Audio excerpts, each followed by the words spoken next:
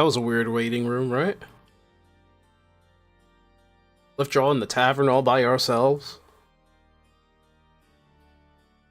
Ugh. I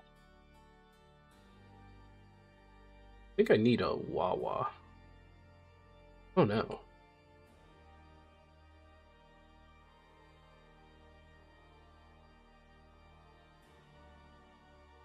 Oh, you know what? I know what I need. I need roast chicken.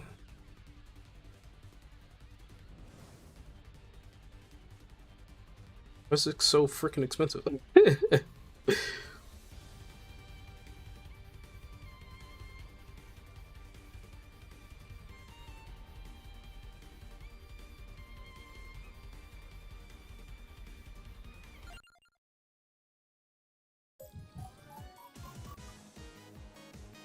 Also, yeah. Looks like they just leave it. Okay, so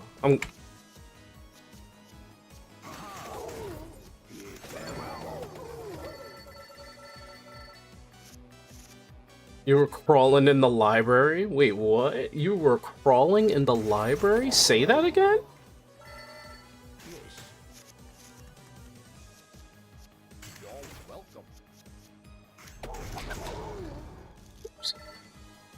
Very unorthodox deck. I was planning to just go down, like...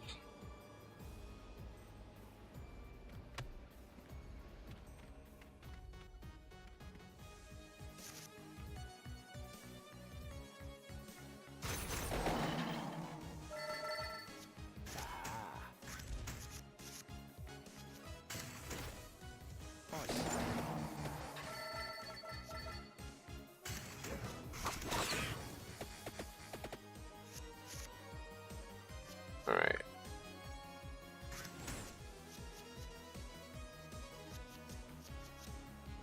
Good luck, youngster.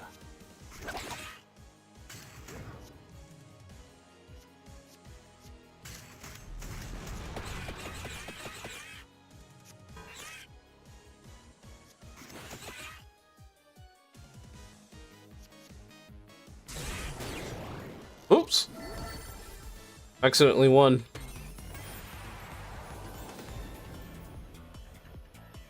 The card would be reduced to 0 mana to 0. Receive double mana instead. What? That's nuts.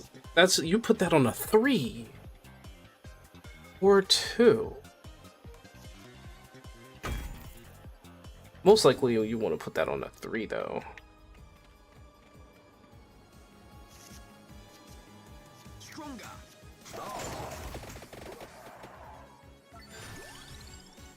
In Ancient Tome. I'm taking the duplicator.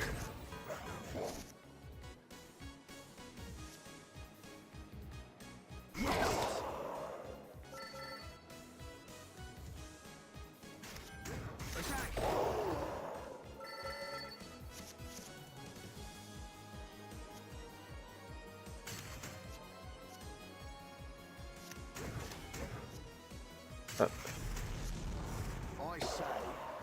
There we go. Just need to know how to do a combo. Oh lord.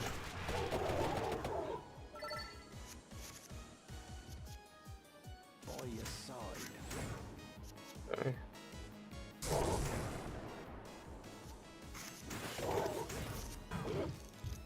Yep, didn't have armor.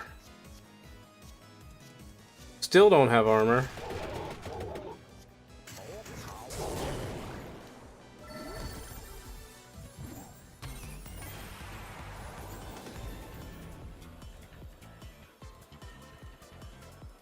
Do do do do do do do do do.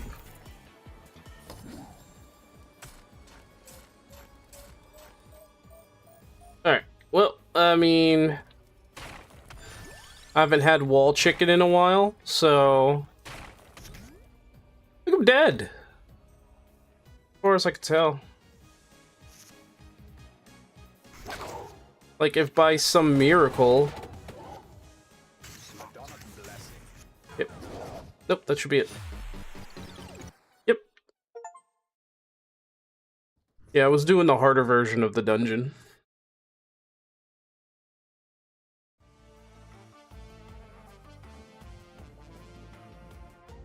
I have relics. Gem hammer. Lack the ability to add gems to cards. Wait, where did a combo come from? Alright, well. Oh, that's different.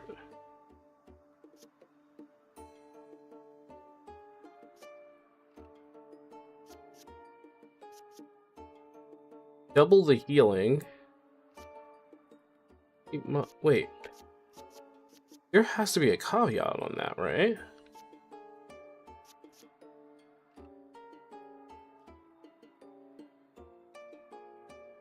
That's funny. Oh, you can only choose one. Is that what it is? Yeah, okay.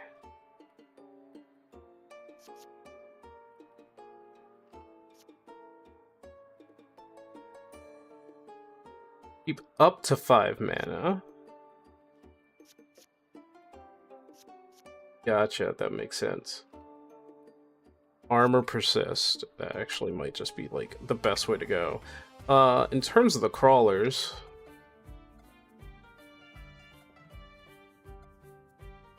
there we go. Now I got them all. Who was my boy?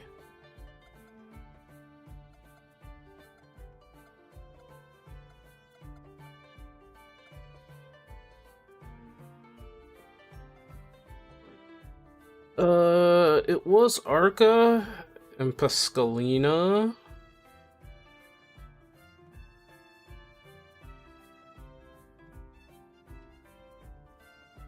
Increase hand.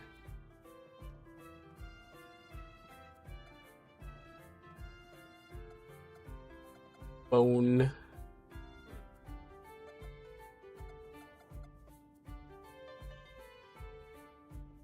You're lucky to have me.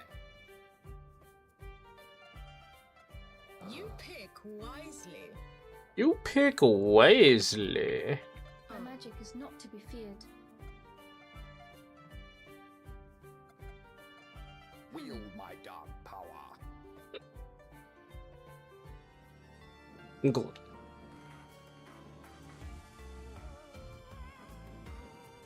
We got Colors, Arcana, World. There's the bridge. I discovered that already, but I haven't completed it. And then there's the library, West Wing.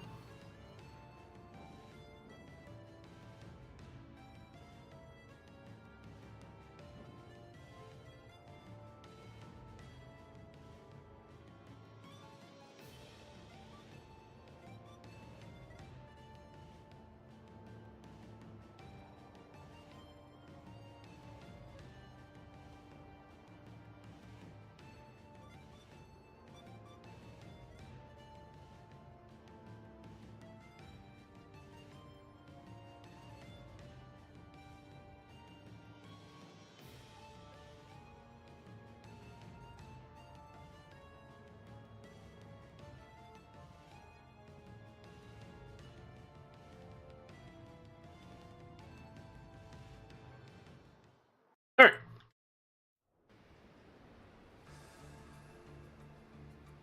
Wow. It's literally a bridge. Okay.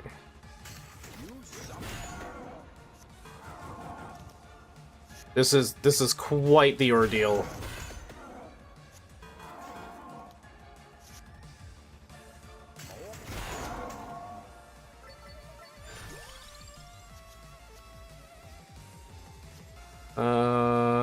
We can use a little knockback here. And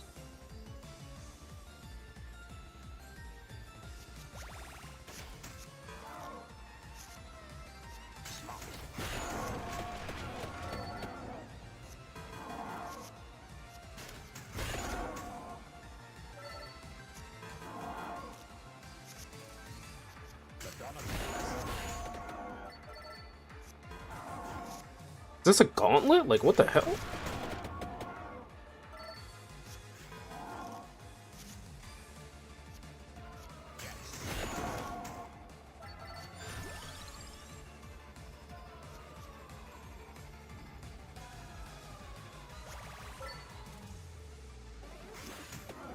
Let's see.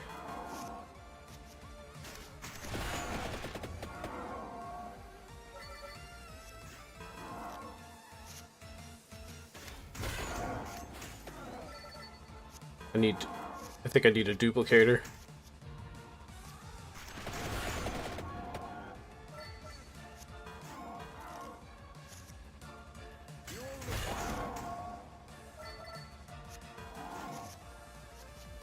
I'm glad I got the persistent armor. Oh look, duplicator.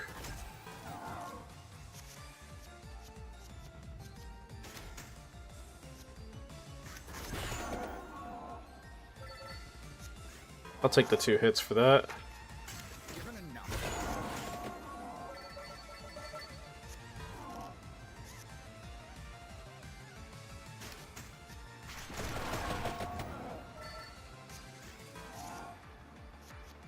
Red monsters.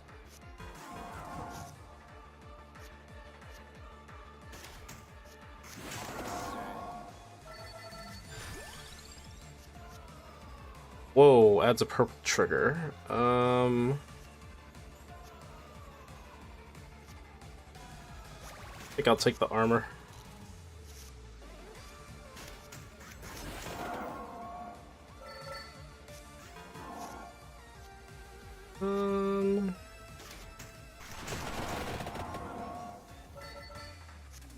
Battle on the big bridge, isn't it?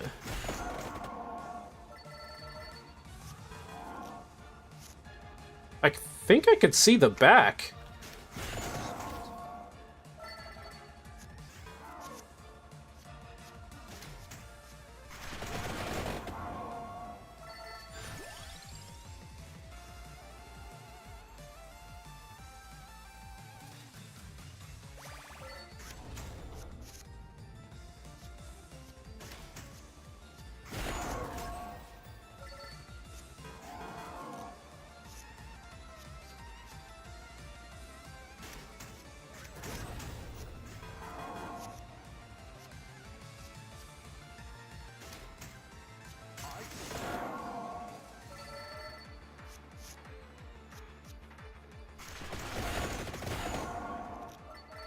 Nice. We are out of there. Let us go. I think I'll get more draw power.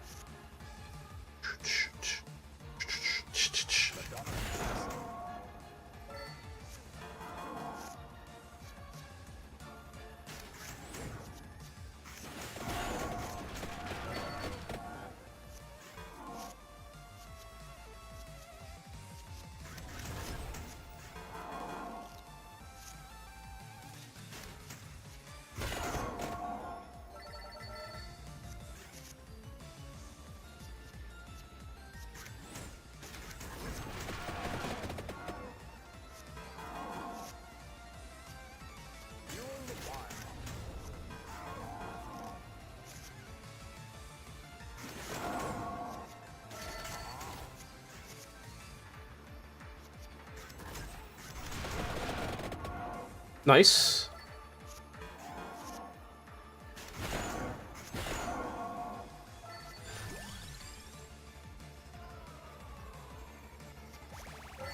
Growing might here.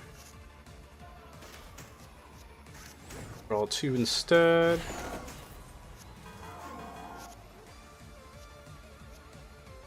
And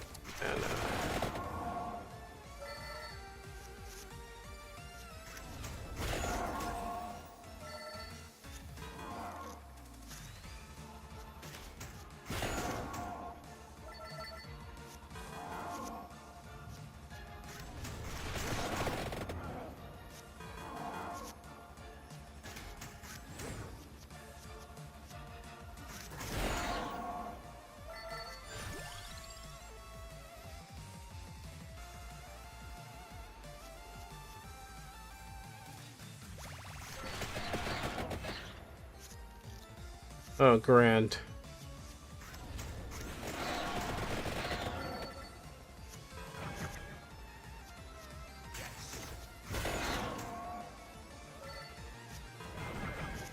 Oh, grand.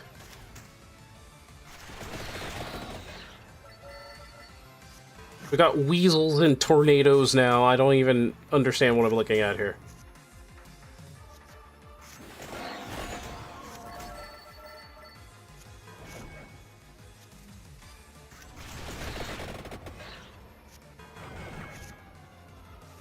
Fuel the fire.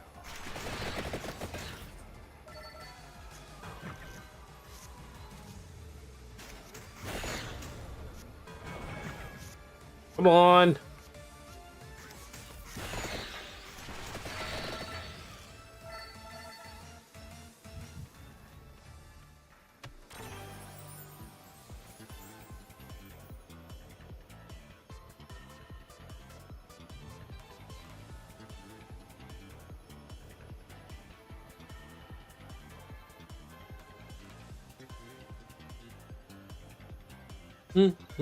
I think we need more might right now.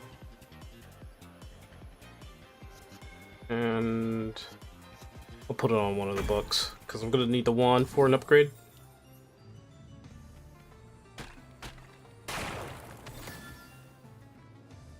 Hello? Uh-oh. Got an anvil. Blacksmith has been unlocked. Oh boy.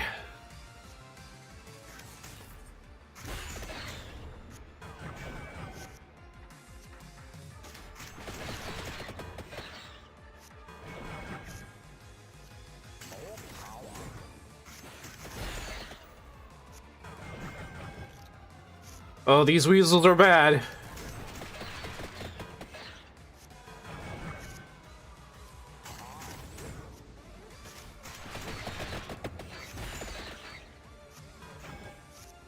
Some powerful weasels, I'm telling you. Oh, these weasels. Come on, get out of here, weasels. Yeah, I can tell I'm dying. These weasels are powerful.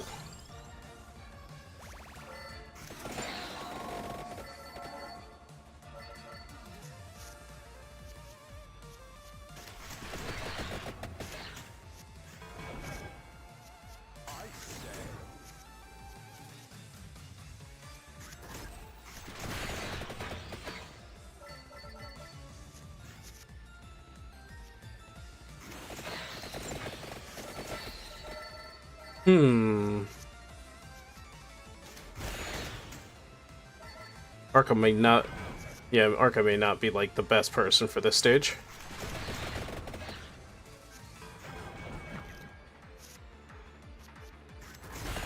Well, GG.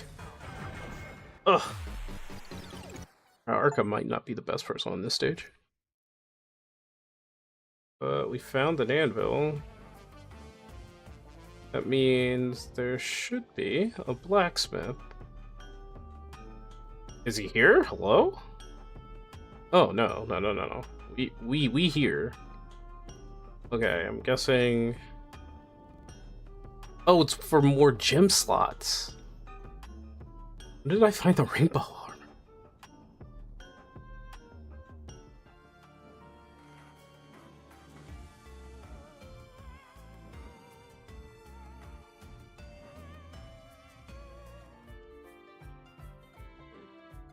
My staff is on your staff.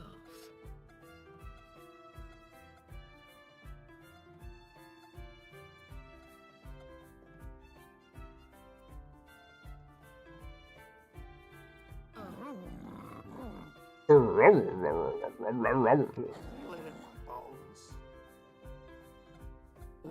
it's Labora. My marrow's in a quiver. My marrow's in a quiver.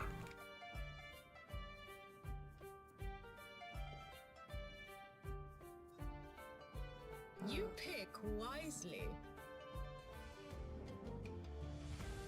Okay.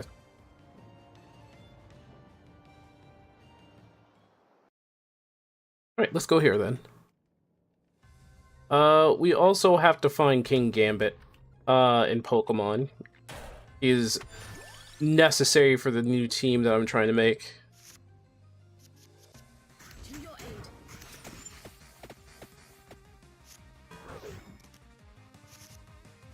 Okay.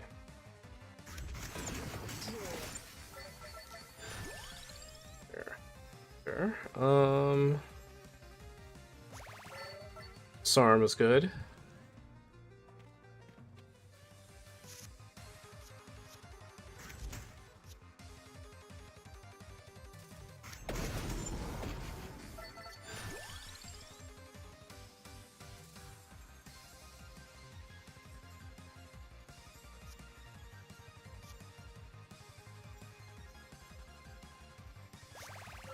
How's this?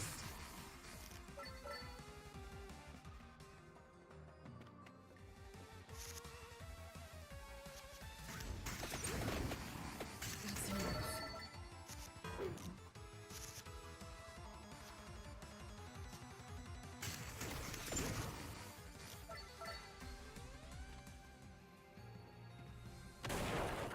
It's a book. Add a list of discovered. Oh, add a list of discovered weapon evolutions and unions to the pause menu.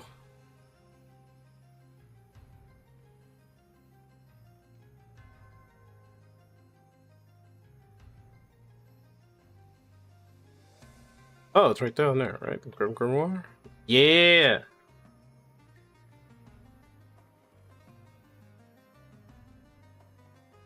Honestly, all of it should be like the same, as in Vampire Survivors. So.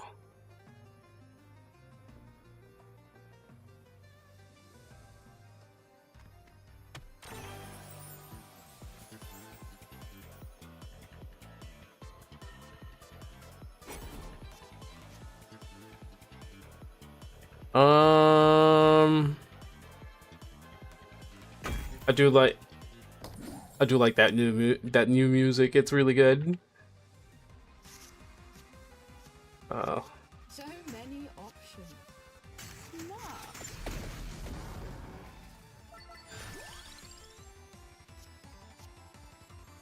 Gonna have her grow a little faster.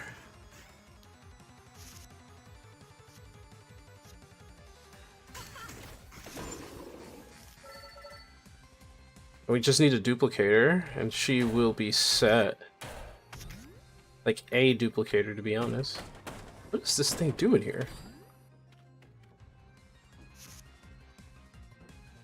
Okay, this one's weird, but I think I can make this work. So. Yep, there it is. More splash damage. Nice. Okay, definitely. There it is, gold armor. Gonna go very well with the evolution. That is some wall chicken. Oh, and we can already evolve it. I was not expecting that already.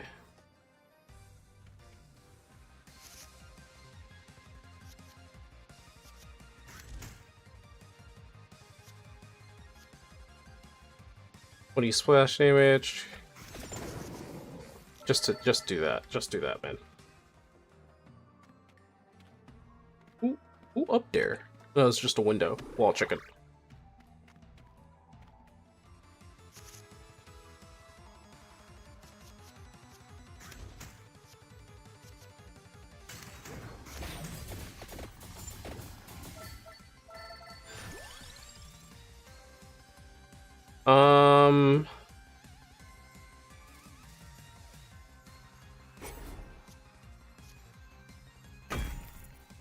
I like doing that. That one's funny.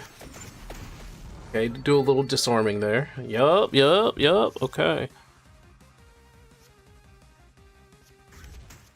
Gathering the magic.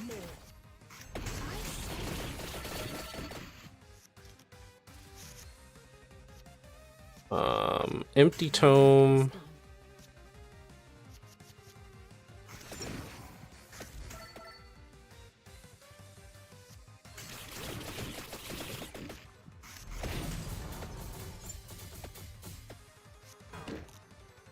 I need a 2 card, that's what I need. Answering the call. Yes.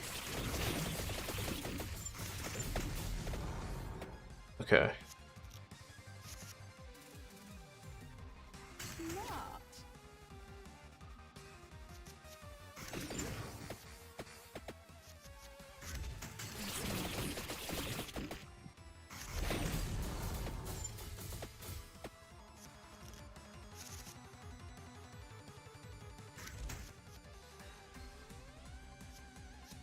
Gathering the magic. More.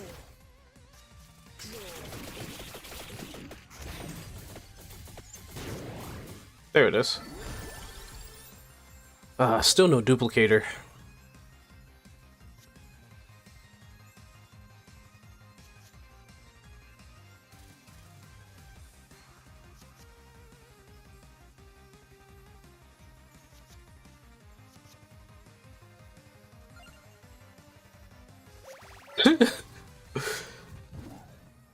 It's like, man, still no duplicator. Wait, I can re-roll. What was? I gotta remember what went with garlic.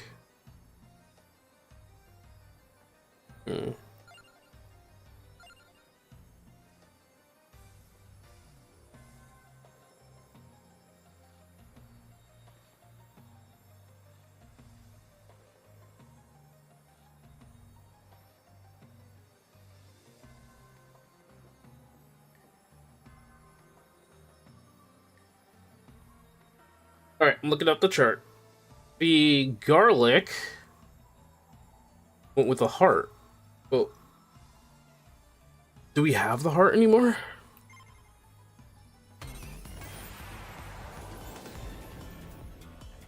And the book went with the wand, so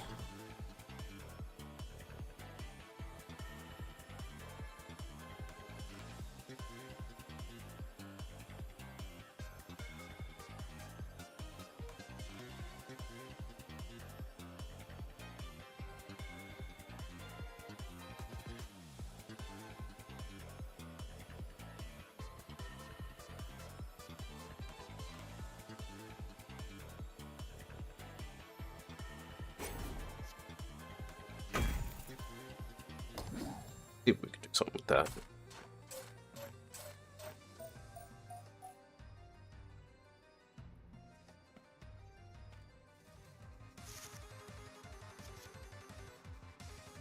Rules escape me.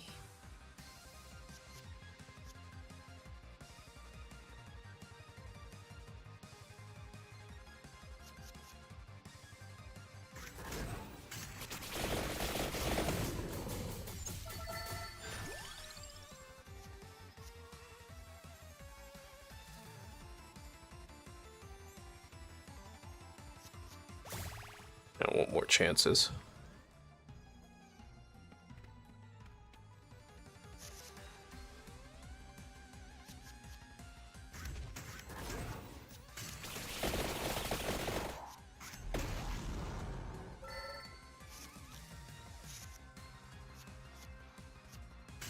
So many options.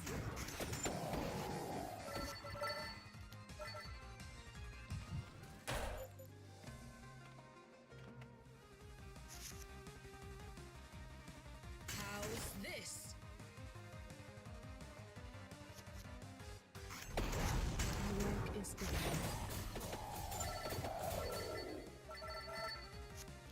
Duplicator? Yep, there it is.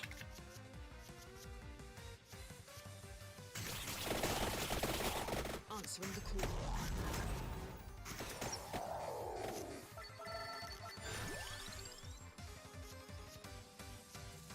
We have Hollow Heart, but that's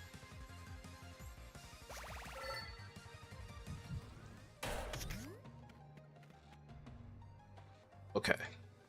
The dangerous ass bat.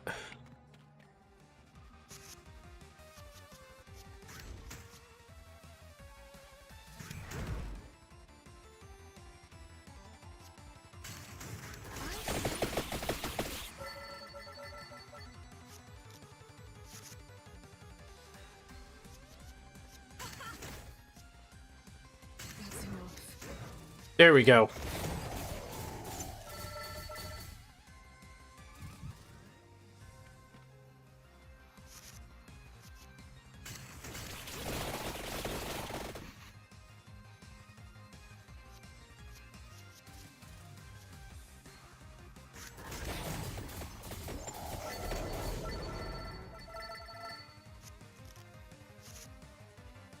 To your aid. Yes. Nice.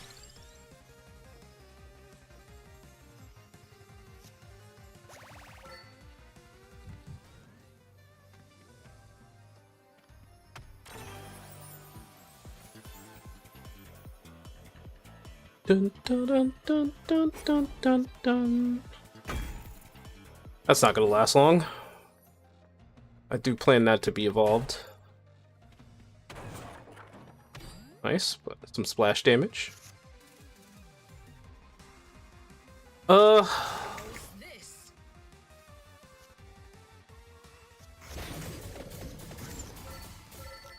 Here we go.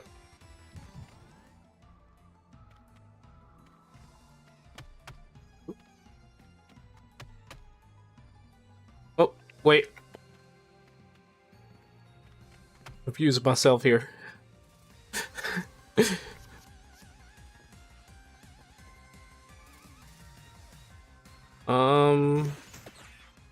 Choose to replicate. Some splash damage here and there. Okay. Work is done.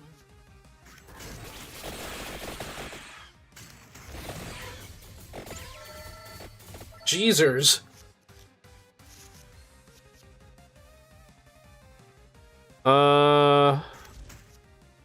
Answering the call.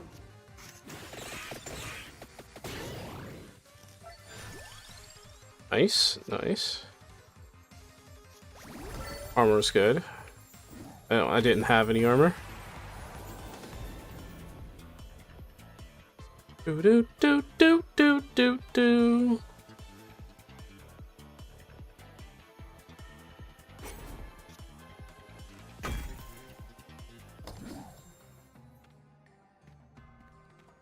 Hee hee.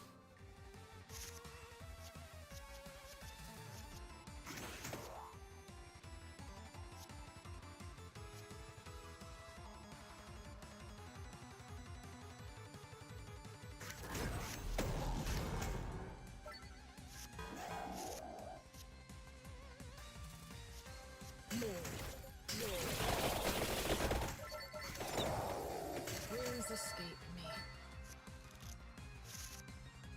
Woohoo! Gathering the magic.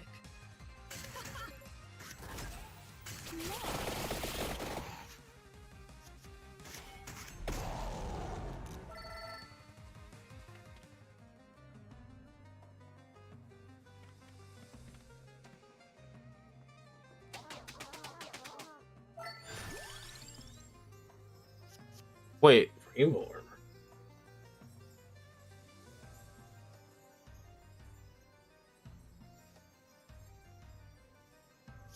I know if I get lightning with duplicator, but that's my only duplicator.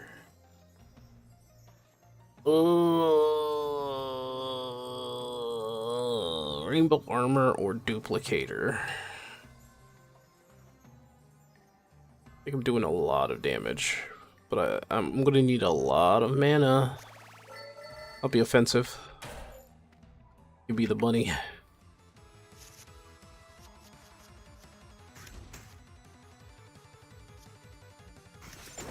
That's enough.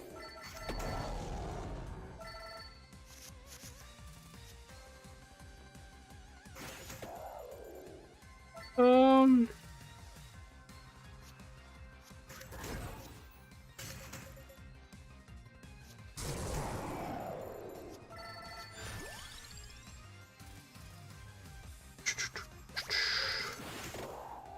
Okay, got my wand back. So many options. Oh, messed up there.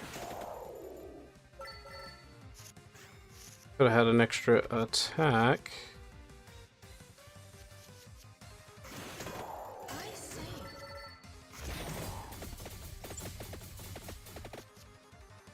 Yeah, he's gonna attack.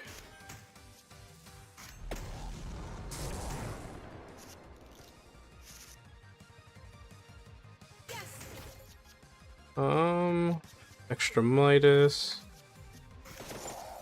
There he goes.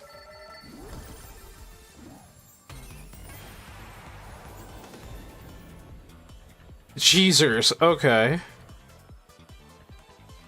4-2.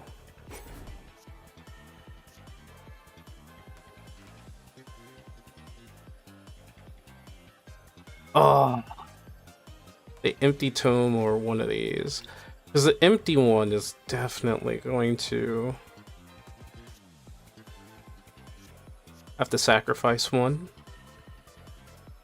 I'll do it. Empty tome is too precious. I need the empty tome. It's a 0 cost +1. Oh, thanks for the luck.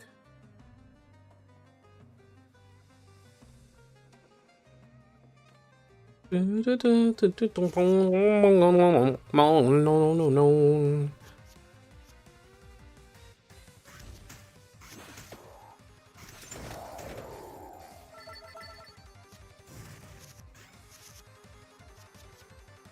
work is done.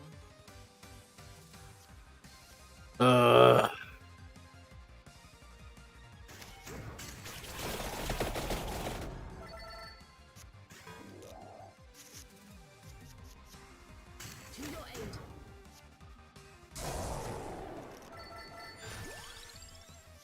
Oh, got another empty tome.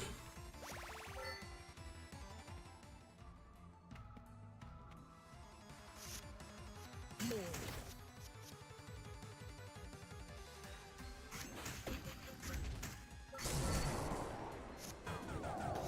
Yeah, that was bad.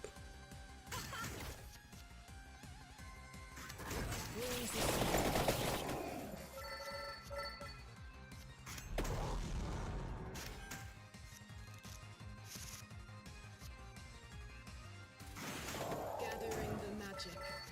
How's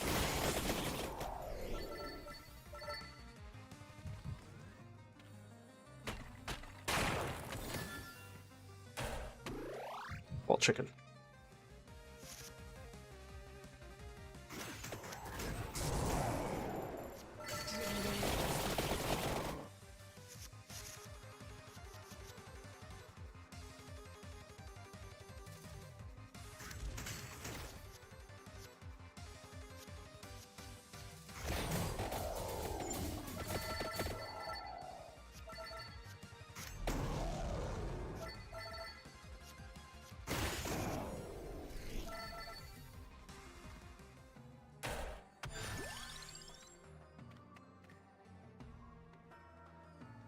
Sacrifice some cards for that.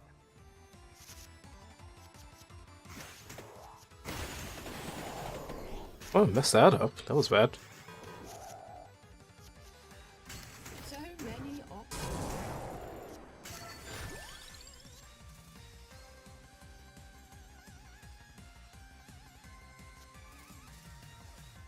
I say.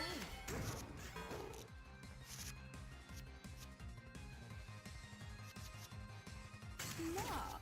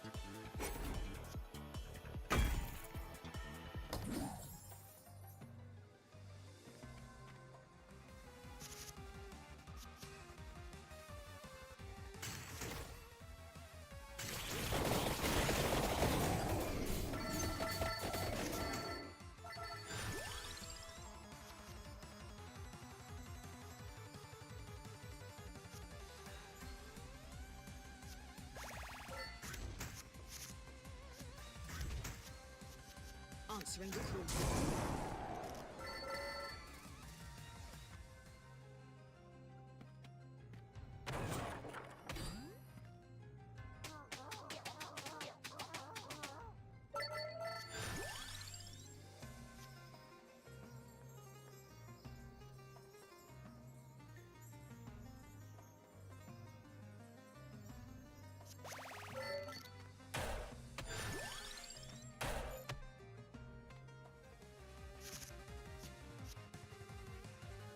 I say.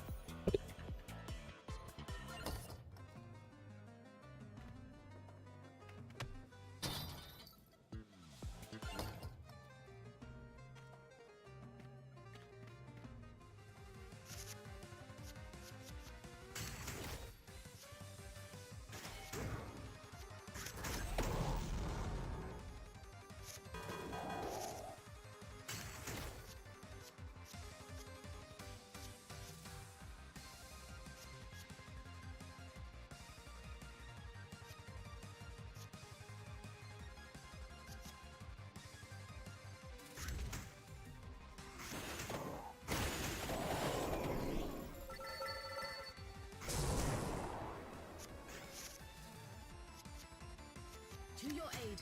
Yes!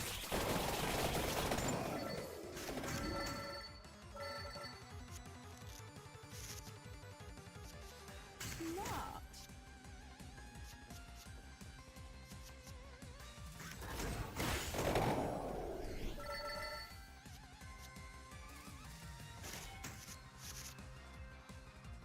That's enough.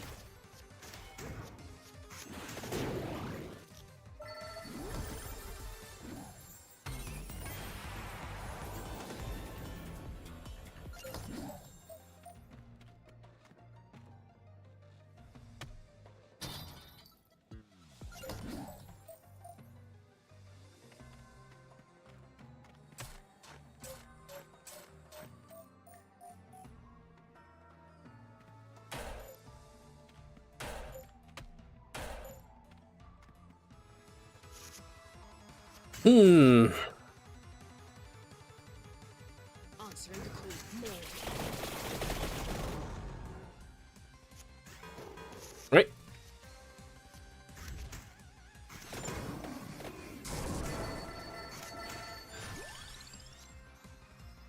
A whip. Oh my goodness.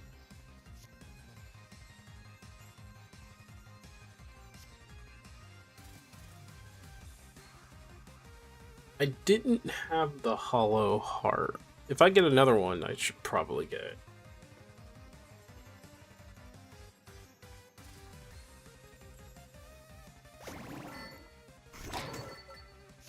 It's just a free hit.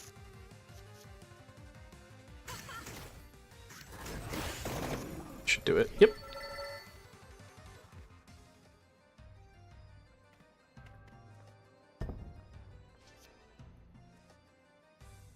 For more mana, I need to sacrifice some cards.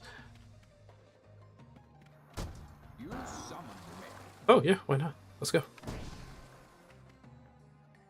Why was he in a was he in a latrine? Gotta re-roll. Wait, hold on.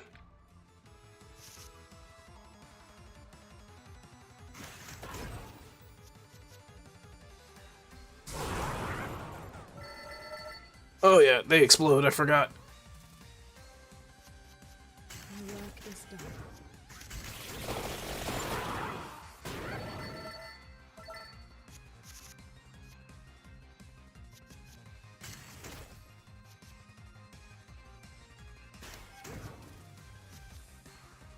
Um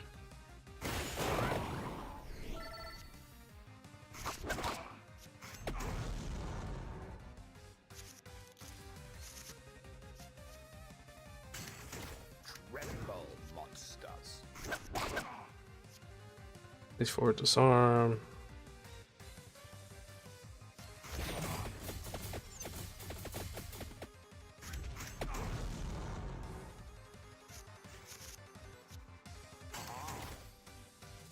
Gathering the magic.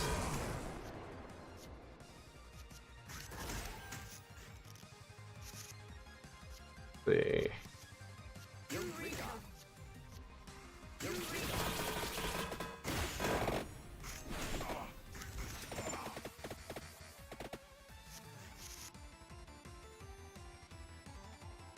Your rules escape me.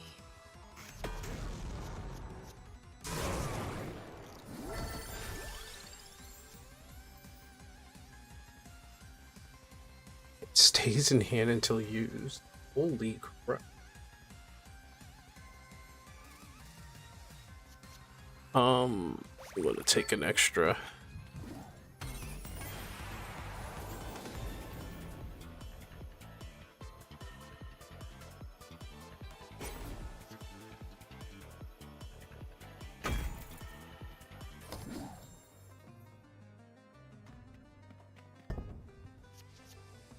And I think I have enough empty tomes for this.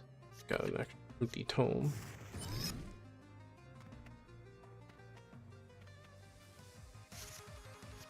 Okay.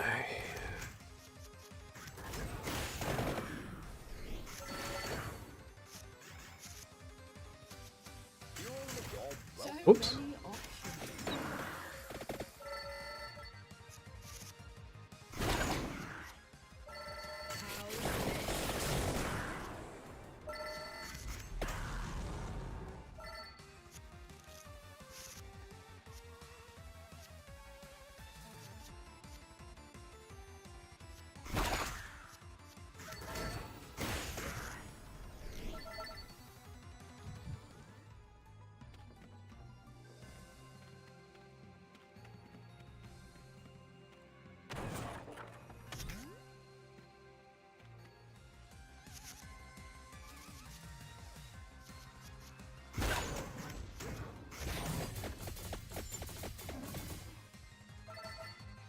Not enough. Not.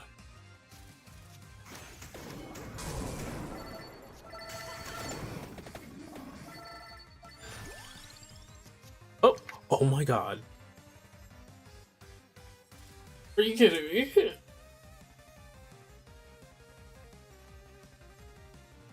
And I want the hollow heart. So I can evolve the whip, but now...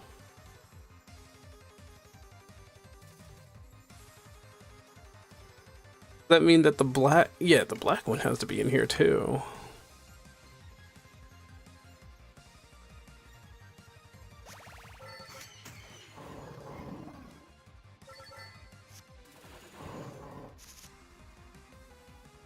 My work is done.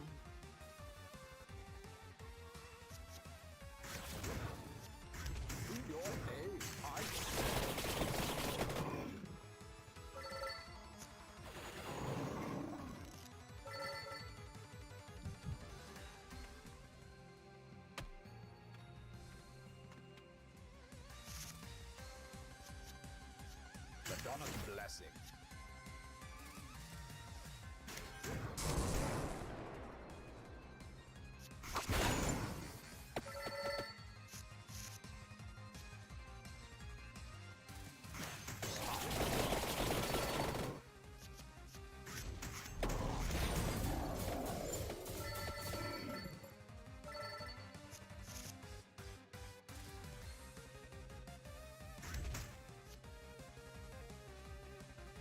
Ricky.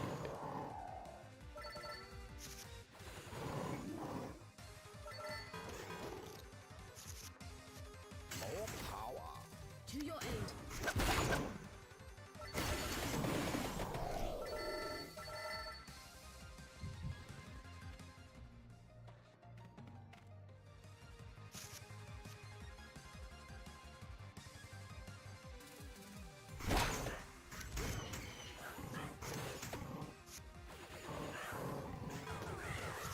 That was 10. Ugh. Eureka.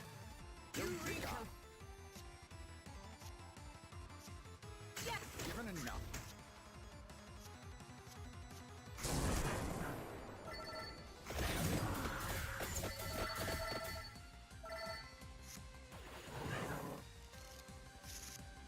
Woohoo!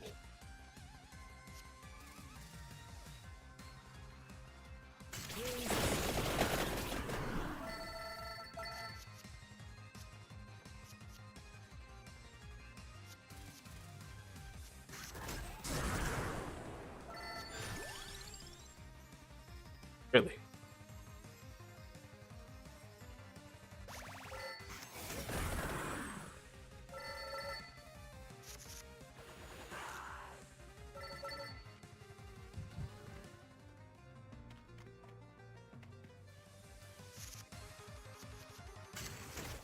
Dreadful monsters.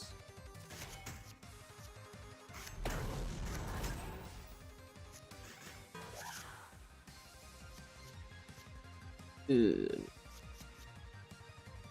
Gathering the magic.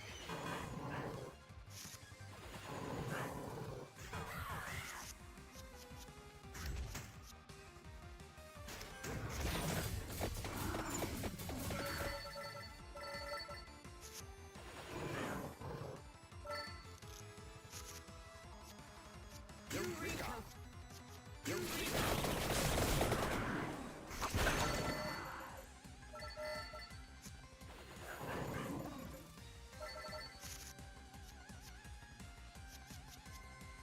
That's enough.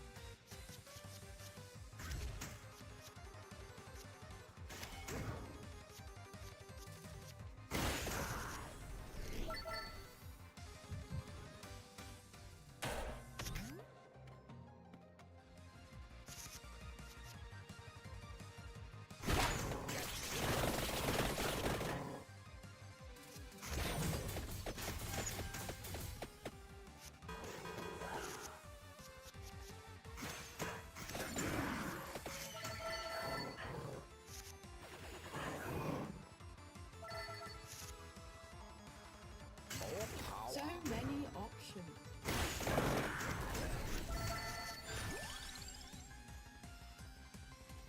Sprig of. Ooh, okay. Wait, I thought I had a Bible. I didn't?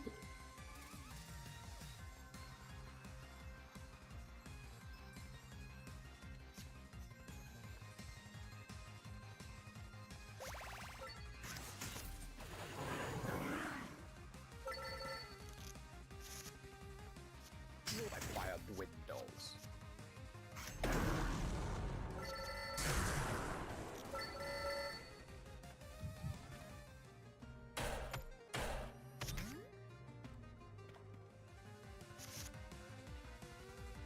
How's this?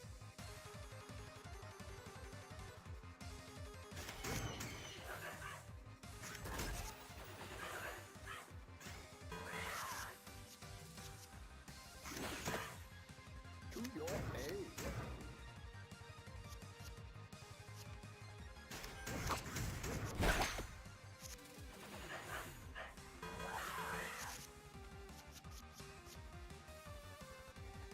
Rules escape me.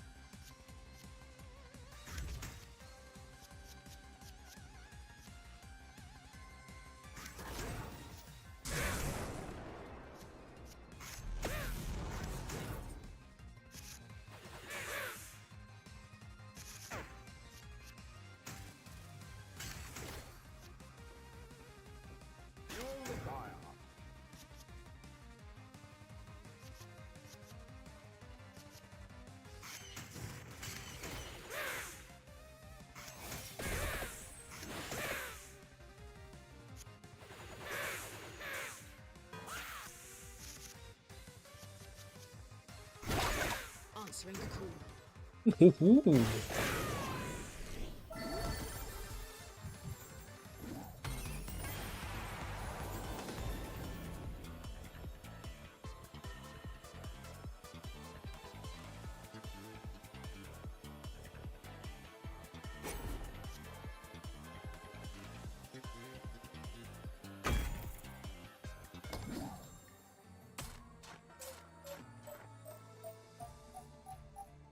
Okay. Oh, wait.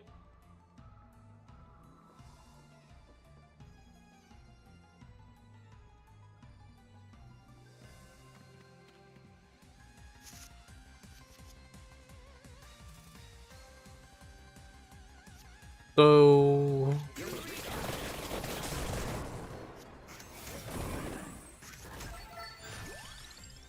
there's the axe, but there's also the weighty tome. I could, yeah.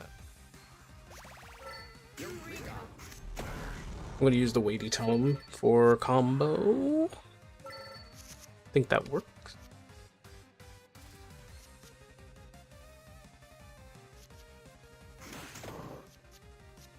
Okay.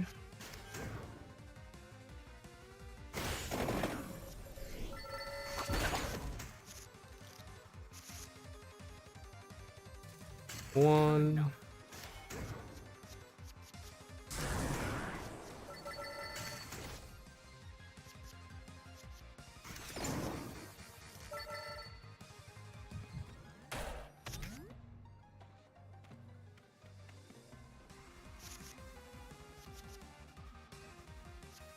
To your aid.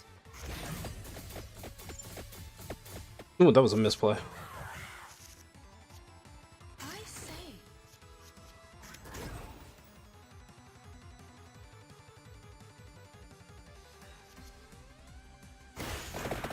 More. Let's see. Then 8. Then this. This. And this.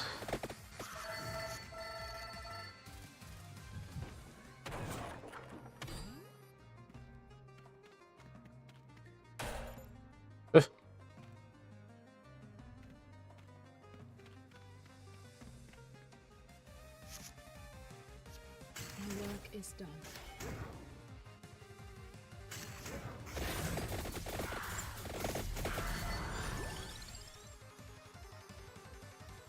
Hmm.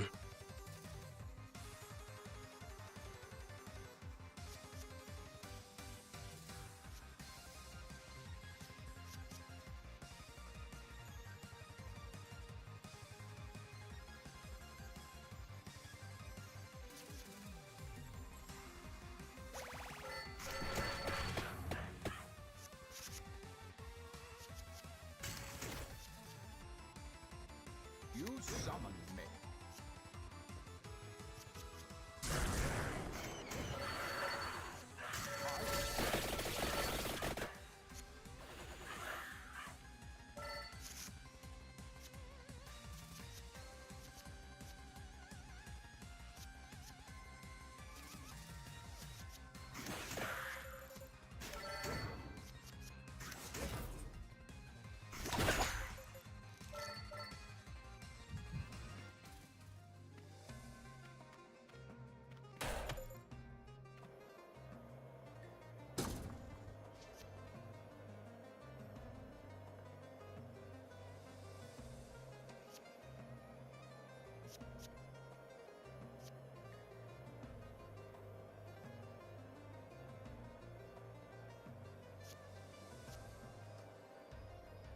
Hmm.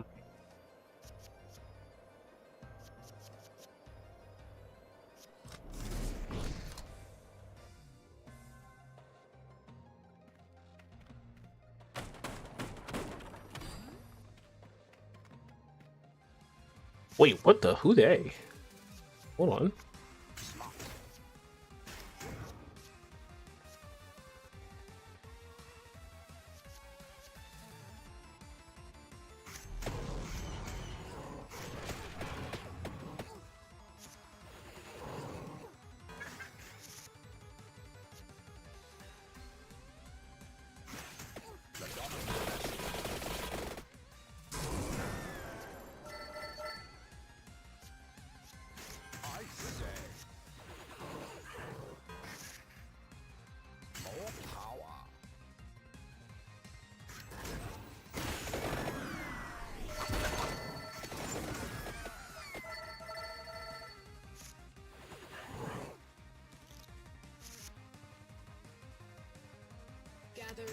magic.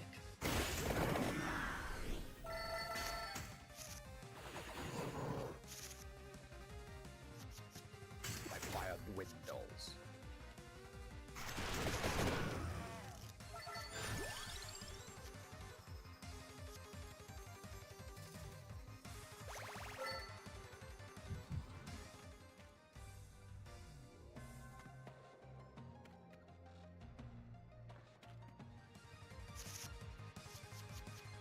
I say, Tremble, monsters. that's enough.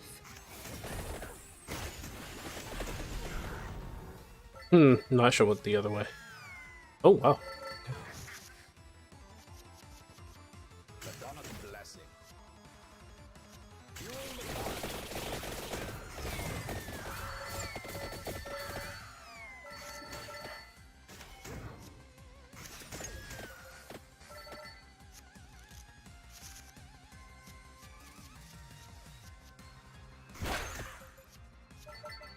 Keep that. Push them back.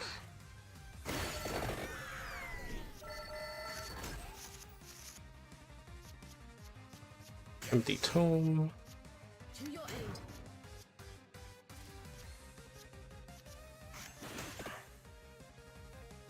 Okay, 5.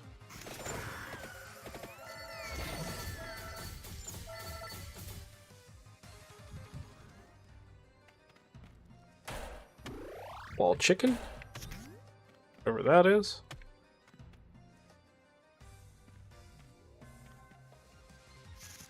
Oh, just a whole army of them.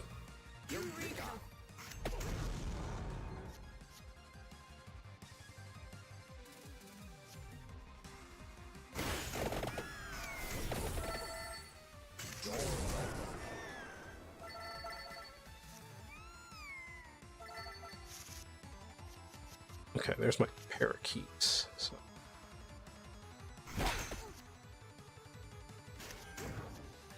Rules escape me. No, another hollow heart. Can't use that.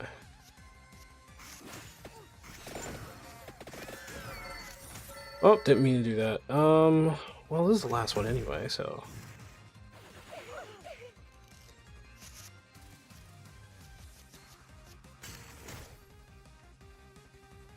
Two, 3, 4.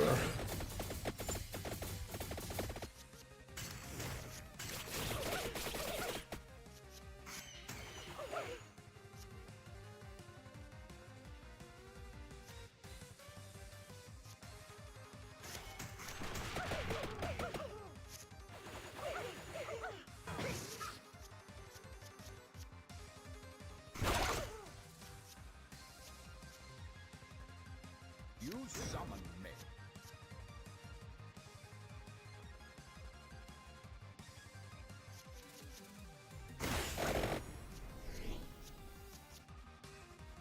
Hmm. Answering the call. Eureka!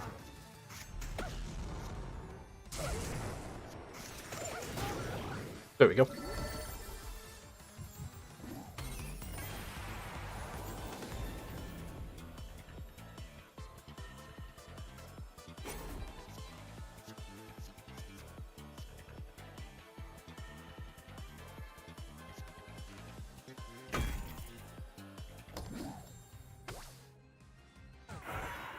Oh, dang.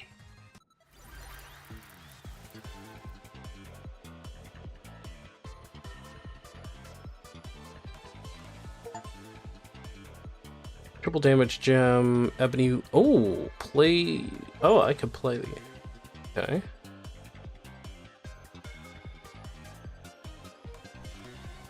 What? Oh. Okay, so I get the ebony wings.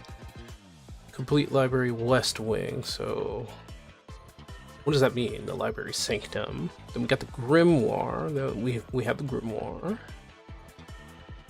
Deal 500,000 damage.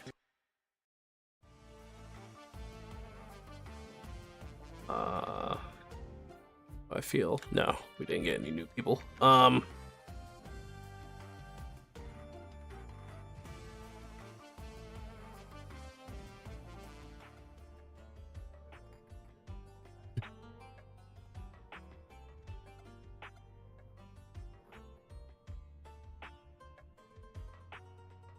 so that's powered up.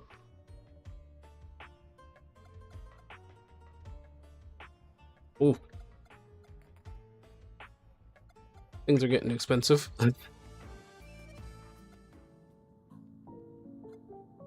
The heck is that? Guiding light, show breakable lights. Oh, in the minimap. Okay.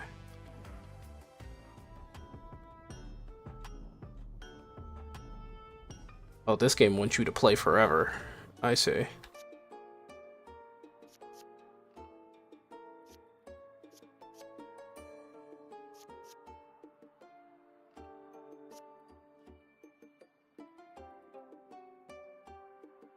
Up to 5 mana.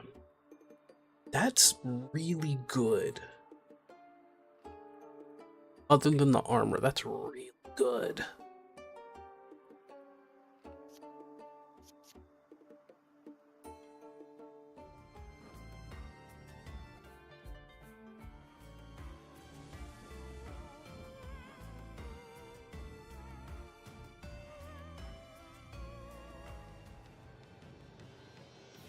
Oh, there's a library sanctum. Oh, and you can get the witch here. What it looks like.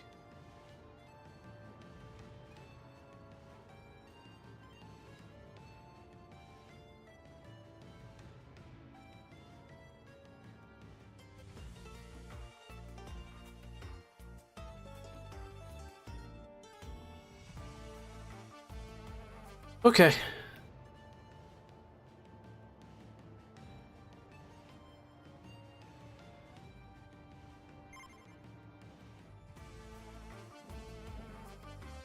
Let me guess. It's the pause menu, right? Oh, it's settings. Okay.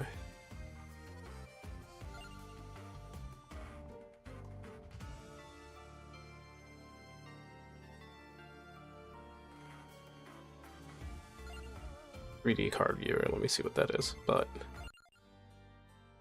me a second. I'll be right back.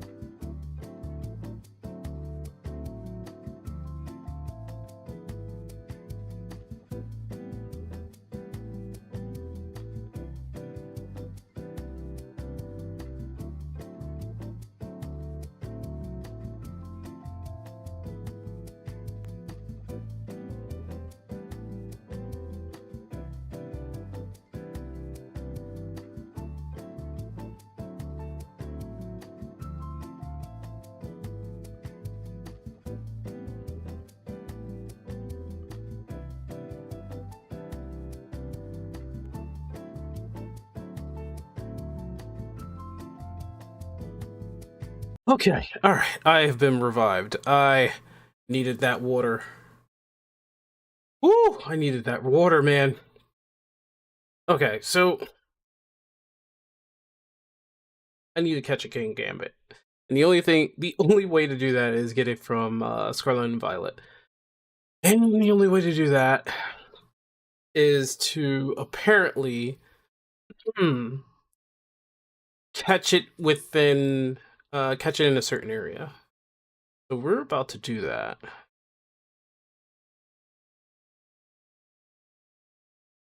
You just took Stop Killing Games seriously. What?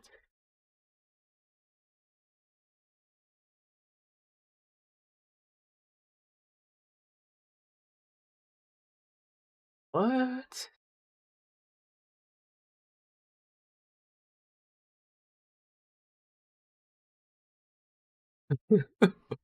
Wait, hold on. I need to see this.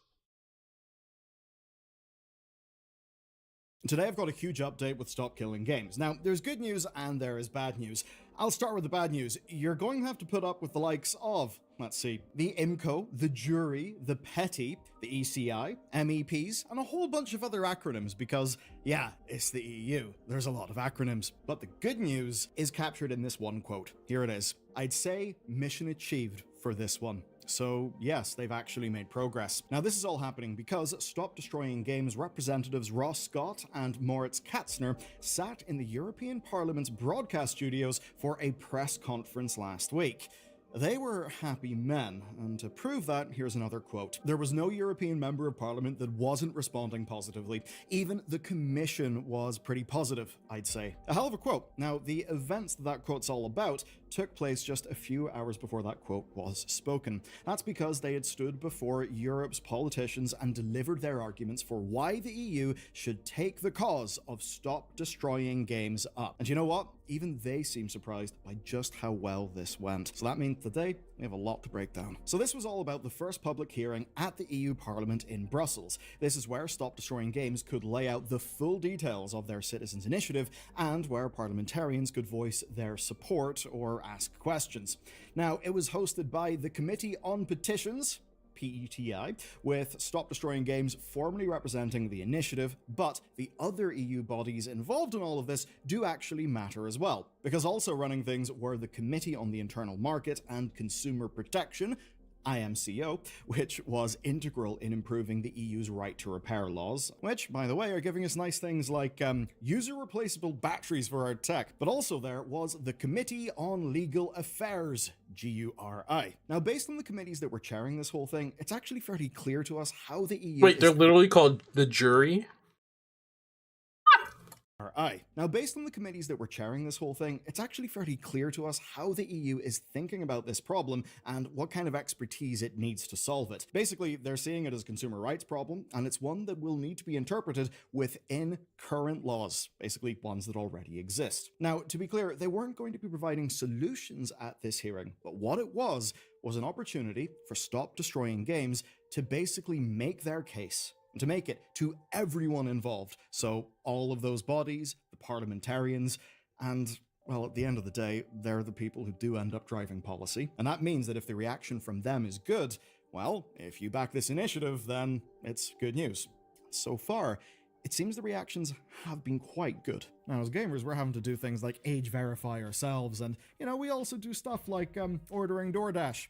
Well, you may know about the DoorDash data breach last year. There's also all the stuff going on with our good friends at Discord. Remember the breach they had last October that just got loads of people's government IDs spread across the place? So driver's licenses, passports. It's not good, and it's why I use Incogni. They're our way to fight back. They're today's sponsor, and basically, whenever data leaks, data brokers exist. They harvest it, they sell it on, and if you ever wondered how a spam caller got your number, it's things like that. Now, Incogni solves this by automating the legal work you'd otherwise have to do, and you can join at incogni.com/. Wow, what an animation. You'll get 60% off an annual plan there, and all you do is you enter your info, and that's basically that. You've got a legal right to have your data taken down, but it takes hours, it's not permanent. Incogni handles it, where they scan the brokers, they send the requests, they add you to suppression lists, and it's quite cool. On your dashboard, you can just see the names of all the data brokers that they've, yoked your data from. It's quite funny because a lot of them have got really spooky names. And they've also got a new feature called custom removals, where if you spot your info online, you can just paste them a link and have their team look into it for you. Now here's my dashboard. 259 takedowns sent, 6 in progress, 253 completed, 22 suppression lists, and they're monitoring 23 data brokers to ensure that they're not being sneaky bastards and they're actually compliant. It's great peace of mind, and you get 60% off at incogni.com/BellEtherNews. Okay, to break this down, there are three relevant parties here. There are commission representatives. Those are the people who will initiate any action. Then there's the various MEPs. They represent either their political groupings within Parliament or just their own interests. And then, of course, the third group is the Stop Destroying Games team. That comprises of Ross Scott, the founder of the Stop Killing Games movement, and then SDG's organizer, Moritz Katzner. As for the MEPs, Katzner and Ross are mostly right. Things were actually very positive. This is very heartening. Many people simply just made supportive statements. Several, though, did bring up their own gaming experience, and at least one of them did that in the form of dozens of memes and references. So it's at least nice someone's trying to make your Okay. How many video game references can MEP Katarina Vera drop in front of the EU Commission in 1 minute and 20 seconds?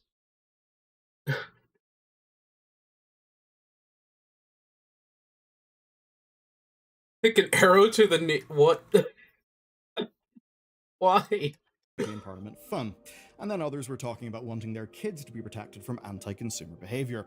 Others who responded were pushing the conversation somewhat into the microtransaction spend area, other things like the cost of games, and potential risks around younger users. Now, there were at least a few challenges. As an example, the German technocrat Axel Voss did specifically try to raise concerns around the legal implications of any changes made here, and that's especially around preserving creator rights as well as consumer rights. And he was specifically interested on the potential impact on licensed content like music or cars, and that kind of thing didn't get fully addressed in the session. Though, if you have played video games, I mean, yes, with cars, but I guess mostly with music, you know what it can be like whenever licenses expire and all the annoying stuff that can happen there. But here's what massively stood out to me, right? And it was a very compelling point. And that is basically that the right to repair idea wasn't really enough for a video game use case. And that's at least in part because developers limit what users can do to the actual games. Where it gets interesting is the suggestion of what to do, which is that rather than a right to repair sort of principle, that the principle should instead be a right to resurrect. And that means you heard it here first. The EU, backed of course by George Soros, is now going to investigate necromancy. Okay, I'll take the tinfoil hat off, that's definitely not true. What it actually means is that once a company, say, ends service for a game, with of course there being licensing terms and length of service, guarantees factored in, companies would just give us a bit of a guide of how we can run them ourselves. Honestly, that sounds really good to me. Another thing that was brought up was a Project Gutenberg-style approach to preserving games, so a little bit more similar to books. And I've got to say, at least from a personal perspective, that kind of stuff is music to my ears. But of course, there is more to talk about. I know this is a bit of a dense video. You're a credit to yourself for sticking with me through this. So let's just continue, right? The prevailing mood was that something is actually wrong with the situation with video games, and that it does actually need to be addressed. So that's honestly a fairly huge win. Now, it's likely because Stop Destroying Games arguments tapped into some underlying feelings that already exist across the body on consumer protection. I mean,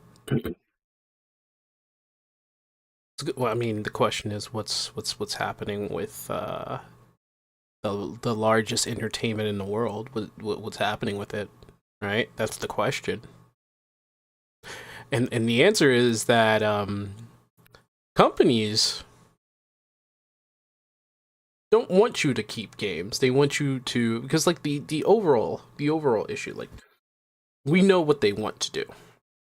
We know that they don't want to keep the legacy of older games. They would rather remake them and then resell them to you, remaster them and resell them to you, or they want you to push on to the next game. That's it's the obvious thing that they're doing, right? They basically destroyed renting video games. Like, nobody remembers that anymore. They successfully did that. There's no renting video games anymore. And now they want you to stay in the video game space with live service all over the place, right? They're just going to continue to do that over and over and over again. So it's a serious situation where we have companies out there that just don't want people to really own anything. They want the control. They're trying to control everything. And there's less freedom with the choices of video games nowadays. And what's sad is Gen Z barely knows what being able to own a video game is, and Gen Alpha has no idea. They have no idea. Live service has always been there for them. You know, I like to think about replaceable batteries, USB-C in phones, you know, the way that things have been moving. And now that the hearings happened, Stop Destroying Games are essentially left with two questions to answer in public.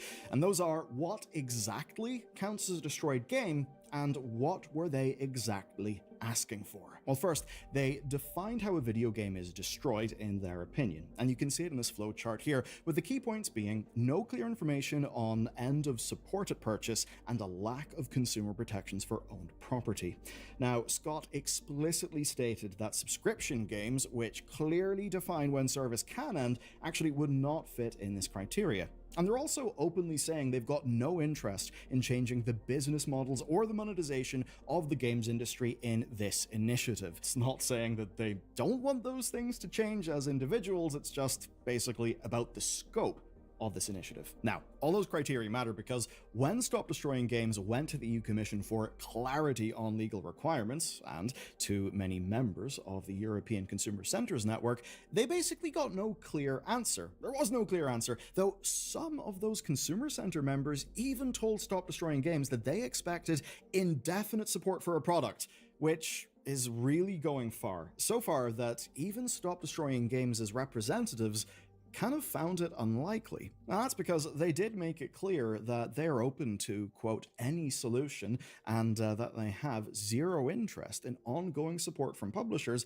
after a game is discontinued. They also recognize that not every feature could be operable after support ends. And to back that up, I've got a quote from Katzner that I am going to quote with a little bit of paraphrasing so that it kind of flows nicely. So here's what he said. There was a lot of pushback from the games industry, where bodies like Video Games Europe presented solutions that he claimed masquerade as proposals, but which are simply unrelated to our issue. So what he did is presented a list of, quote, proposals which do not address the problem. And those are clearer labeling of license agreement terms, mandating minimum support times by publishers, more notice before a game is destroyed, and then finally legislating that publishers may voluntarily have end-of-life plans for commercial games sold to the public. In response to those things, he says, these are not solutions, nor are they even compromises. Now, it's a little hard to find the nuance here, as we're kind of shifting from the Stop Destroying Games claim that, say, subscription games won't be targeted because they clearly do warn players. Like, in a way, it seems like there's a few contradictions here, but Katzner argues that the licensing agreements are accepted because the only alternative is to, you know, just not play the video game whatsoever, and that support times and notices of shutdown are effectively unrelated to their concern, and that only the state of the actual video game after the shutdown matters. So the games industry is probably going to put forward loads of things that aren't related to that narrow definition of the state of the game after the shutdown, with that being the thing that Stop Destroying Games are the most interested in. Now, he goes on to touch other things like publishers being allowed to end support for a game at any time that they wish. Basically, he frames that as the status quo. I would agree with him, it basically is the status quo, and he suggests it's one that the industry does want to keep. He goes on to specifically respond to just one of many concerns from the Video Games Europe industry body, framing that there will be an impact on intellectual property for future titles from, quote, competition from community-supported versions.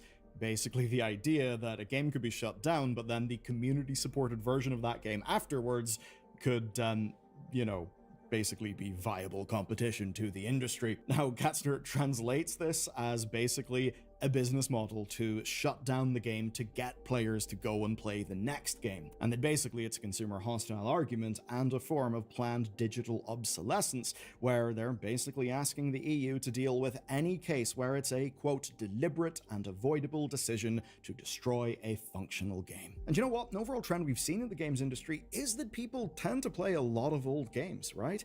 And the idea that even, say, a new entry in a game series can face competition from its older versions, even when those older versions are basically completely unmonetized on a long tail basis by the game publisher. A really good example of that was in our Total War coverage, where you could see some of the modern Total War games really struggling, but then if you look at SteamDB, you just see Medieval 2 still way up there, really strong. And that effectively was a situation where Creative Assembly were being outcompeted by past Creative Assembly's work. Now, obviously, those are mostly single-player games. I just bring it up because it's a fairly simple example of the point that he's talking about. In short, then, which I know sounds like a bit of a funny thing to say given this is a chunky video, but in short, they want the law to be harmonized across all European countries and to be designed to protect consumer rights in the digital single market. There should be no way for a company to unilaterally end support. Now, to achieve that very lofty goal, what they need is the recommendations of the European Commission. So let's talk about the Commission. For the most part, the Commission were cautious. The representative said they held no specific positions on outcomes right now, but they already understood the requests for change. They said they were exploring whether the issue could be resolved better through enforcement or by adapting existing laws, one of those being the existing Digital Content Directive. Now, they didn't believe that existing laws require sellers to support a product for any set duration, but they do think consumers are entitled to transparent information and should be protected from unfair commercial practices. And after spelling that out, they ended the hearing with some responses to some of the questions from Stop Destroying Games and from the European members of Parliament. And the first one's kind of interesting because it's related to this video, basically a French consumer advocacy group doing some suing against our good friends at Ubisoft. That was asked about potentially getting the Court of Justice of the EU involved, but the Commission was actually not willing to get involved in what they saw as being a national legal affair. Now, as for other responses, they just restated their current understanding of the law, that from a copyright viewpoint, there are no mandatory requirements around licensing, that any company has got contractual freedom to exploit their works and to set the terms of their licenses, and that no current framework provides exceptions for end-of-life support. But they did, and this might be good news to many of you, float the idea of provisions from European directives on preserving cultural works, where the rights holders can grant exceptions to let a third party or a cultural heritage group preserve them. I think there should be a gigantic database, be it in one place or other places, that you can store video game data, everything, so that it's accessible to the public whenever they want to. And it can be run on most, if not all, systems in some form or fashion. Like maybe a museum of the video game or some sort of data bank where there's like maybe some sort of access to have the game be usable or be like we have games that are basically like dead. Right, games that have no IP to hold on to, like Croc. Croc was one of those. Croc was a game that had like nothing, like that was dead. It was a dead IP, but somebody scooped it up, right? The thing is that people put the data out there, people put the game out there for people to play the PC version, right? And that's kind of what I think video games should do. Like, if it's a live service game, there should be a version of the live service game that can be just played, like, maybe, like, local multiplayer or just, like, online, right? And the person who is using the game or trying to play the game can pay for server systems or server, like, for like, a server process. So that they buy renting out a server so that they can play the game on it. Because honestly, even live service games, all video games deserve to be at the very least cataloged in some form or fashion. I think so. Like old Nintendo games, old Sega games, old PlayStation games should be in like some sort of center database so that it's accessible to everybody who wants to play those old games. Because damn well know companies out there are either going to remake, remaster, or bundle them together and put it somewhere like on Steam or GOG or something like that. This is a side of things that I would say could feel a little bit less relevant to how Stop Killing Games, and I guess this permutation, Stop Destroying Games, how that might apply to your specific case and your specific game library, but it is relevant to games being treated and being valued as pieces of art that do actually deserve to be preserved for future generations maybe to enjoy, but honestly, even if it's just to study academically. Game preservation is in a really dire state. I mean, we've even covered instances in America where, the ESA is basically fighting against it. That stuff absolutely sucked. So it's good this is being talked about, though as of right now, with so many technical rights holders being involved, they did say that it's difficult for them to suggest a solution there. But it's good to know that it is being weighted ahead of the Commission's next move. We have covered a hell of a lot of ground, very technocratic ground. We got our MEPs, we got our various bodies of the EU. Damn, this stuff can really turn your brain into Swiss cheese, though. To say Swiss cheese wouldn't really be accurate because Switzerland is not a member of the EU. Okay, but with all that covered, the final thing for us to do together today is to bring it all in, to work out what's going to come next. All of this means that all eyes are now going to be on the month of July. And that's because after months of lobbying from Stop Destroying Games and of course the industry towards the Parliament and the European Council, then in July, the Commission will publish their report with proposals for action if they think that any action is needed. Now, that report will also likely include opinions on whether Stop Destroying Games asks will fall under the terms of the upcoming Digital Fairness Act, which would at least be a useful vehicle for faster legislative changes. So important if you really want this to be acted on swiftly. Swiftly and EU does sound a bit anachronistic, but you get the point. And the good news on that front is that Stop Destroying Games have already given feedback on that. Now, it's also possible that by then we may have a resolution from the MEPs. You see, the MEPs are able to signal their support for the initiative, and they do that through a vote in Parliament. Then, after all of that, Europe's politicians will begin implementation if they think it is necessary. Now, the real question in July is whether the Commission treats gaming as consumer rights territory at all. You see, existing law doesn't require publishers to support a game for any duration, and there's no copyright framework for the end-of-life exceptions.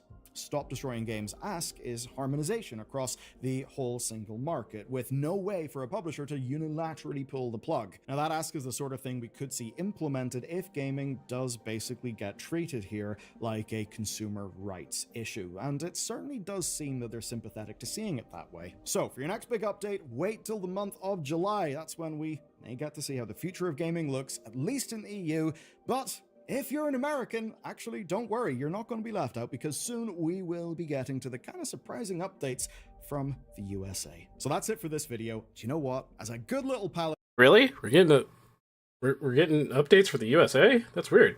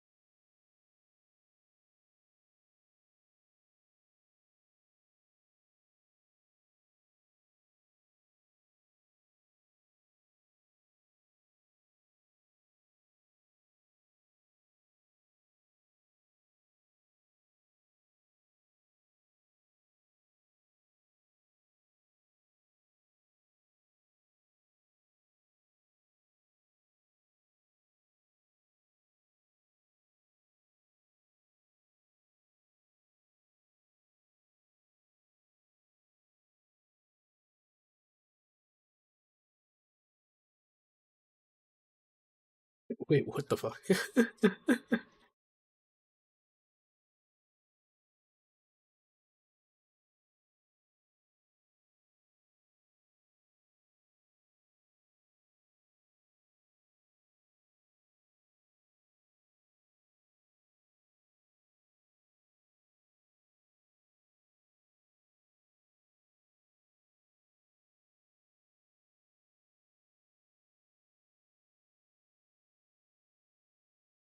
I think we'll be hearing here for what?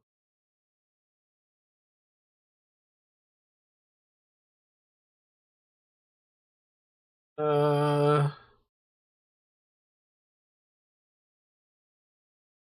the heck going on?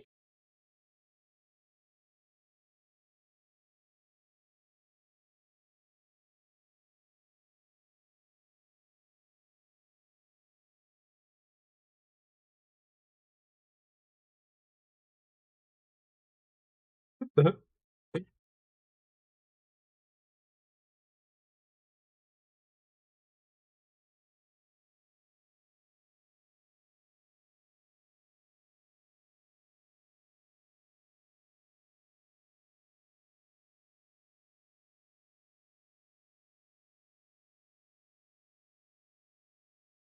the heck? All right. So I'm gonna go ahead and get Pokemon started. See if I can do something like that. Let me get. I'm gonna try and catch King. Uh,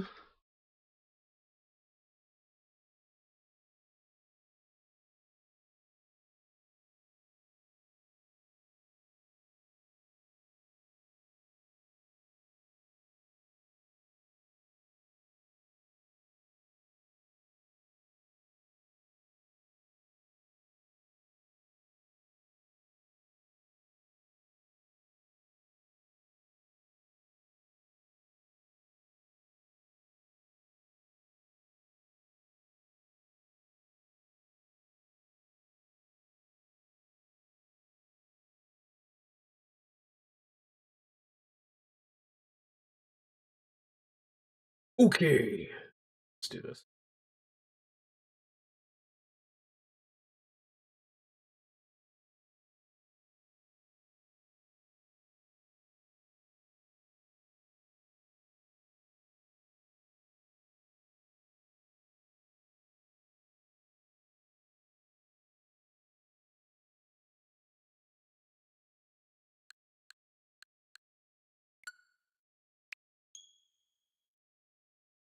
Hmm.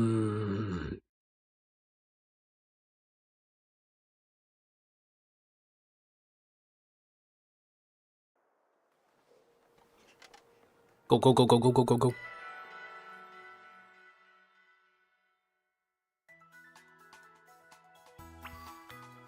Okay, so I am supposed to come up here somewhere?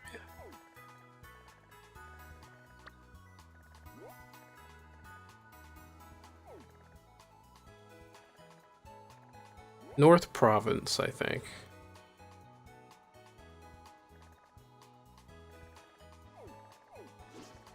Don't tell me.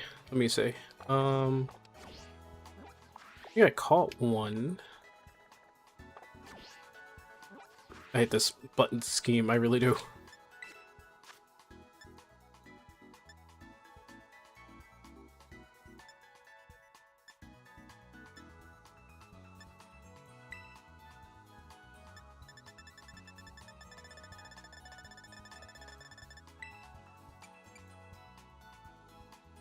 Hmm.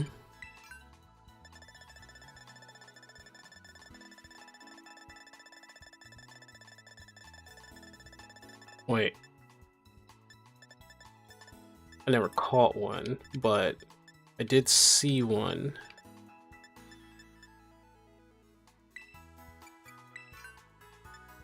Right. Where? Okay, it's over there. Oh, I have one. Wait, I have one? Well, what's his level? Fox.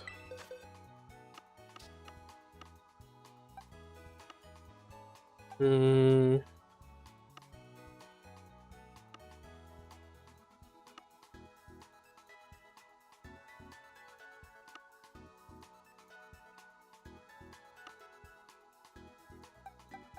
Level 45.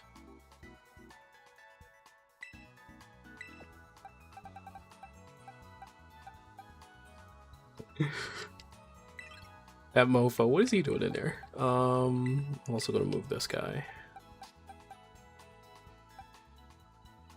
Iron Jugulus.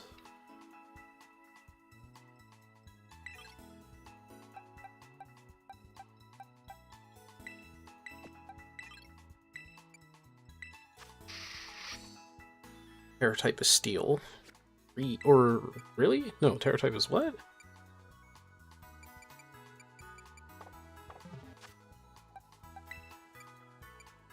Wait, no. X summary.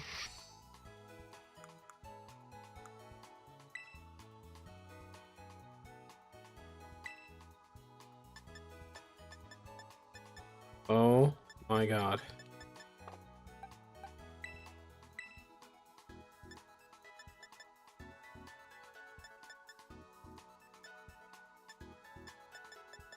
Doesn't even.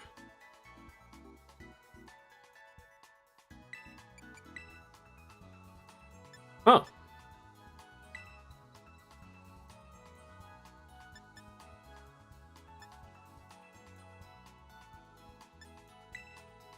Get rid of slash.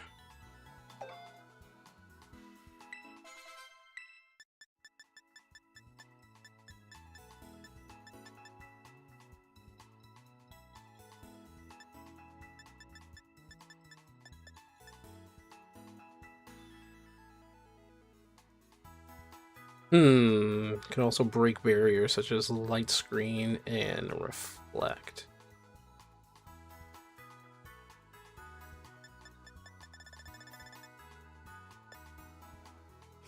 Um,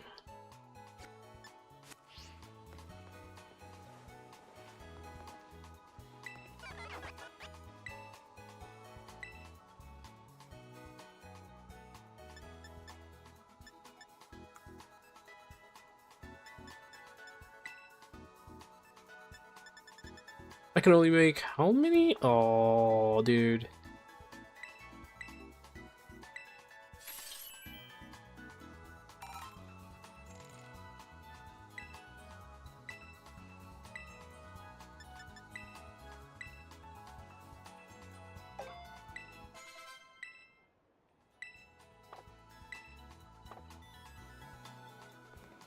All right. I've never been over here. That's why. Okay.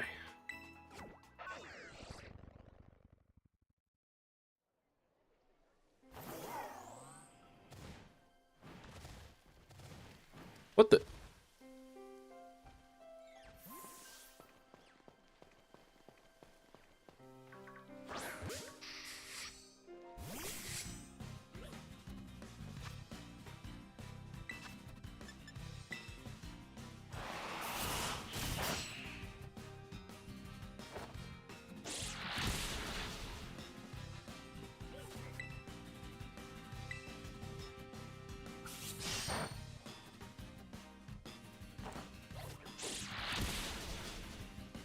Okay.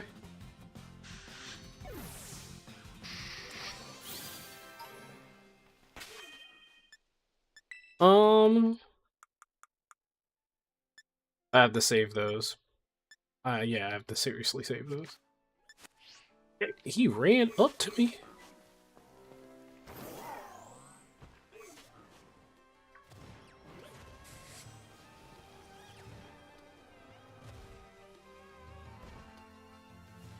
Hmm.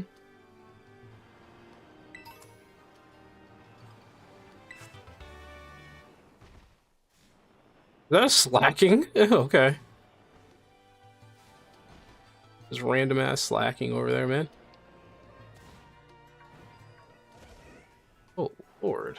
Oh Lord. Scyther here too? What the hell?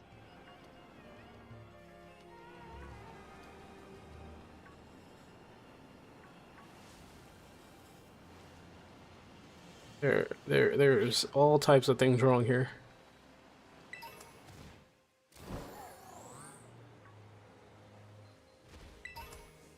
But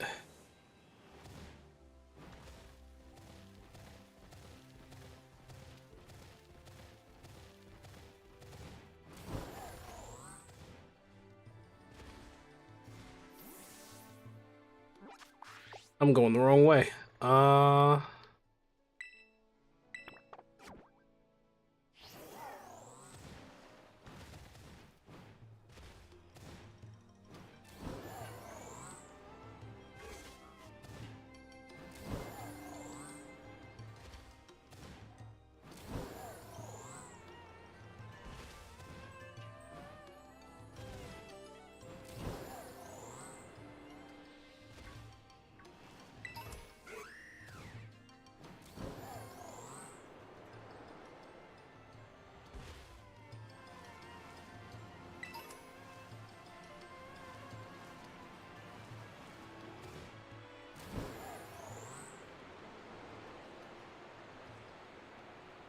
Okay, so that might not be it.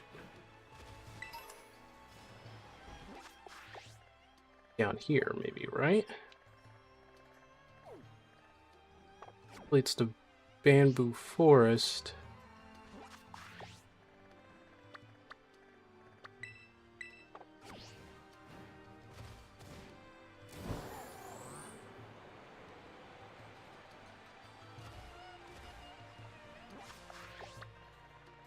No, it's all this.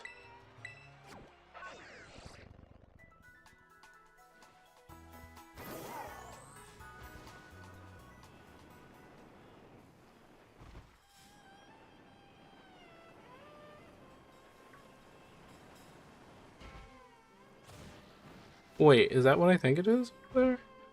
It is.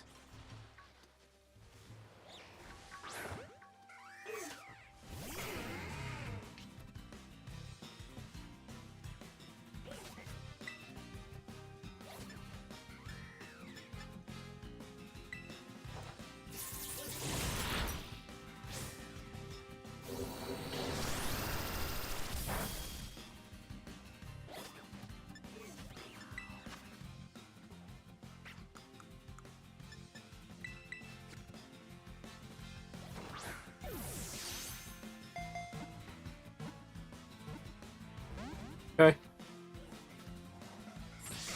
That ain't good.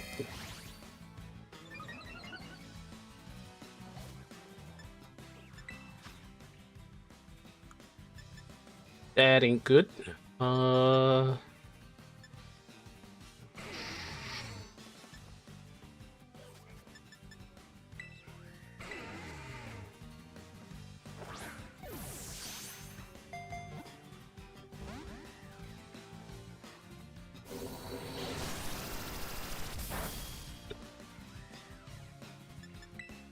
It doesn't do anything. Get in the Pokeball! Get in the Pokeball, man. Get in the Pokeball, man. Okay, you know what? You have forced my hand.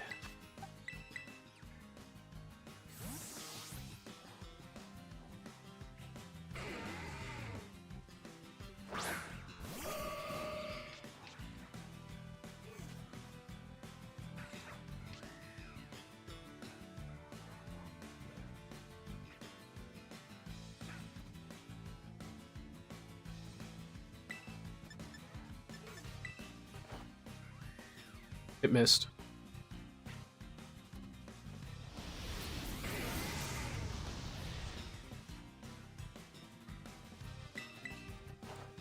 It missed again. Yeah, I think my I need to focus on something that doesn't revolve around percentages.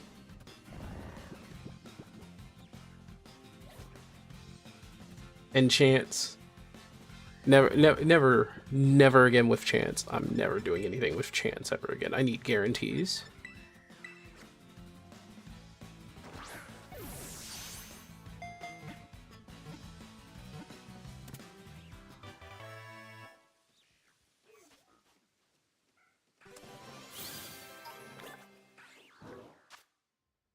Alright, we got an axe you.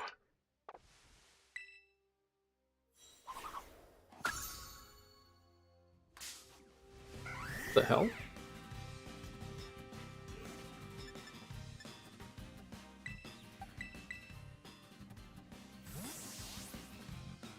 I didn't even get the frickin' move.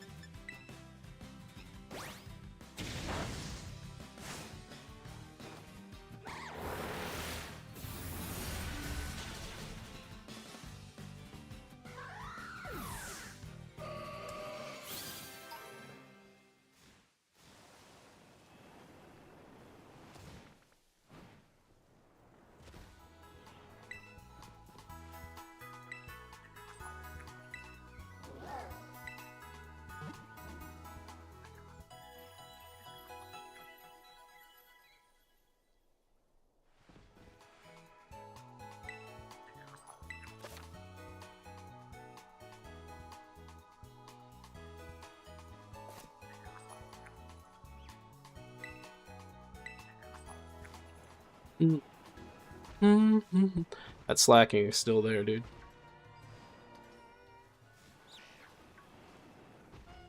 There are too many Pokemon out here.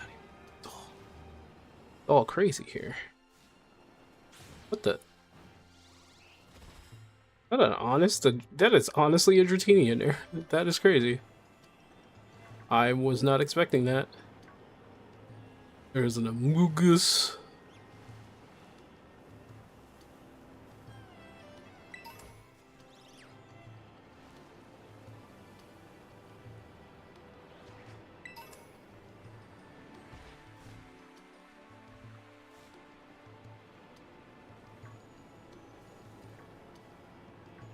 Okay. Not him. Need one that is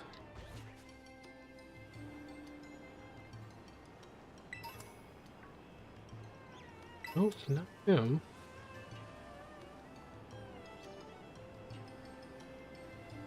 Him.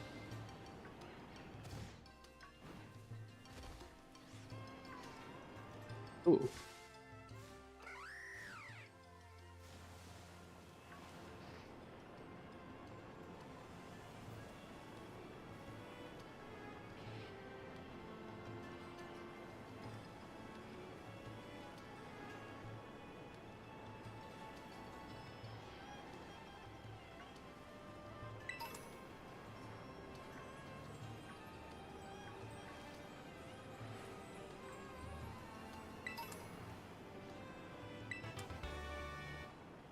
Misty terrain, that's pretty cool.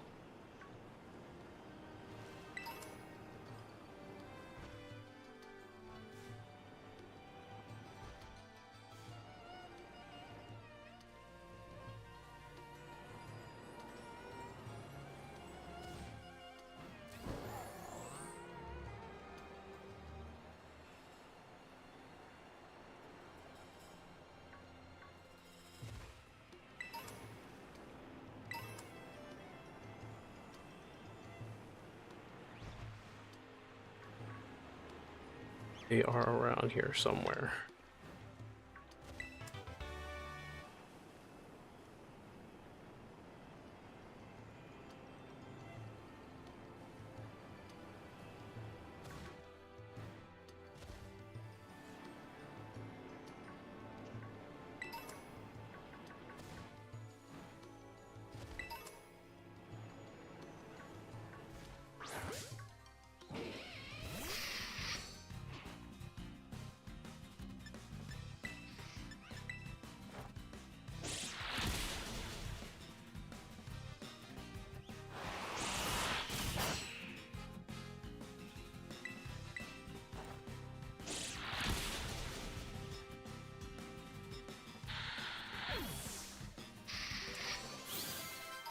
Good.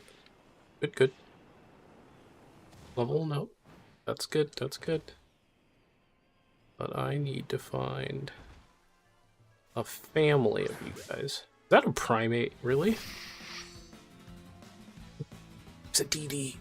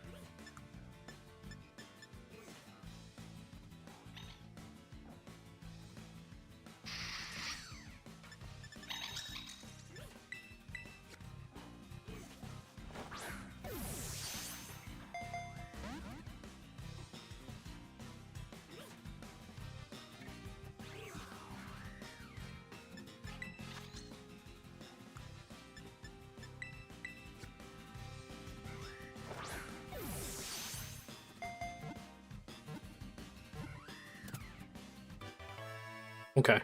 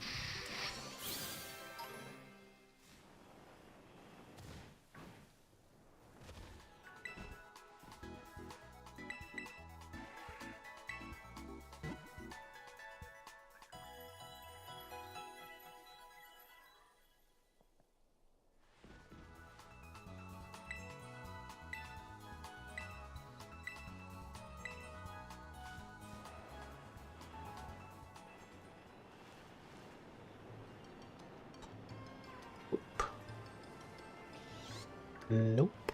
Nope. Still nothing.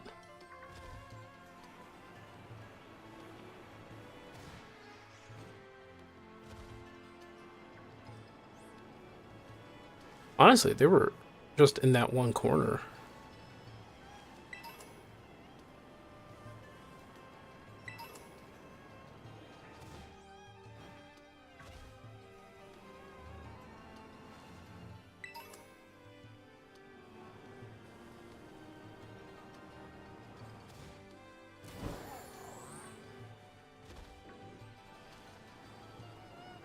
Hmm.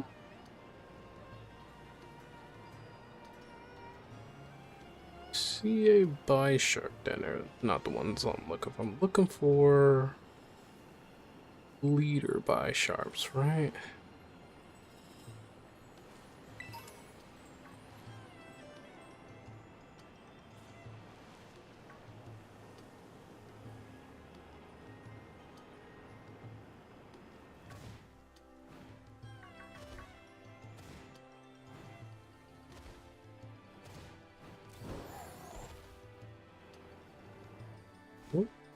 What buy sharp?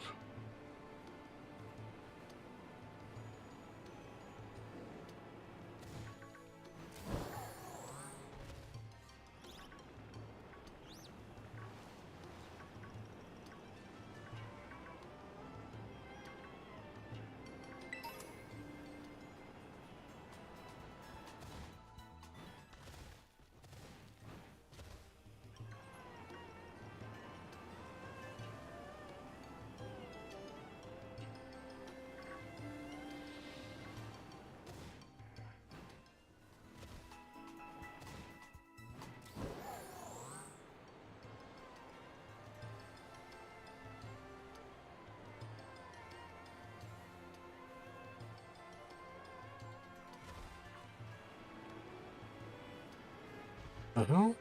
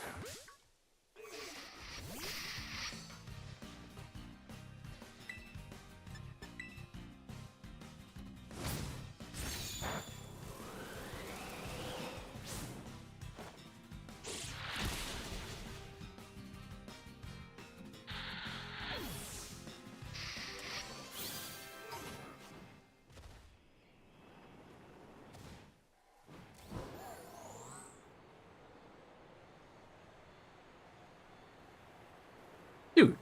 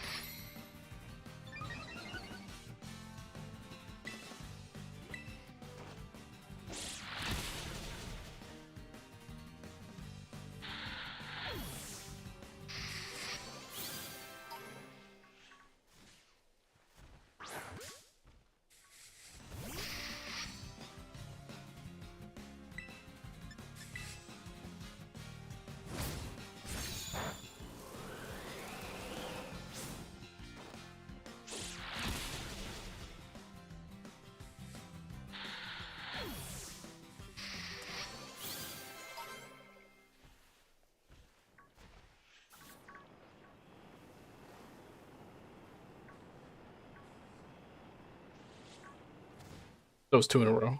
Okay.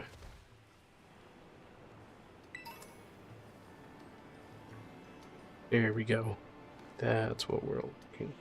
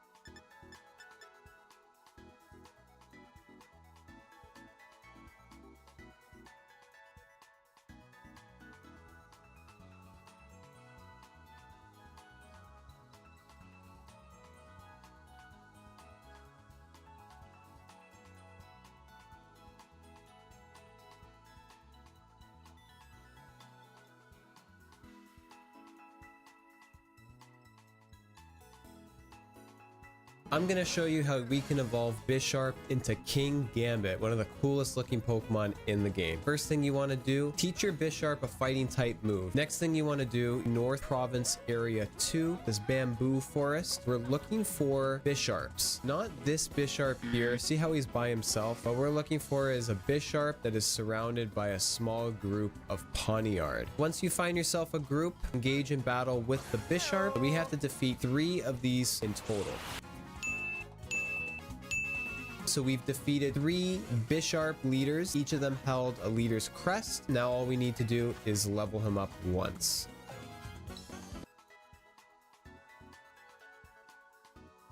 Hey, Argus.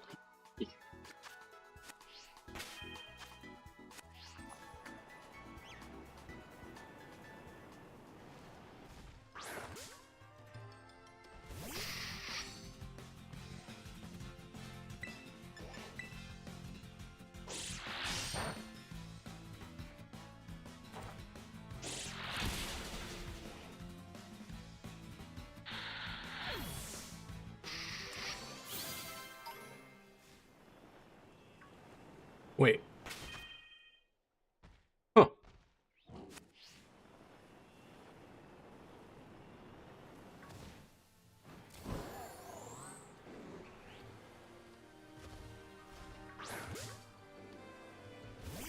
Well, you heard the thing. Level up once.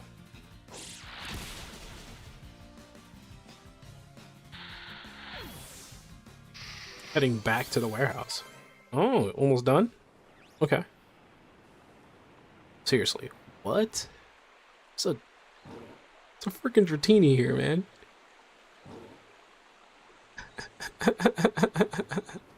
A freaking Dratini. Oh, there's plenty of Dratinis. What the heck? Oh my goodness.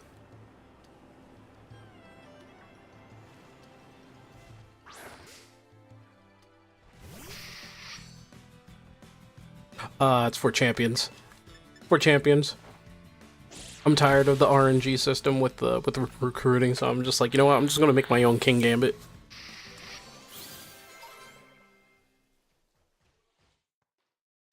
Oh, wait.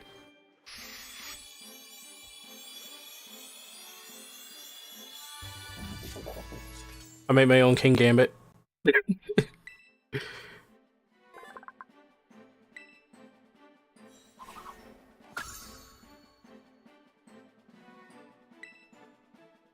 Yeah, definitely. Get rid of Kowtow Cleave. Or no, not get rid of it, but switch it out from Night Slash. Get that out here.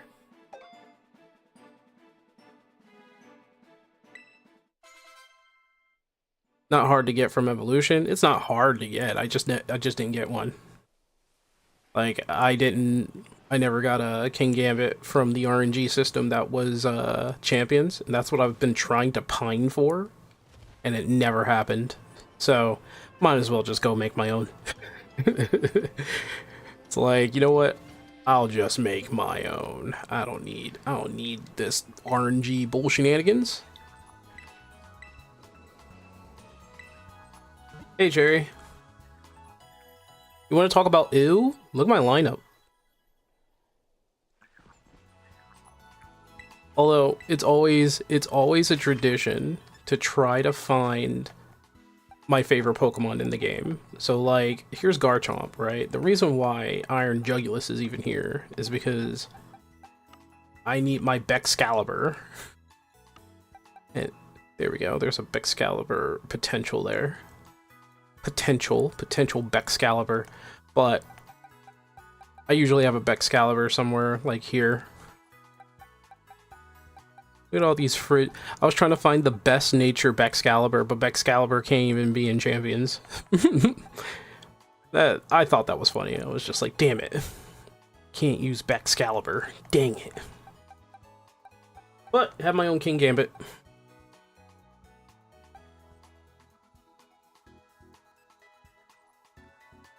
Yeah, I thought that was kind of neat. But the Garchomp and I think they did that for visual cues, which is a good thing. Probably a quality of life thing. Also, apparently there's a different version Mega of Garchomp. I forgot to look that up. Is that true? Is that the champion's Garchomp? Let me see. Mega Garchomp. I thought, is there like 2 different versions? Oh yeah. Wait, hold on. Garchomp Z. There it is. Mega Garchomp Z. Part of the DLC version. It is different from the Mega Garchomp that we know.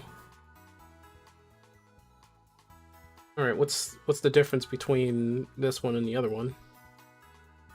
Speedy special attacker becomes pure dragon. No, it's all good with the caps. I understood what you meant. So it becomes, oh yeah, look at that speed. Base 154. It says base 151. Speedy special attacker, and is it? It really is a special attacker. Well then, like, what's the point of Mega Dragonite? Wait. Because Dragonite becomes a special attacker too.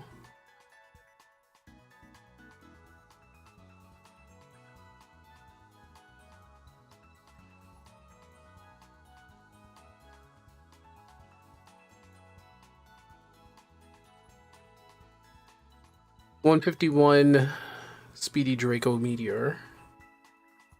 Dude, you're right. Wait, why isn't anybody using... Okay, it has slightly more special attack. Oh god, do I need to get the frickin' DLC for ZA just to get that? Well, life.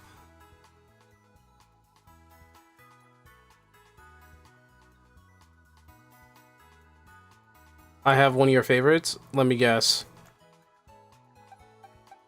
It's that one. Not in Champs? Wow, really? Okay. Because if it was, Mega Dragonite would probably be obsolete at that point.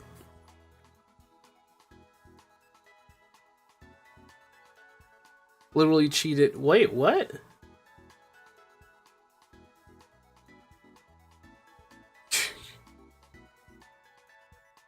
Just to get this thing as your starter? Fire Poison? I don't know if Salazzle is actually even that... Well, okay. Seeing how I have a level 65 Salazzle means that I actually raised a Salazzle. And that's because I like the design. But... It didn't do me the best. It really won against Fairies, though. Fairies stood no chance against Salazzle.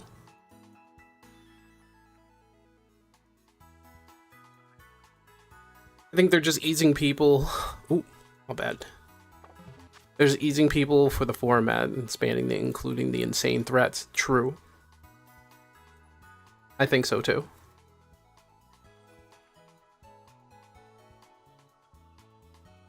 Like the, what was it? 186, right? There's 186 Pokemon in Champions right now. There's not a lot, but I needed a King Gambit. I got myself a King Gambit.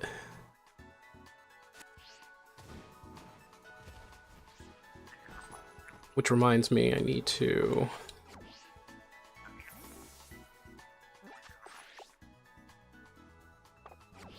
hate this button format, I really do.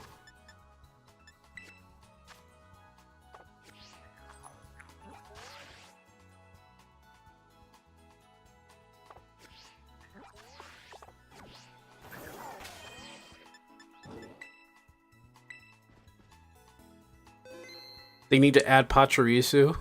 I could do funny things. Wasn't there a Pachirisu in one of the old one of the world championships, and it actually won? I don't even know the story of that.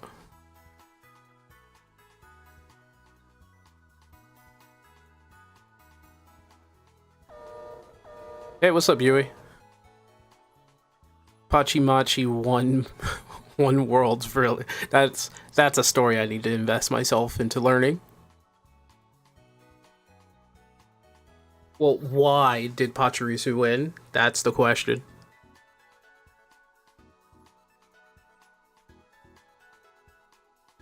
I doubt Salazzle can beat like the entire roster of Pokemon.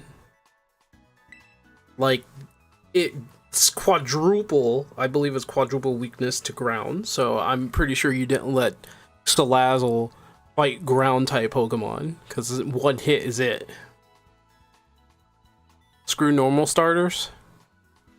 Eh.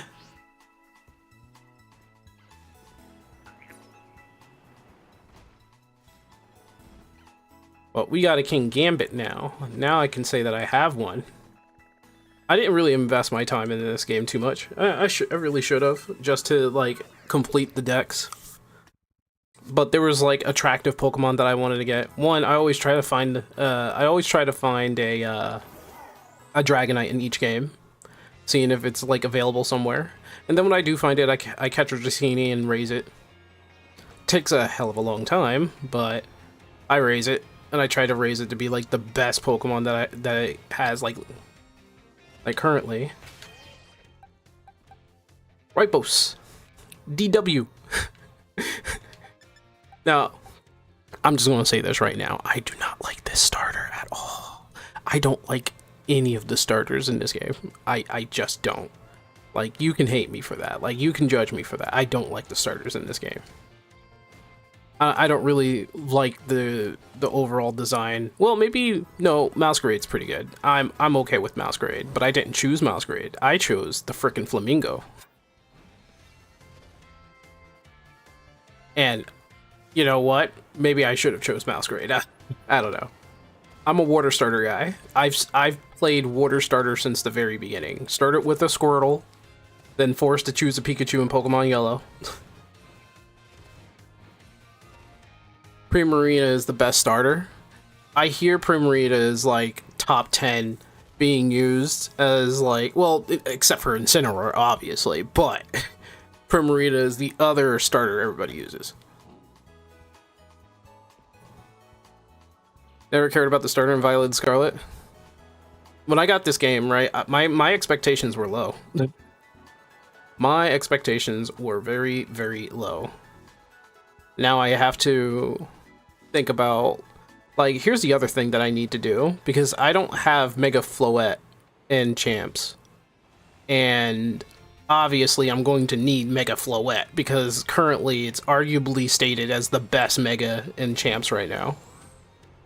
And I've been beating Floette teams, but I want one as a backup because of like what it is. Plus, I believe it has the same ability, or yeah, it has the same ability as Xerneas, which was the biggest threat back in the day. Like, imagine Xerneas coming back into the game. Oh god. Even I know about that one. Beat it with my Frostlass team, so did I. So did I. But right now I'm also trying to make a Dragonite team in Champs, and that's really hard. Like, Wolfie, I think all of you know who Wolfie VGC is. If you don't, he's like the #1 Pokemon channel on YouTube, I think.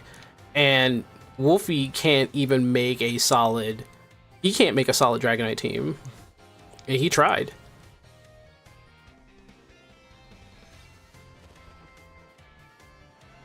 Wait, no Kingambit on your Frostlass team? Nope. And I was still winning. I was still winning some games. I can win games off stream for whatever reason, but I can't win games on stream. I think it's because I'm constantly talking and it's actually messing me up. See, when I'm off stream, I don't talk. I don't talk at all. I don't like try to say anything. I just silently strategize and I figure out what I need to do. But when I'm on stream and I'm talking, I mess myself up. It's a narrative skill issue, Cherry. I have a talking skill issue, Cherry.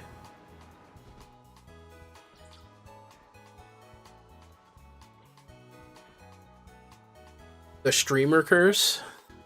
I agree. I don't have the talent to like commentate and be actually good at games at the same time. It's either I'm good at games or I'm talking. I don't know about good at talking. I have a lot of speech impediments. Like, I already suffer from actual ADHD. Well, technically it's ADD until they changed it to ADHD because they got lazy. But I have actual ADD, not that fake ADD you see on freaking Instagram and TikTok. People who say they have ADD and use it as like an excuse for everything they do. No, I have the real one, but I don't use it as an excuse. I just fight it. You have a shiny Rotom? Tell me, Caster, is it worth getting any of the DLC at this point, other than probably Scarlet and Violet, because they have the Indigo, that Indigo DLC, and I think that and the other DLC probably gives me the rest of the roster.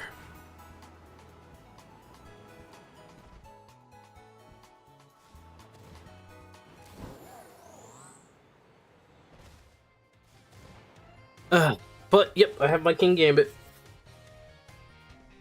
I've got my King Gambit. Wait, hold on. Let me go back to the freaking. Yeah.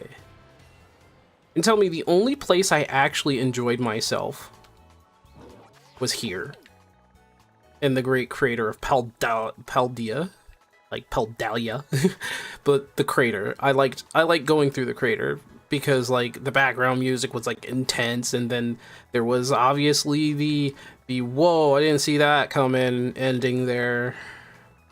So I appreciated this place at the very least, but like everywhere else, like I mean, I can appreciate the whole open worldness of it, but it has so many things wrong with it. Like it's sad to say, but like Sword and Shield had it like optimized way better, and I shouldn't be saying that ever.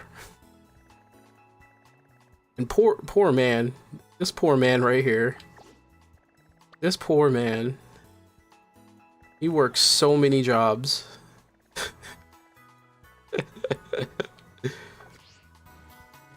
It's like that one guy from Gumball who works like 17 jobs. He's everywhere.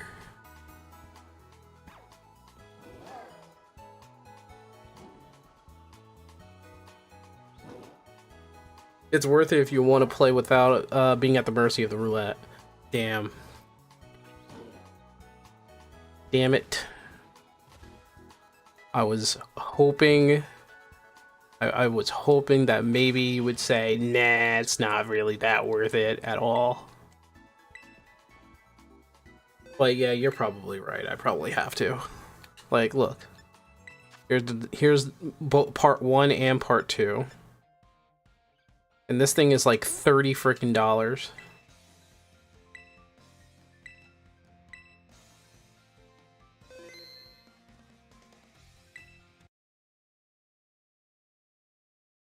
$35 for both.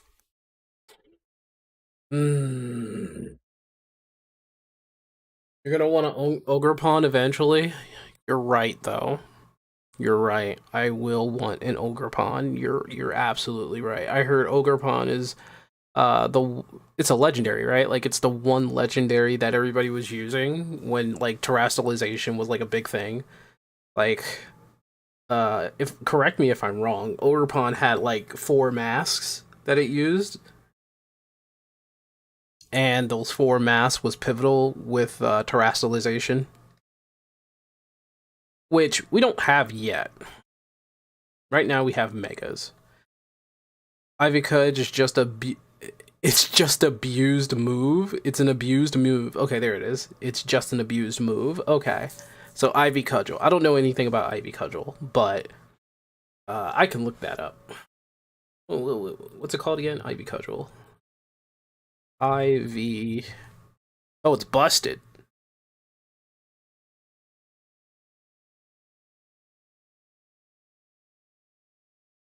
Oh, it's its signature move, Ivy Cudgel. Ivy Cudgel deals damage and has an increased critical hit ratio, so 1/8 instead of 1/24. Its type changes depending on the mask worn by Ogerpon. There's the masks.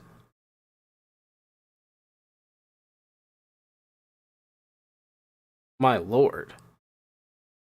So, it's a 100% power. always hits, and the critical hit ratio goes up.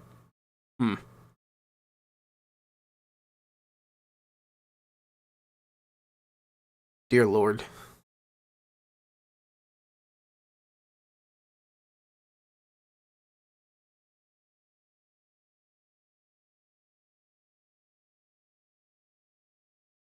Dear Lord.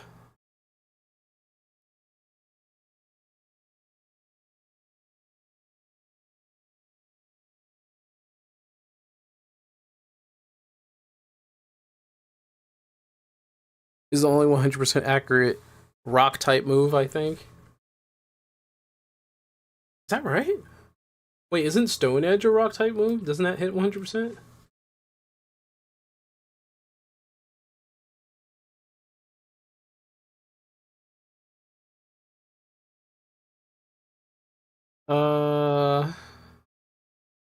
I've never seen Accelerock.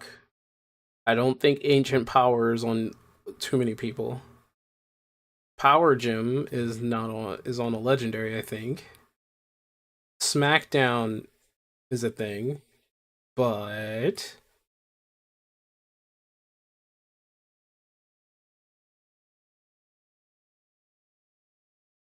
Stone Miss is not 100%.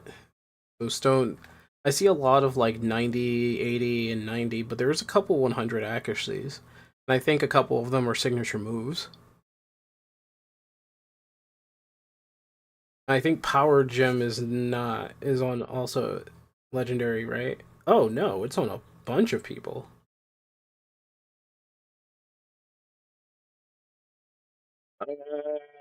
But most of them are like legendaries or unlikely to have been a rock Pokemon. Like, not a lot of rock Pokemon have them. But I think Smackdown is a rock type, and that's 100%. And a crap ton of people learns that. And a crap ton of people learn it. Well, that's not the point. The point here is that this thing is $35, and I am not spending $35. I don't want to spend $35, but I probably will have to spend $35 eventually for our Ogerpon, I guess, and the rest of the Pokedex.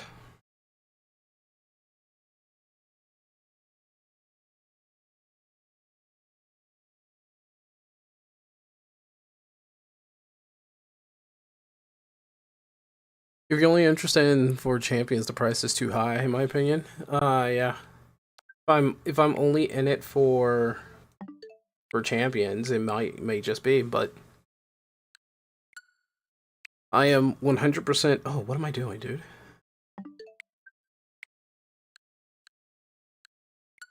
I'm also an idiot again. I forgot to put King Gambit in the box. I'm 100% new when it comes to PvP Pokemon. I was not into PvP Pokemon back in the day. I was all in the adventure. But I find it interesting now. It's like chess in a way.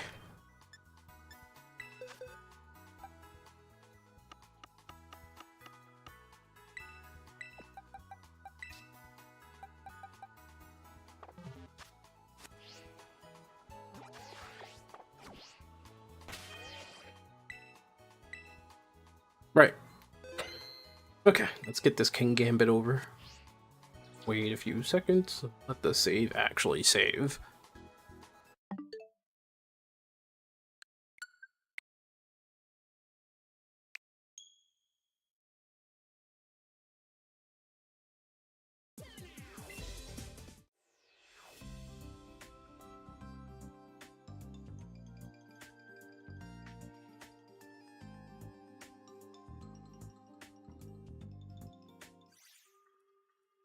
Let's see.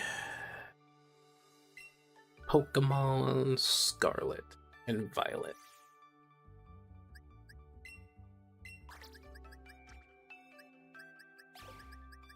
Chaw back. Which y'all can't be used yet.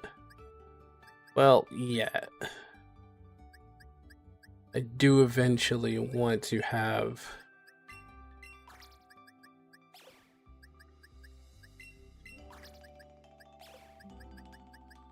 these guys especially to get in there, but what? Oh, because they're not from this game. They're from Legends EA. I forgot about that.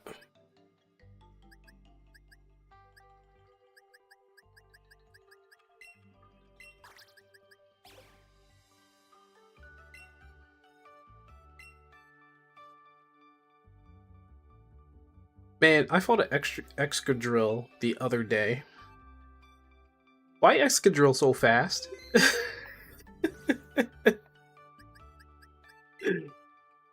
Why Excadrill so fast? I do not get it.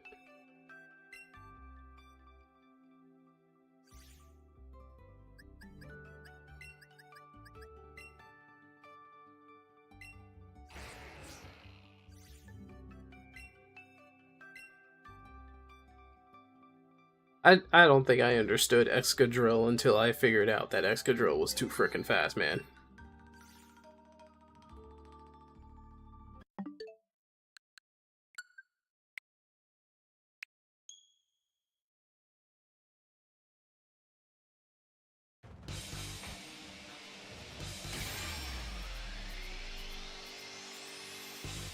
Sand Rush?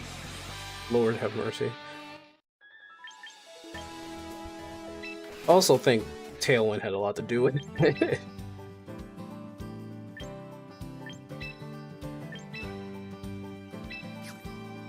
Alright, so now I have a King Gambit. Like everybody else. Everybody has a King Gambit. I have a King Gambit now.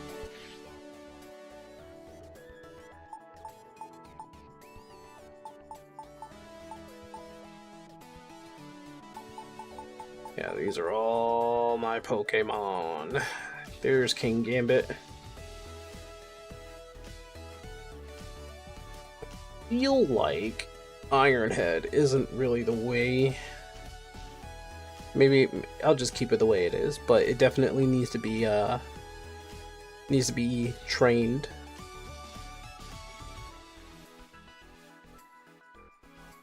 So is it just wow, it looks like defense and attack, it's kind of the way to go.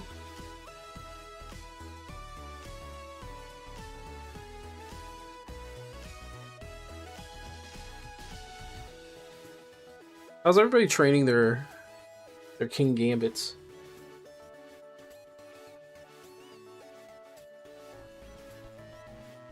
Can I just look that up though?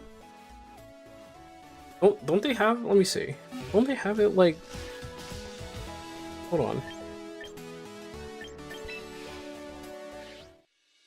Battle data, ranked, Pokemon, King Gambit, Sucker Punch. Aha, okay.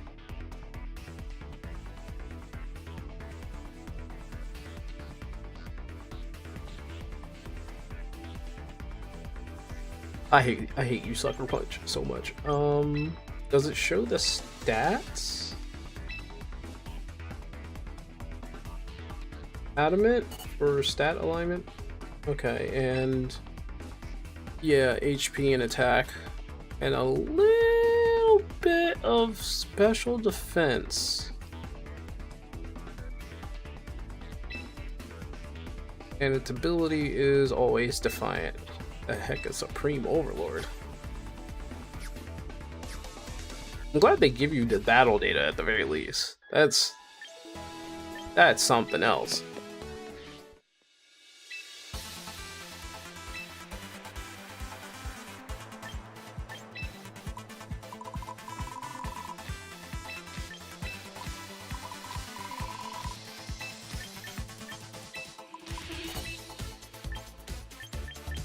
And it was Adamant. It has Defiant, but what is Supreme Overlord? When a Pokemon enters battle, the power of its moves is boosted by 10% for each Pokemon in its party.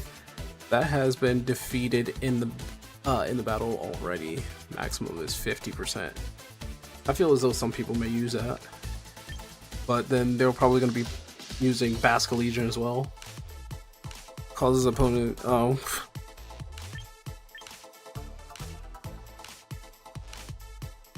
That's funny.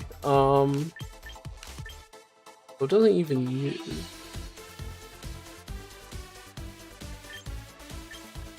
The only reason why Low Kick is there is to fight other Kingambits. But Sucker Punch is such a good, like, screw you move, right?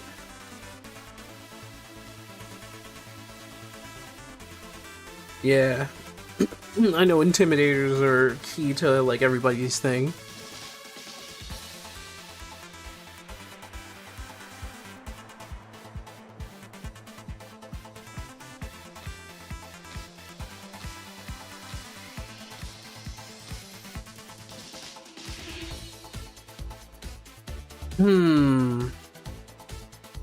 I'm thinking because Low Kick on top of like Sucker Punch here, like I'm thinking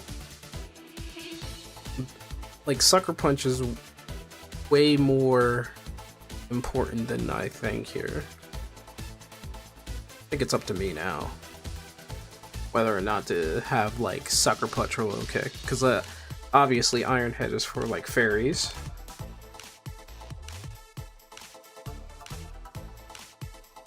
And Low Kick is for fairies too. I could use that, but like Low Kick is not going to really do much to fairies because fairies are very light.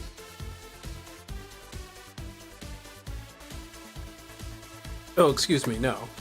That's poison. Sorry, not fighting. Never mind. So it only works on steel. Correcting myself here, sorry. But Kingambit could definitely go against the Aggron wall.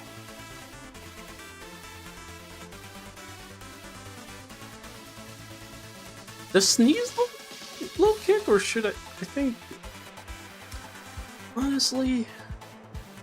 Because look at what it does. Range of 1 and 120, depending on the heavier the target. And, close combat does base 120, I think.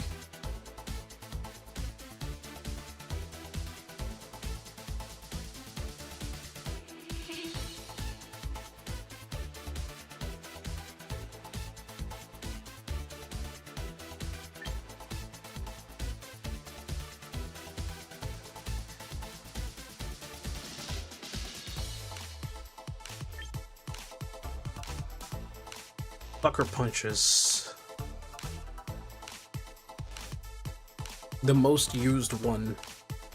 I'll change it for Sucker Punch.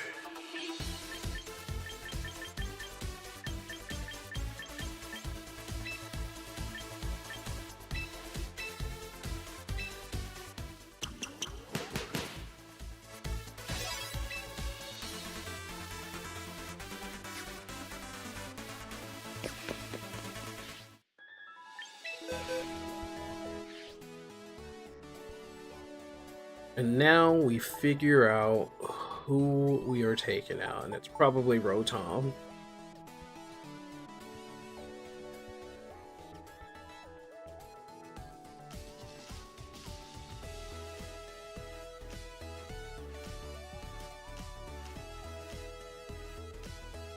Yeah, I think it's gonna be Rotom.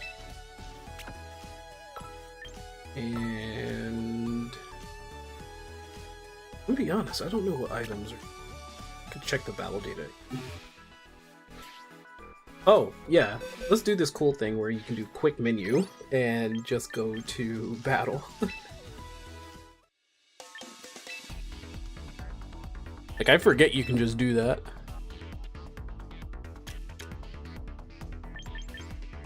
Hold on. There we go. Kingambit. Sucker Punches. Oh. Black glasses. That is the way to go. Black glasses.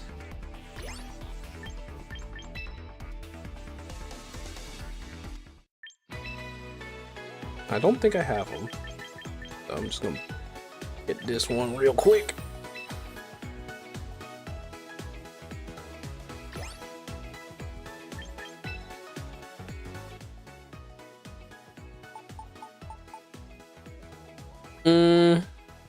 What's up with this Aggron? What was going on? Oh, takedown. Why do I have an extra Aggron anyway? Oh, I put it in there. All of this I put in there. Including the Goodra.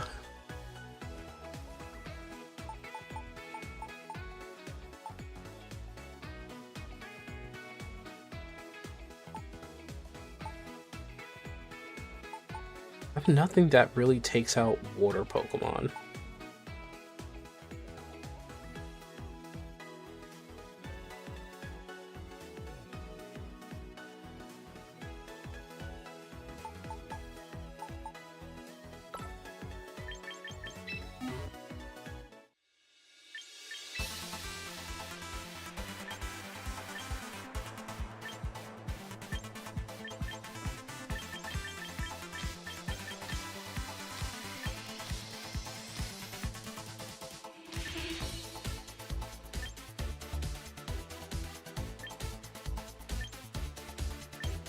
I've seen a mirror coat.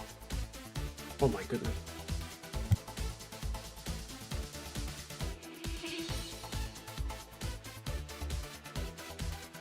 Milotic for Rotom, maybe? Yeah, but Rotom or Milotic is in there for defense and water. Also, why do I have it Life Dew instead of Cover? Cover seems to be the best way to go right now. Well, it's 1/4 for Ally and 1/4 for her. But for that switch.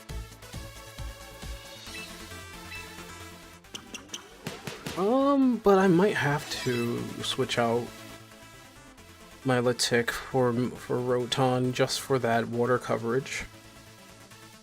Probably right about that. I'll give it a shot. I'll go into casual and see how it works.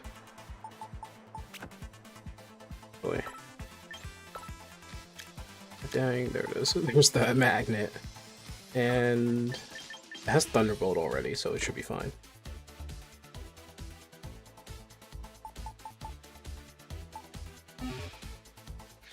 Alright, I'm gonna check casual real quick.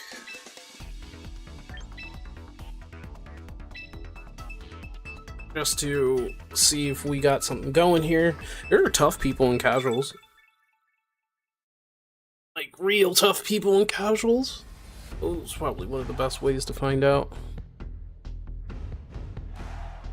So looks like King Gambit's going to be in this for all sakes and purposes here.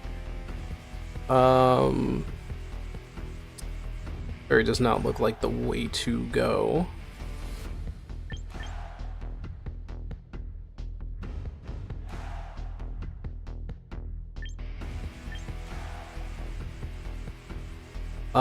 Looks like Frostlass is not going to be here. Milotic looks like they're going to be there.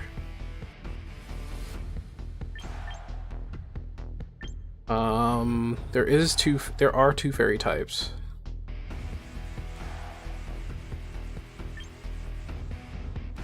I'm gonna put Sneasler in there, then Rotom, and just in case, because I know Sneasler's probably gonna show up, but I'm gonna get Garchomp, so.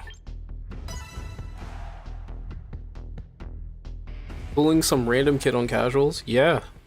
Unless they bully me first. Milotic Tamer.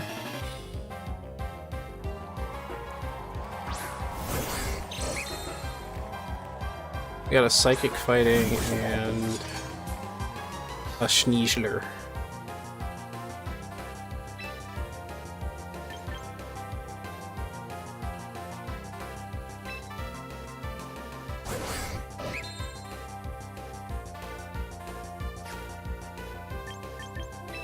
think I'm gonna protect the first half. And we'll see who's faster.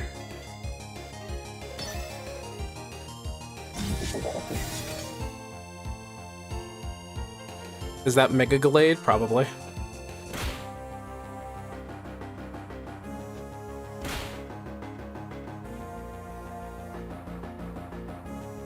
Probably not.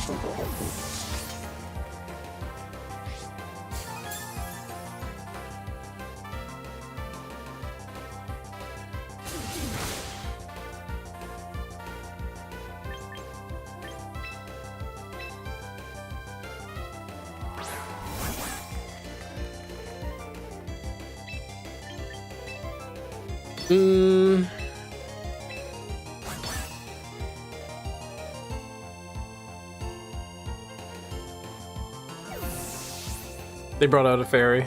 Oh, they brought out Charizard. That was smart.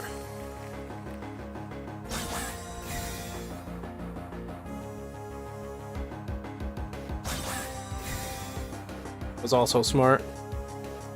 But that just proved that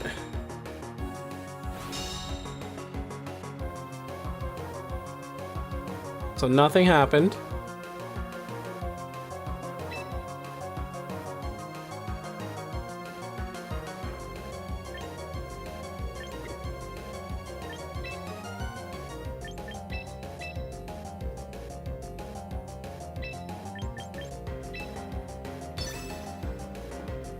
I think I lost here.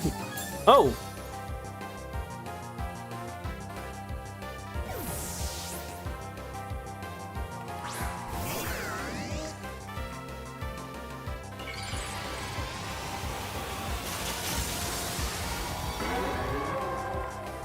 That extra speed.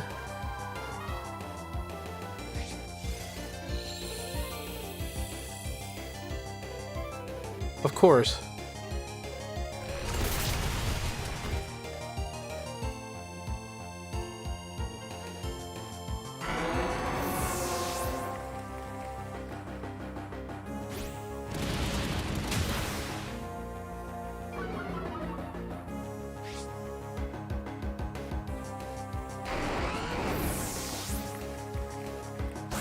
Okay, I'm making wrong decisions.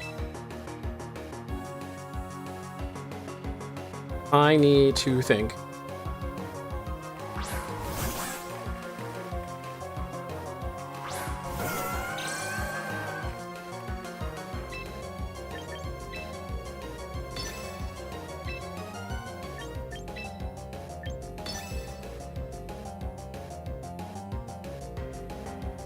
I'm probably going to switch out Sneasler. A possibility.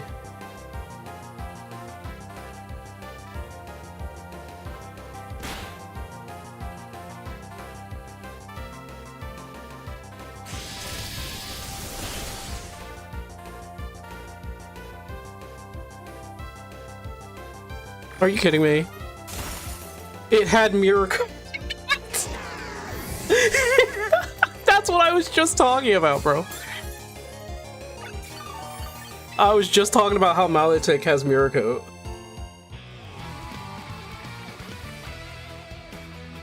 Argus, you're behind, dude. Unless you are here. He had Miracle. I was like, wait, hold on. Of course it has Miracle, so you have to double attack it.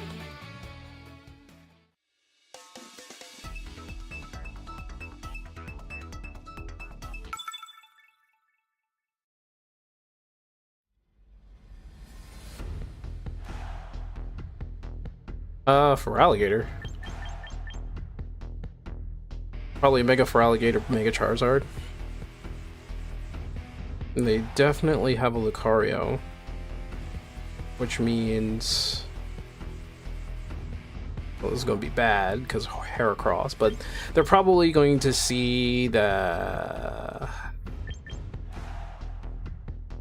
ooh, I don't have much against... I'm going to do this. I'm going to bring Frostlass.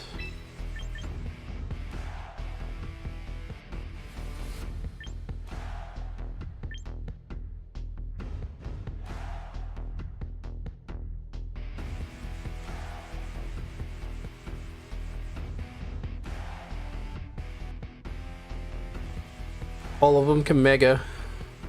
I don't know if all their Megas are here though.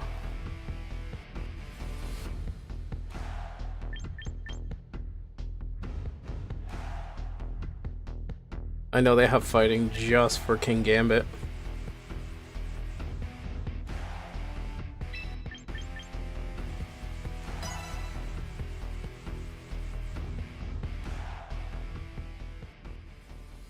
He throwing radioactive crystals at Argus again. Didn't he not want that? Charizard and Drampa.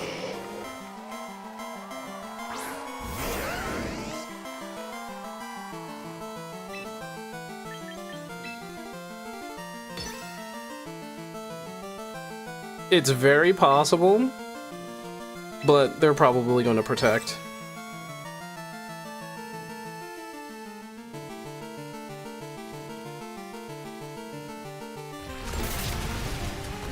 Never mind, they didn't protect.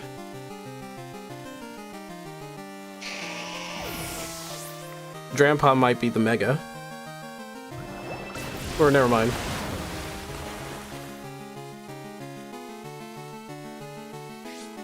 Uh-oh. What? The rock slide flinched him.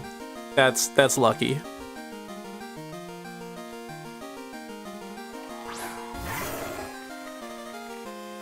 Now, Rallis he's probably like super fast, right? Super effective. But it's not gonna hit me.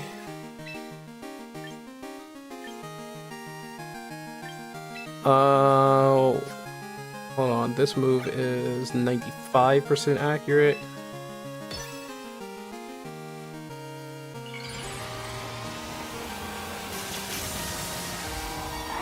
This is why you need a Psychic type. This is the reason why you always need a Psychic type. Haha, he levitates.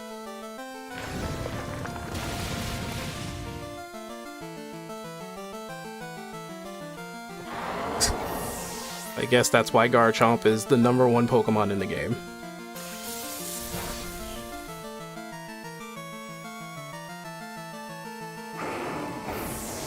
I think I'm bullying him. He might be being bullied right now.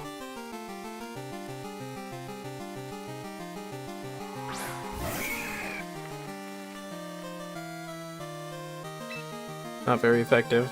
I'll Rock Slide him. It's effective. I don't know how fast Heracross is.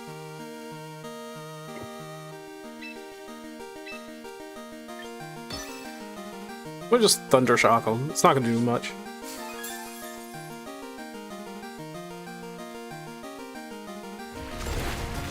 That's not gonna do much. He broke me. Thunderbolt, 100%. Oh, because of Magnet. Magnet did extra damage. Okay. Well, I played that scenario correctly.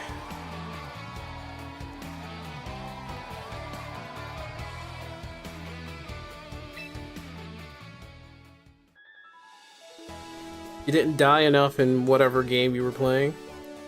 Why are we trying to kill him? Why are we trying to kill my man? Like, Argus didn't do anything.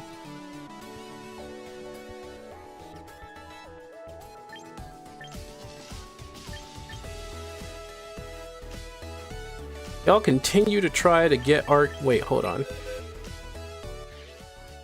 I forgot to give King Gambit his glasses. It's here. It's here. It's here somewhere. Here it is. Forgot to give King Gambit his glasses. Now...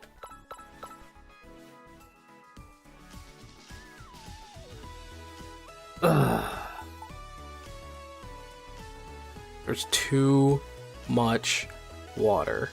We need coverage. Ampharos is just not going to work out like that. We need coverage. I think.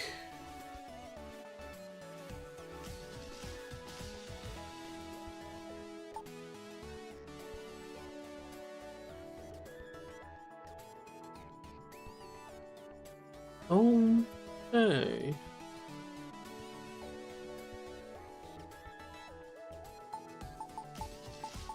Well, probably Garchomp. Probably Garchomp.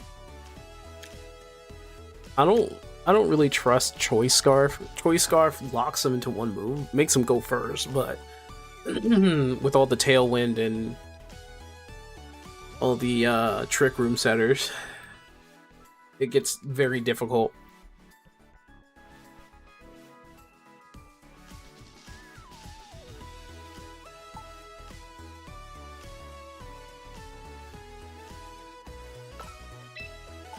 I think I want to change this out for...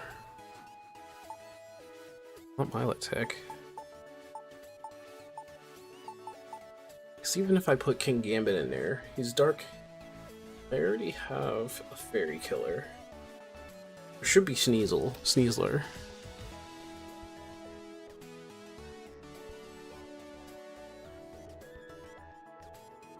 It makes her happy. I got swarmed by a flock of Yaguda Beastmen in 11 in a campaign battle. That makes you feel any better, Cherry. Only if you got hit with an even bigger swarm. Wow. I didn't die in Vampire Crawler so far. Fantastic. Keep going, Yui. 2 divisions of them. Oh boy. Why not 10 divisions of them? Why do we need to escalate it? Why are we escalating this?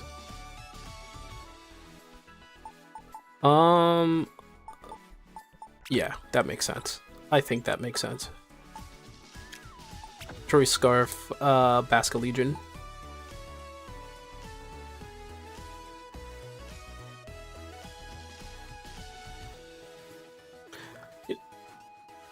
Wait, that's the wrong Basculegion.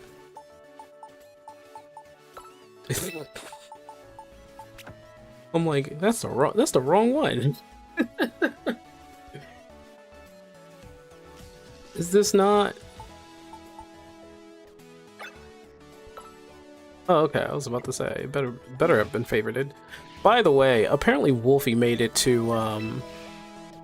The question is, why didn't I get swarmed? I wasn't playing 11. What are you talking about?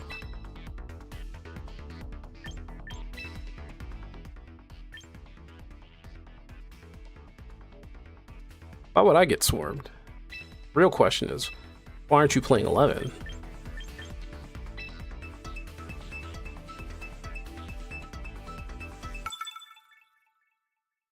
That's the real question, Cherry. Why aren't you playing Final Fantasy 11? Corviknight's in there for Incineroar. They have an Incineroar. Primarita's in there. Wow, that's the easiest for Alligator Pelipper of my life.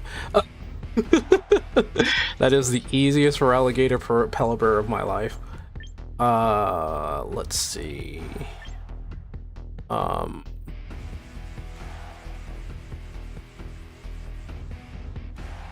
Definitely going to need Garchomp.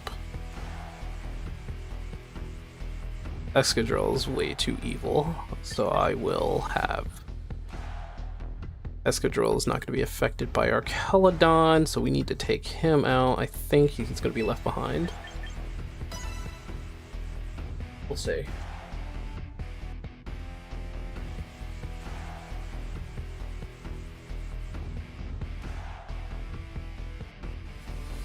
Not paying more than 2 games with subscriptions. Oh, not playing more than 2 games with subscriptions. Alright, here's Puggo. What's he gonna do? And Incineroar wow, the easiest game of my life. Easiest game of my life.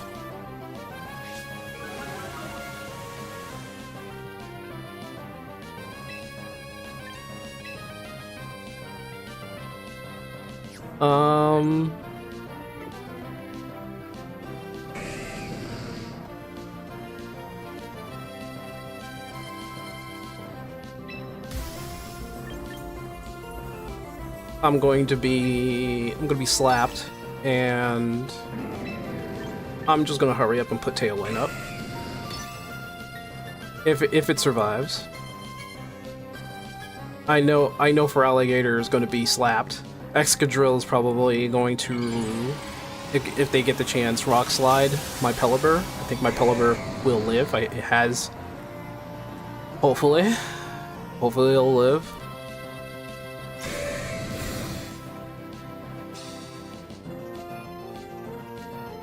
Yep, it's gonna Rock Slide Pelipper. Oh my gosh, it doesn't even kill my Focus Sash.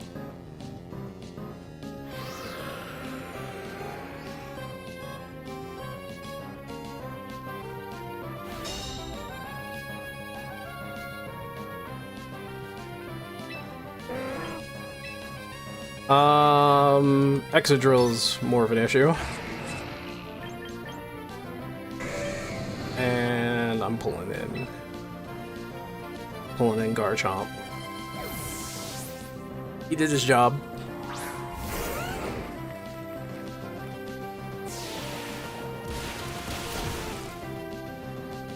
Of course he has Focus Sash.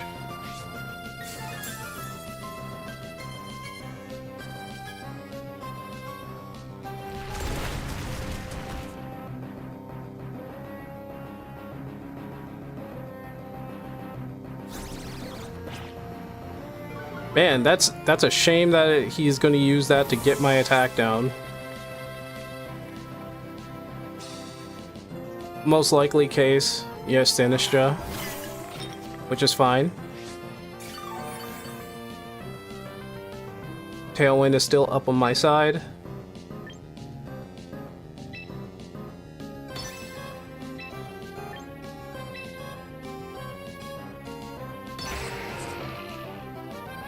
Technically have 2 dragons on my side, but I still have Tailwind, so I'm gonna go first. Okay, should have saw that one coming, that's fine. They're gonna try to keep their Excadrill up.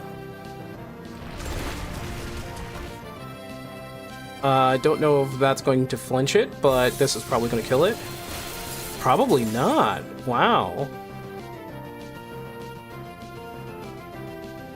Trick Room. Of course.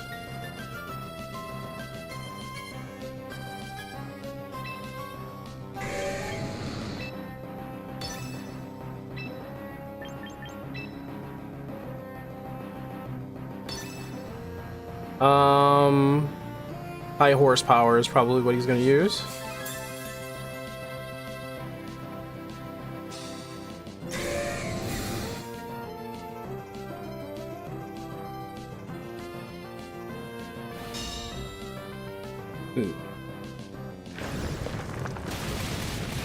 Get rid of Excadrill. But look at that. Dire Claw came in clutch, didn't it? Dire Claw came in clutch. Oh, that thing's gonna be a nightmare to take care of. Gotcha Matcha.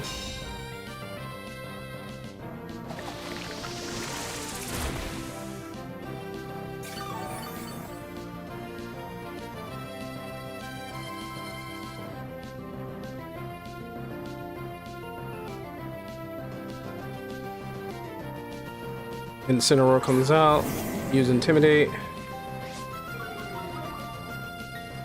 He's gonna try to wear me down. Ah, that's fine. Oh, he's not gonna do that.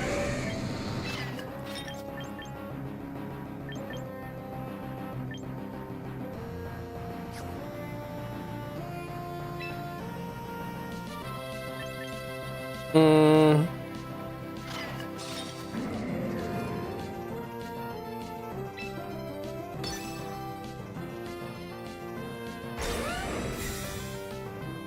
I don't know if he's going to do it. He did fake out. On Garchomp. Yeah!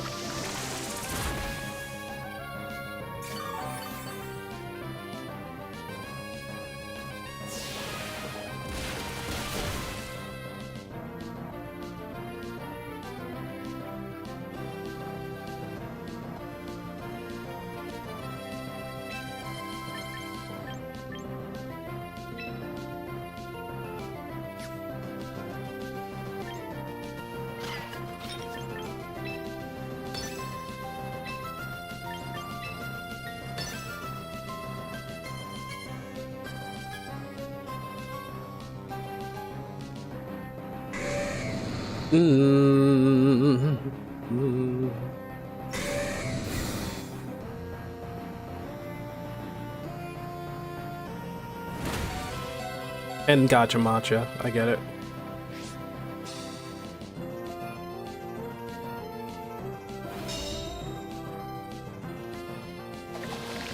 I'm gonna take down Garchomp. Okay.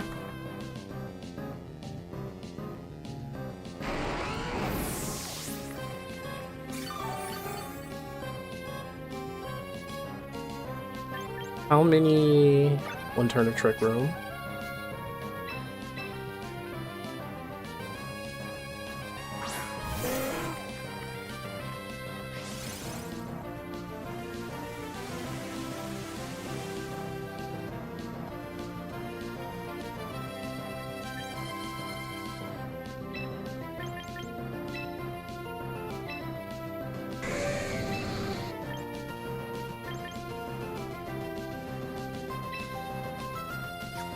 Wait. Trick Room is up. Pelipper is slow as hell.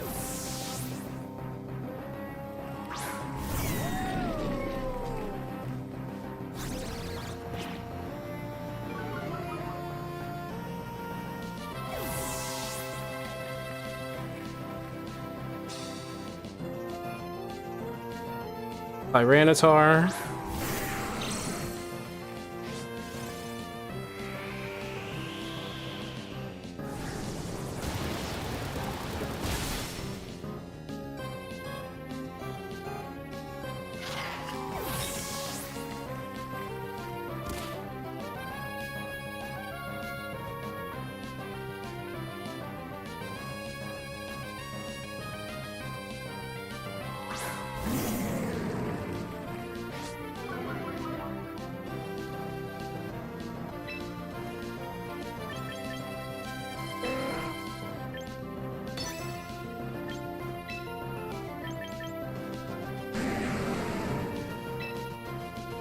Well, it's not gonna work on him, so, like, what's the point? I'm gonna Tailwind. Oh, Weather Ball who?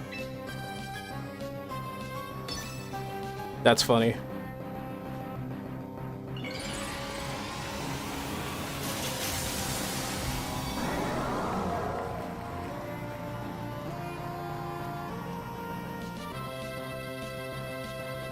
Yep, should have saw that one coming.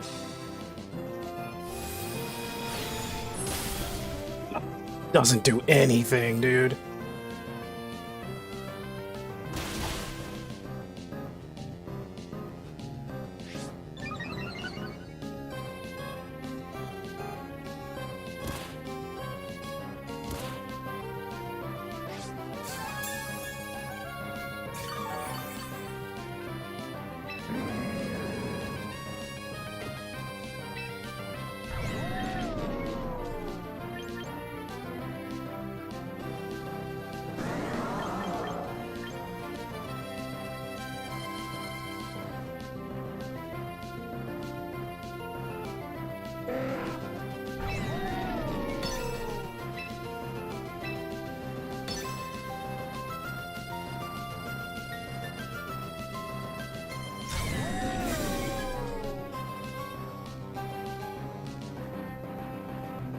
Oh, that's probably gonna kill me. God damn it. Should have probably switched back out.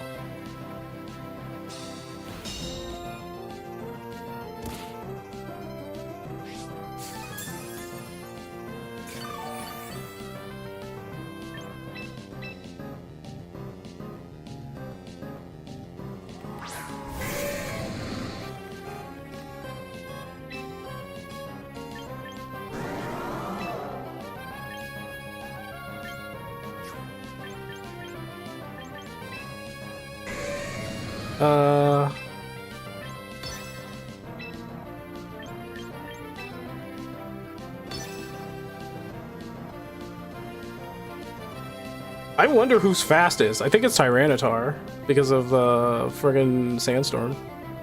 Nope.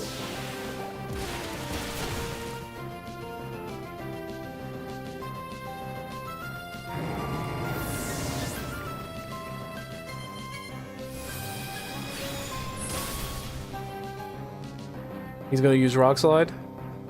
Low kick. He's too heavy. His freaking stamina is still going.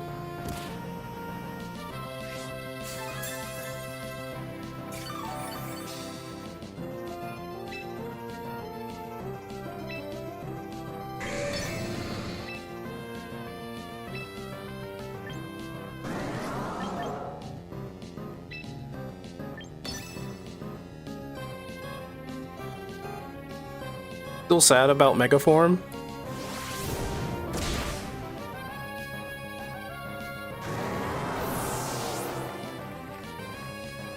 Became a dragon type with 20% boost. There we go. Alright, that works out. I played that right. I should have gotten Feraligatr out, because I knew Incineroar couldn't do anything to him. They disconnected both subscriptions under one. I'm pretty sure if they discounted both, sorry, I said disconnected, discounted both subscription under one, I'm pretty sure she would be playing. I'm still sad about his Mega Form, Feraligatr's Mega Form. Don't worry, we're all sad about Feraligatr's Mega Form. Every one of us is absolutely livid. We're all sitting there just like, what the fuck were you thinking?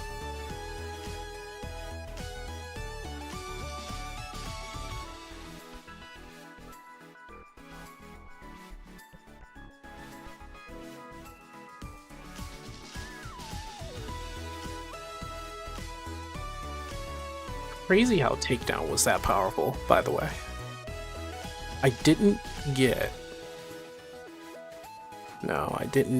get any defense downs off of liquidation. It's actually an issue for me. Alright, well, back to a game that I like.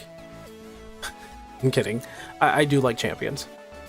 I have to play this on my own time, because every time I play on rank, I know I'm going to get my behind kicked. So,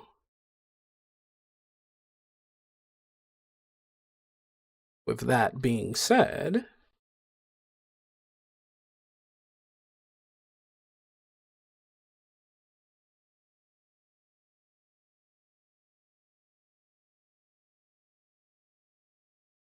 back to Vampire Crawlers.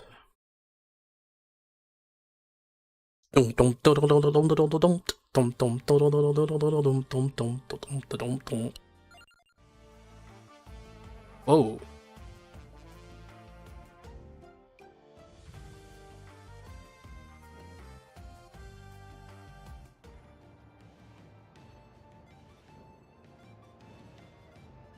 Oh, I didn't.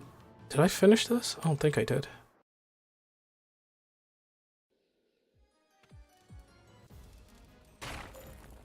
Answering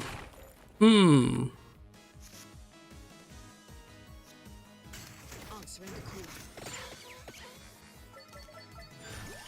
You started from scratch? That's not a bad idea. By the way, don't forget your map. When I mean my map, I mean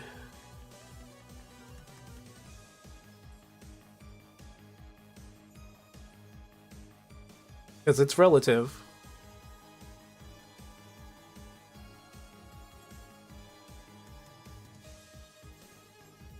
Damn it. Oh.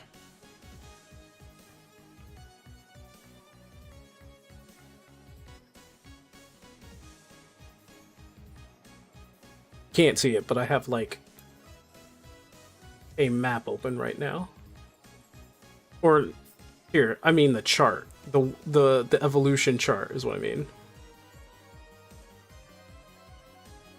I'm saying don't forget your evolution chart. Because the evolution chart for regular Vampire Survivors is in here as well. Like, for instance, I need book for that. Wand takes vintage.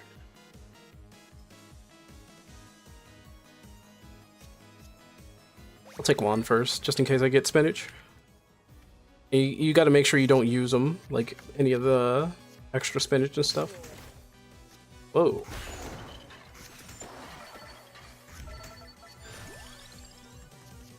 Oh, bro. I think the armor goes with this.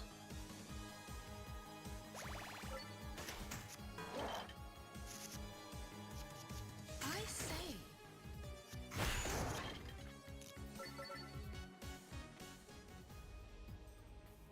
Don't need a chart on. Don't need a chart if you memorize them. Well, my memory is bad. Okay.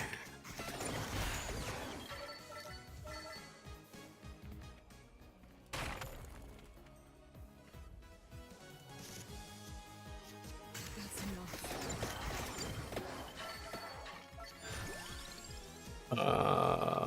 I'll take more armor.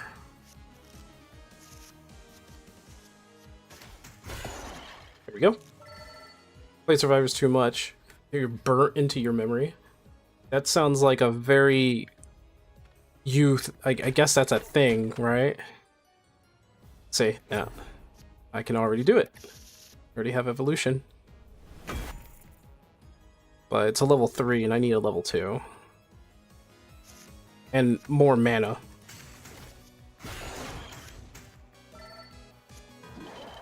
Nice.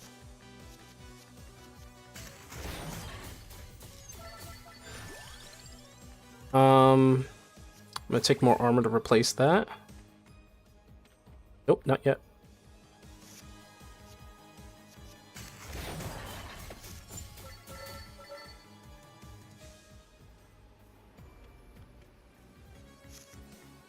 Dun dun dun dun dun dun.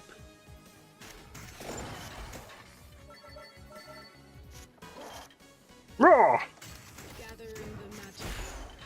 I do like how the characters lay over. So every time I play a purple, my hand increases, which is good. Wait. Yeah. Ta-da! Wait, can I do that to somebody? Oh.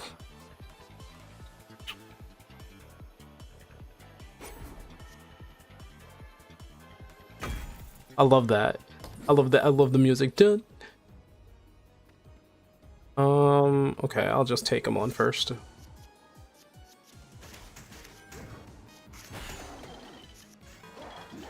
Yep. How's this?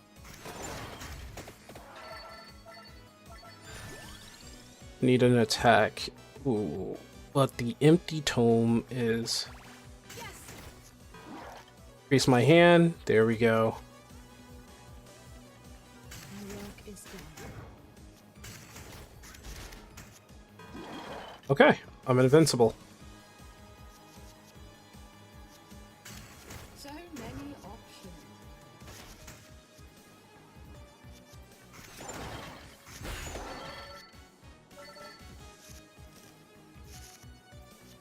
What?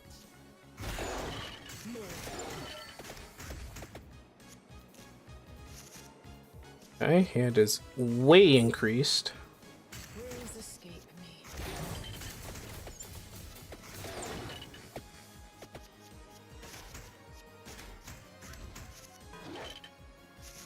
Do, do, do, do, do, do, do. To your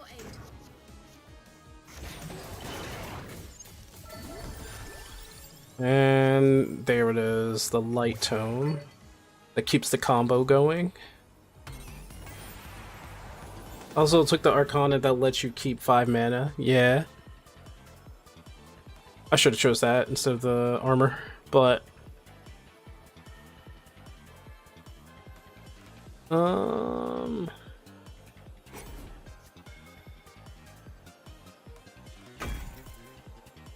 maybe that was a little too early for that.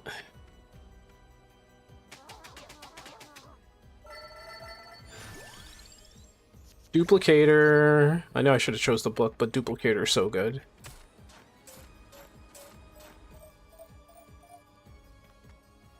Dun dun dun dun dun. Okay.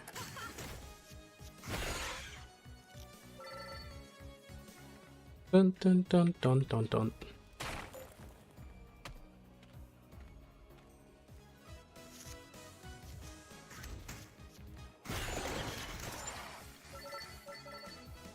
I should have played that the other way.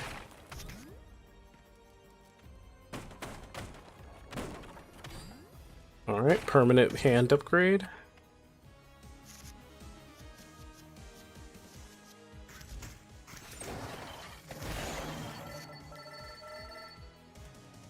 I need mana boost.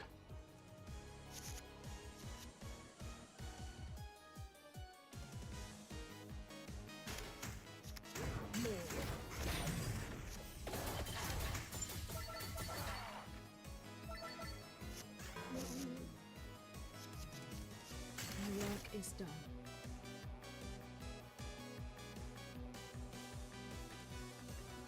Three.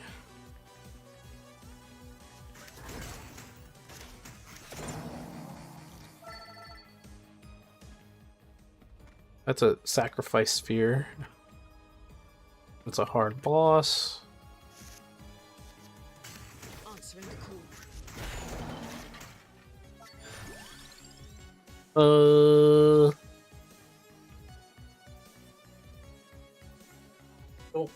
Don't.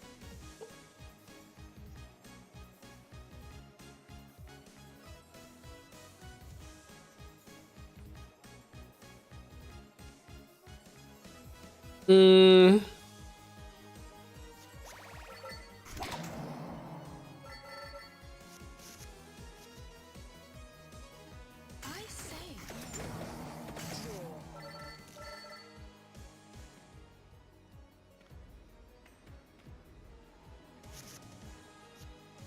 Worries escape me.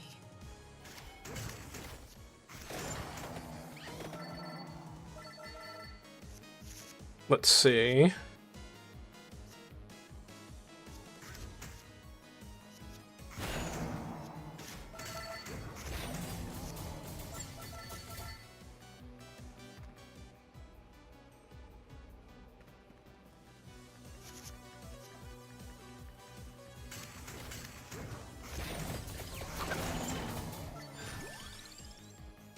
Ooh, we have spinach.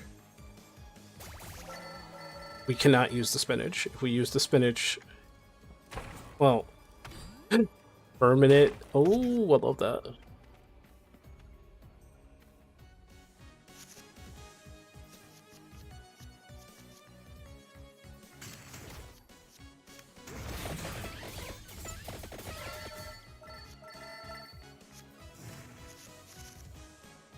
Okay.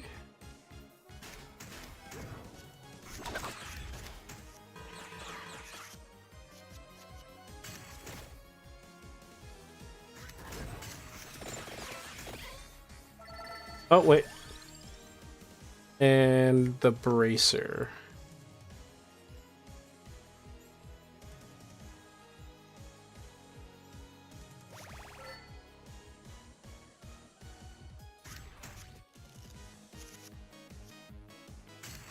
So many options. Smart. Should have played the spinach first.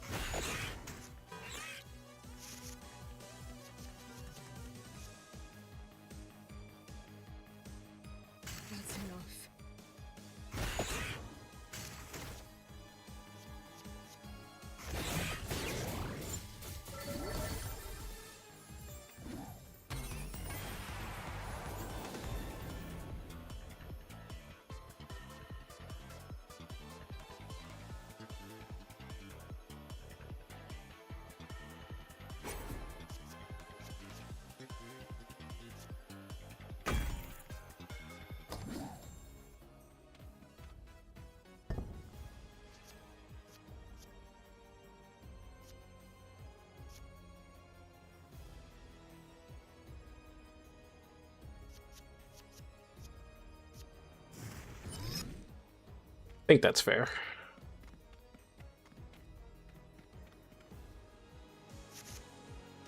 Okay.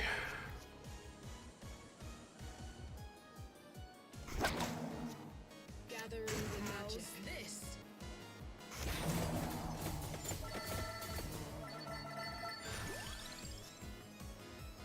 Ooh, that's a 2.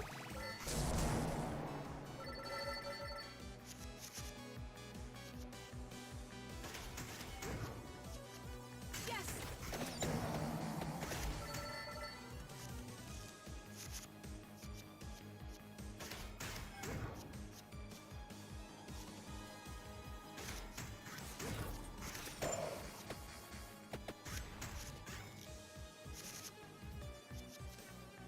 My work is done.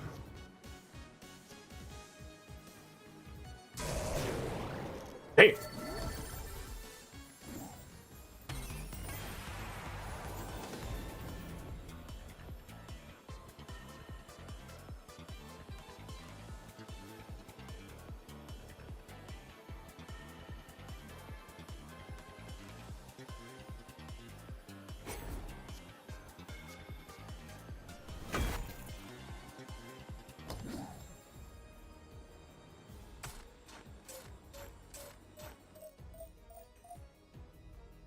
Okay.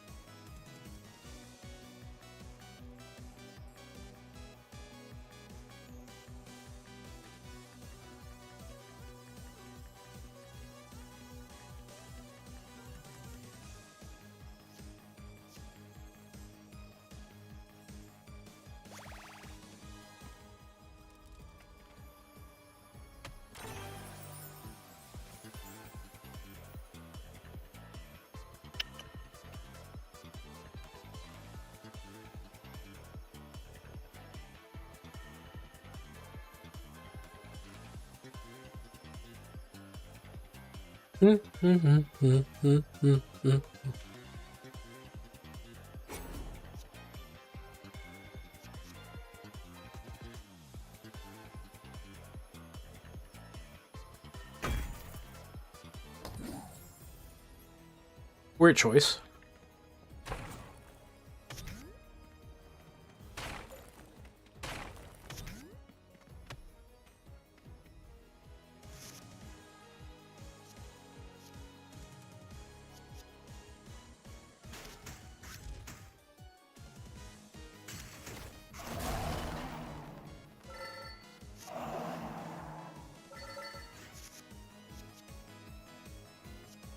That card needs to stay out.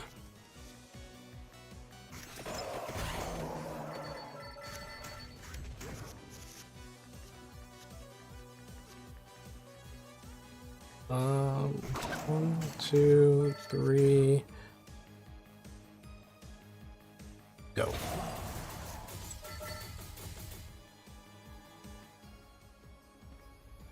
Okay, that's a sacrifice. Sacrifice chest. To your aid. Oh, I did that backwards.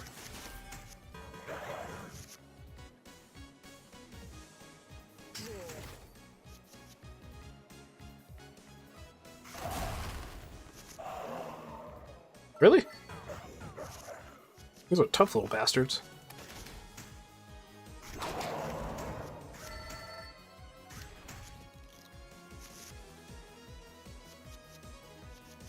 How's this? I'm at 6.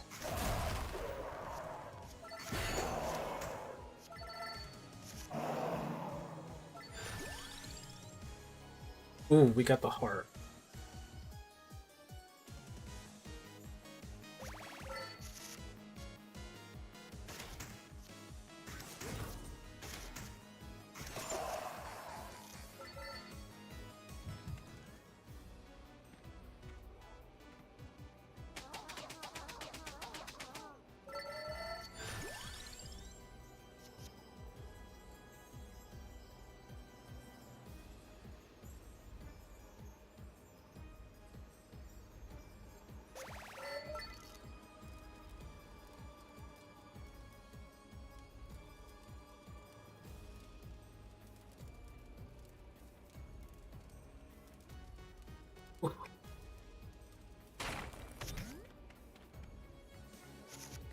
That's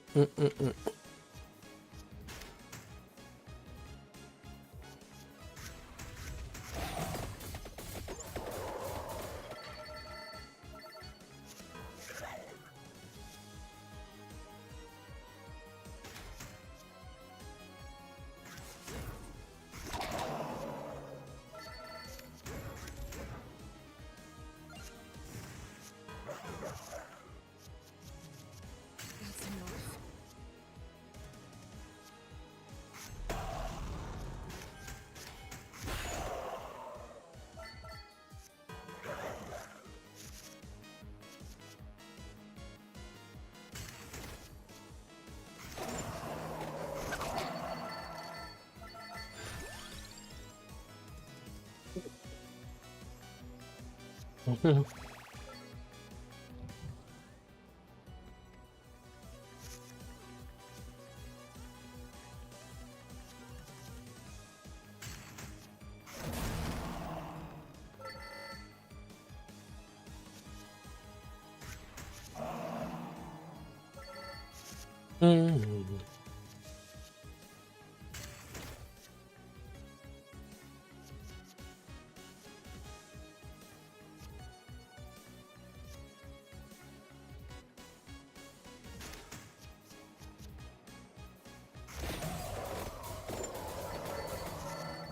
There we go.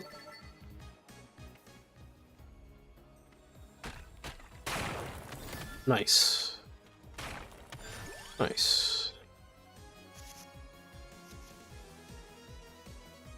One and...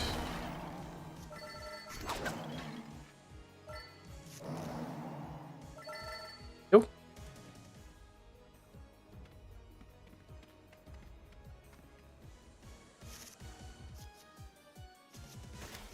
Gathering the magic. Smart.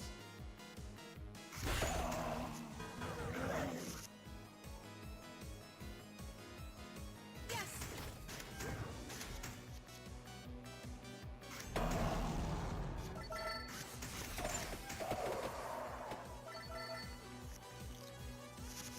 Okay.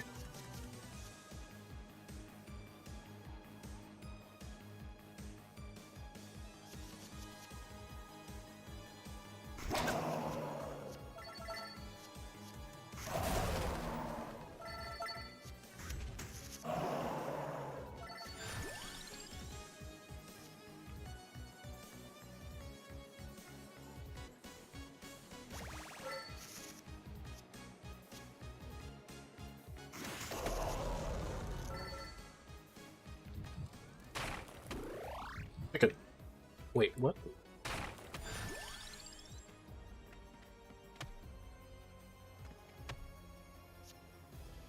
Okay.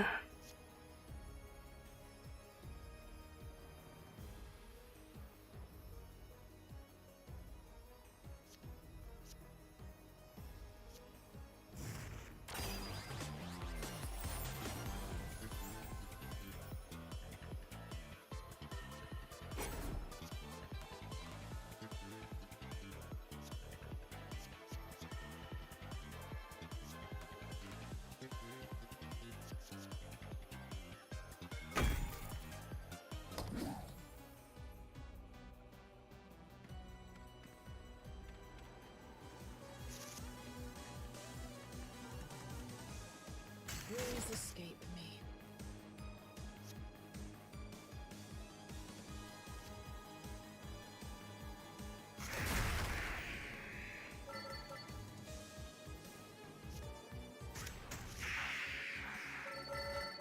The mantis, okay.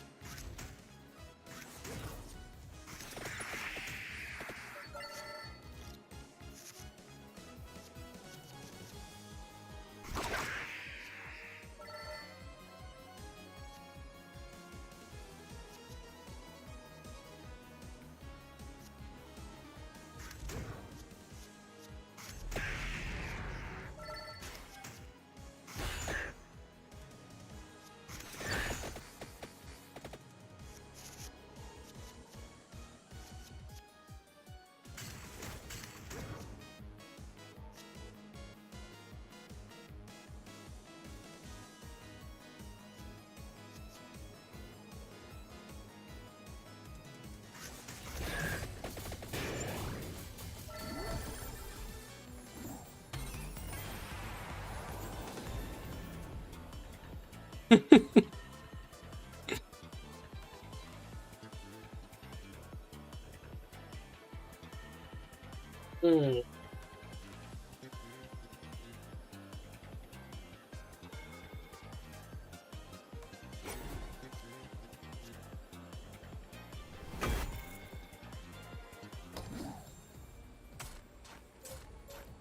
There's a method to my madness here. There's a method.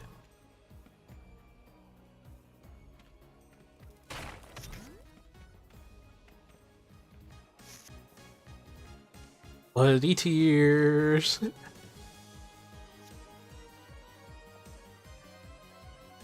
Mm.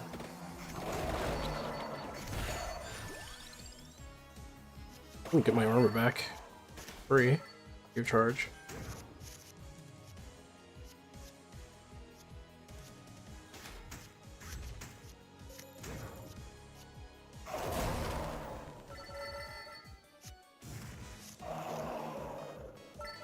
Lord dang.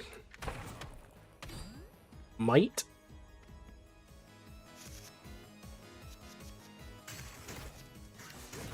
Bloody tears.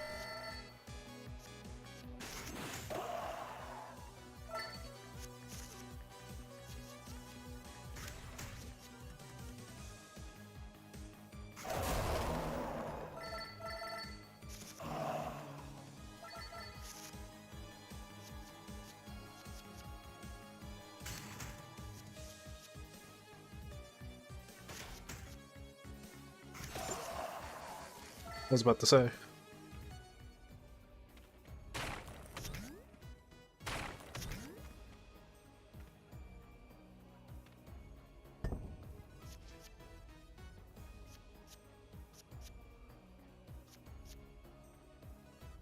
Huh?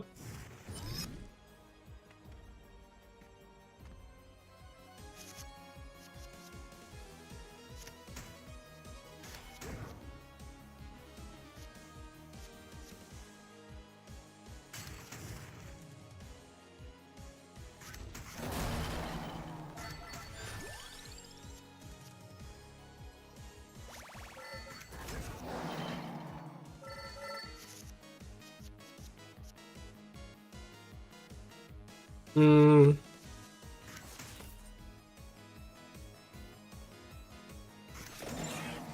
So many options. I say. We have one? No.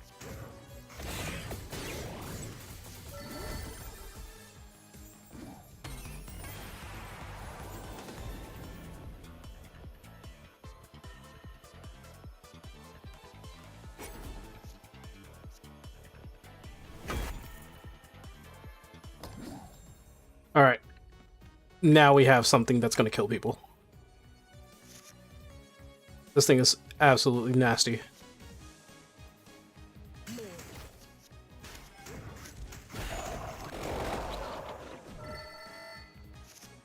And the whip heals. Hmm. That's enough. For what?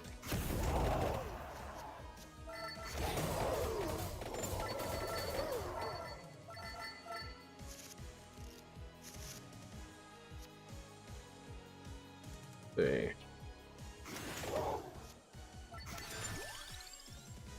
Ooh.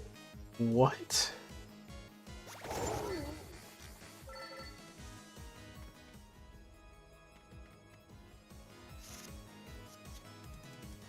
Definitely.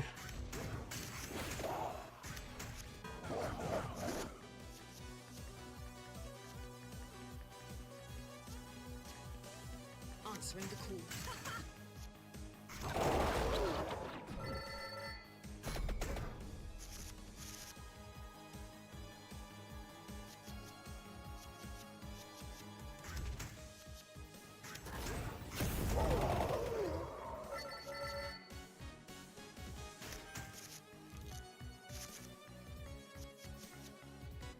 I say.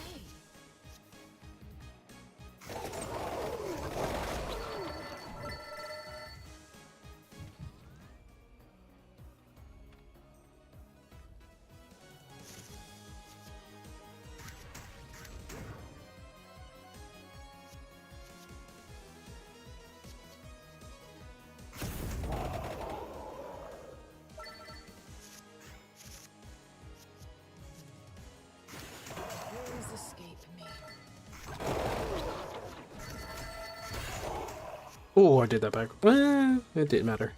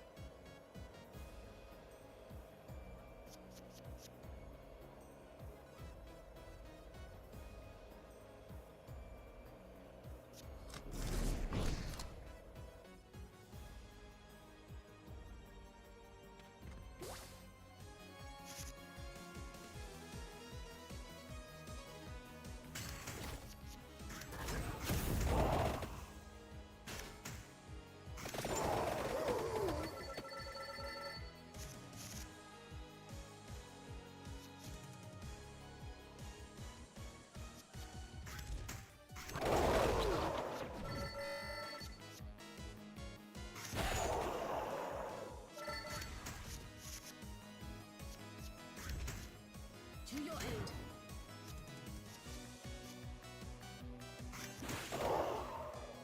How's this?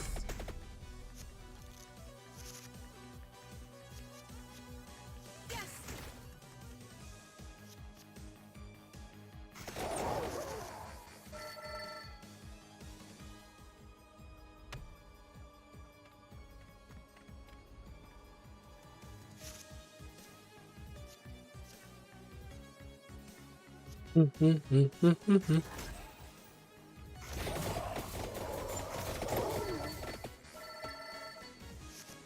Did that backwards.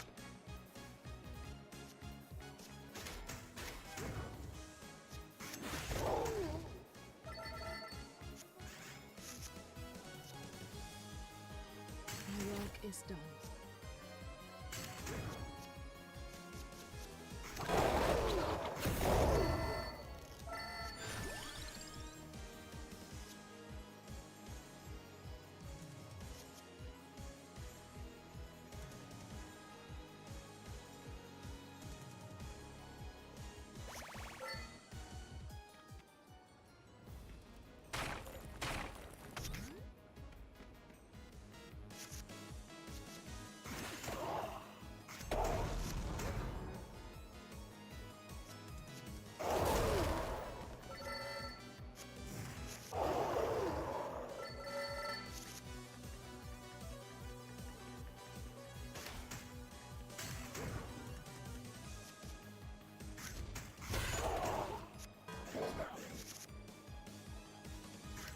Gathering the magic. Draw.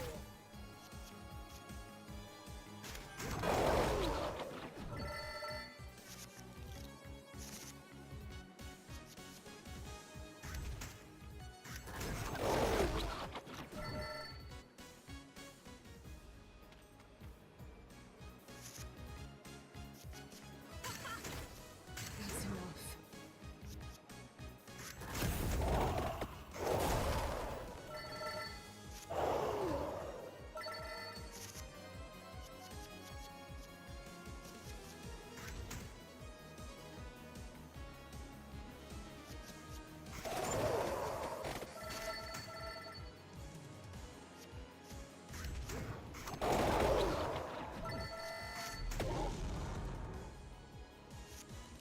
Oh my goodness. Let me see.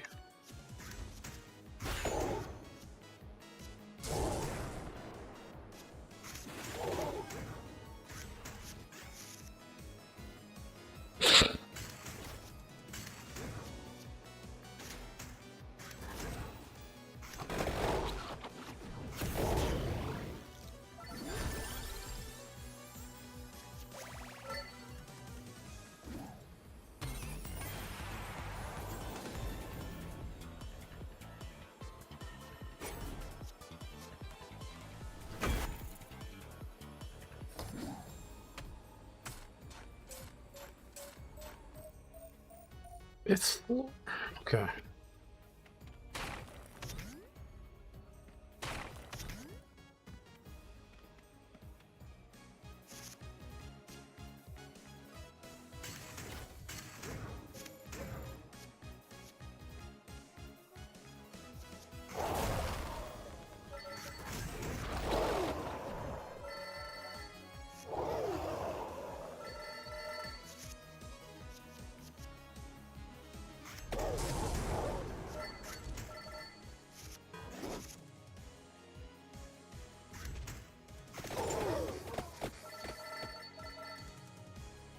Wait, do I keep that? Kill one row. No, won't use it yet. I'll save it.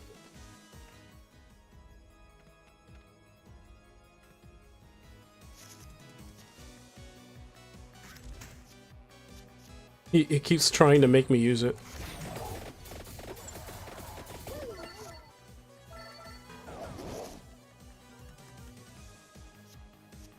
Yeah, I've noticed. I noticed.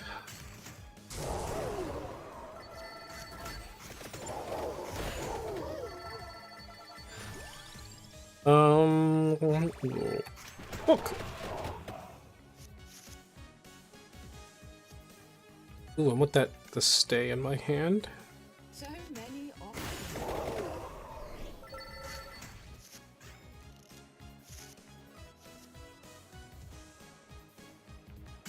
Mana.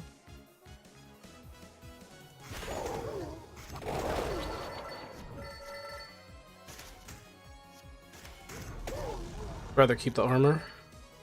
There it is.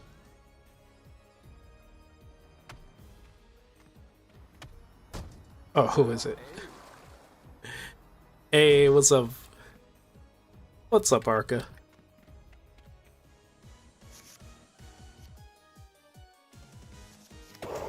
Oh, what the f- Oh my god.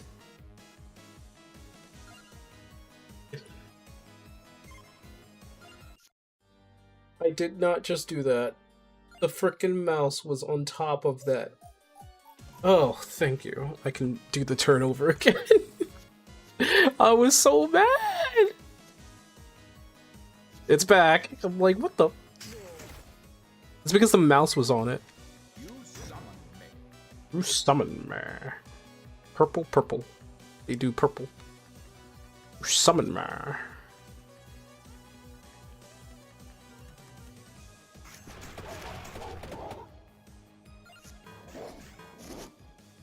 Okay. I'm gonna keep that. Duplicate. Ooh, no. 800 or 2 on crit. Well, that's gonna kill.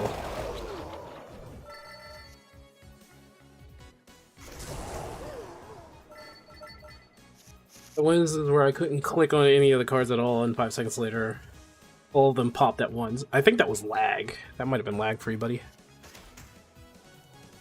Take the 4 mana.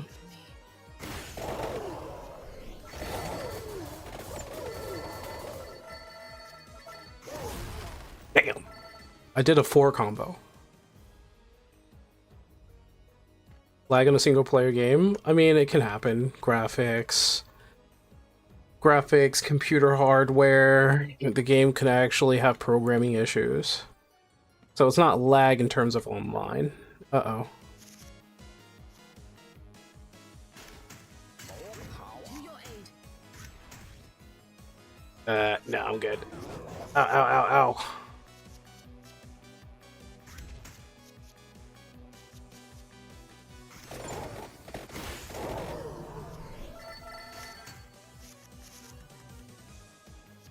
Bloody tears.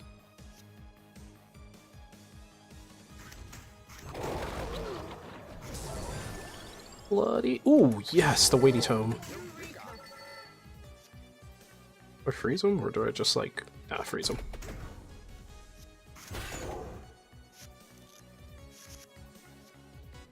Empty tome.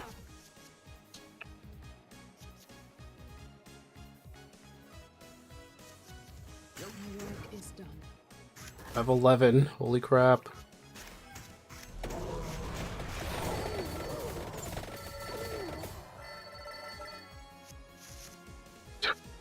in my hand.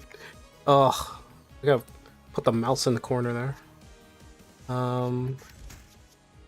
Ooh, can't use. Well, I do want to use, but it has mana rebate, so. Bloody tears. That bloody tears, man. That bloody tears. 0, well. I'm gonna use a weighty. Oof. That's funny.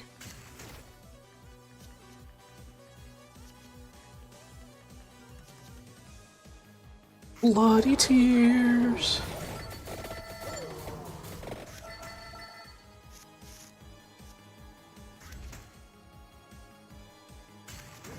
Take. The magic.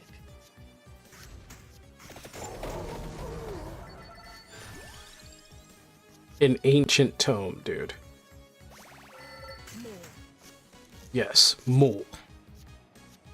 More. Like how she said it.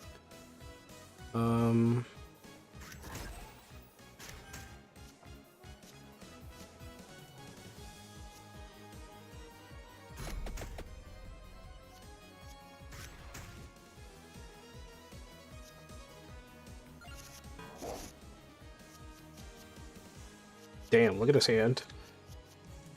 How's this? This hand is gonna be insane. That was insane. I continue to win. Sorry, I'm destroying all of Cherry's dreams.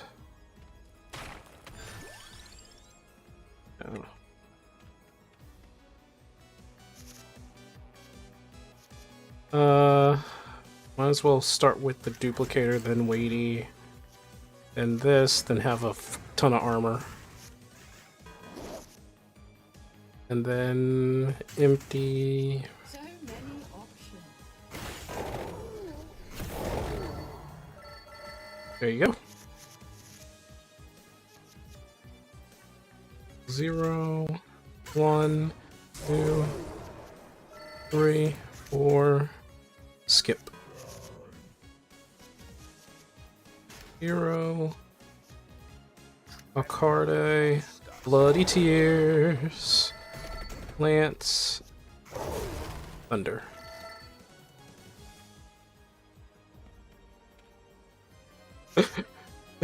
It's called Bloody Tears, y'all. Strength. Tome. Escape me. 3 is 4.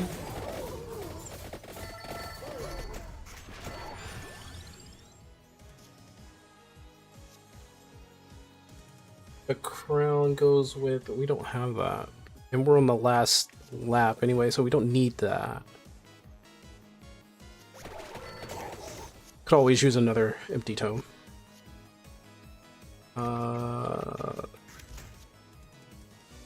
Dupe. Oh man.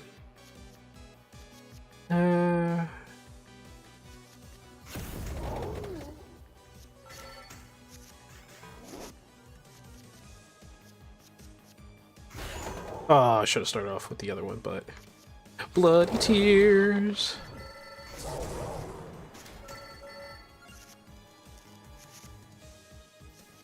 Perfect. I say, fuel the fire.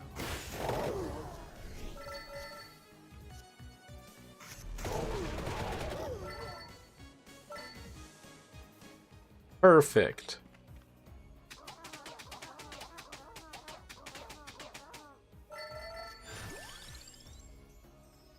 Yeah, why not? Let's get some holy water.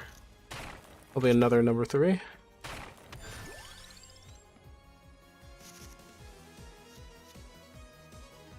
Zero, 0.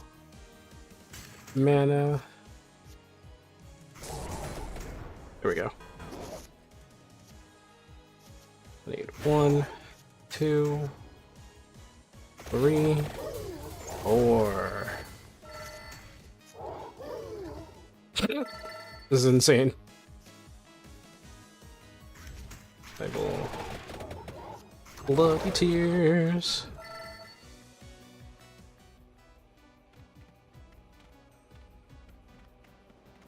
This game has to be for mobile as well, you know? One bloody tears.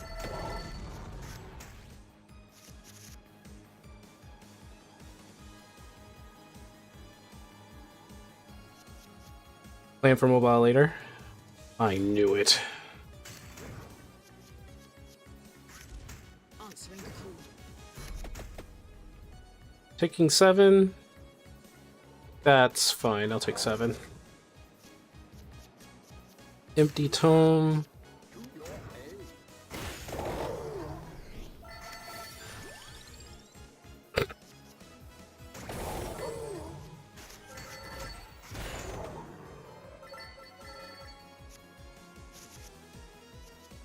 Empty tome. A fuck ton of armor, fuck ton of mana.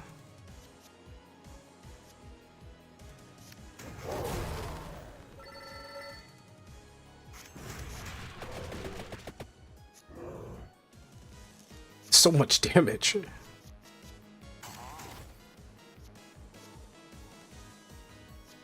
Splash. I can do it again. 2. Oh, dead.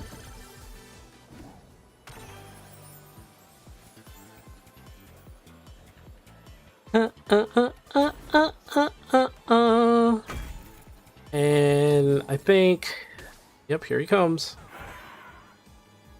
He said, what are you doing here in my graveyard?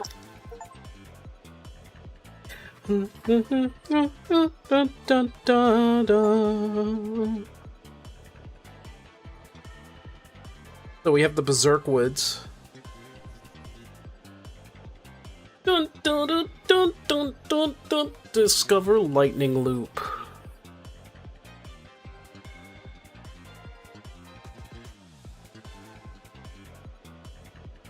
Deal. Oh, wow. I did a lot of damage. I did 666,666 damage.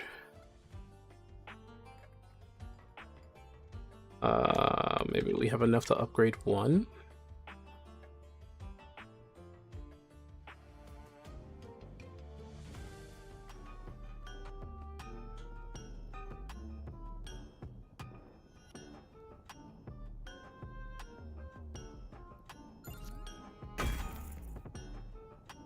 Nice. Now that's 2.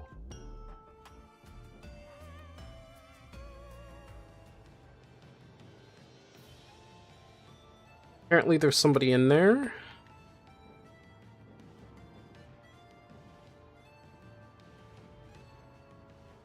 There's a witch in the sanctum.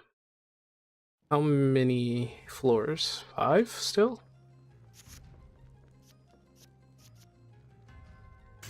So many options.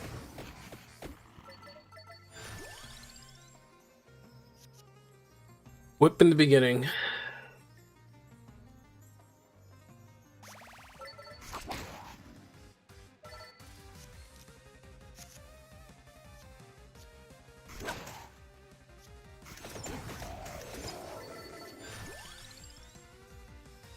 It's an empty tome.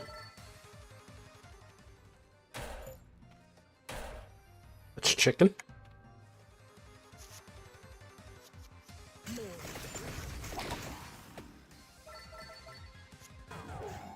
Really?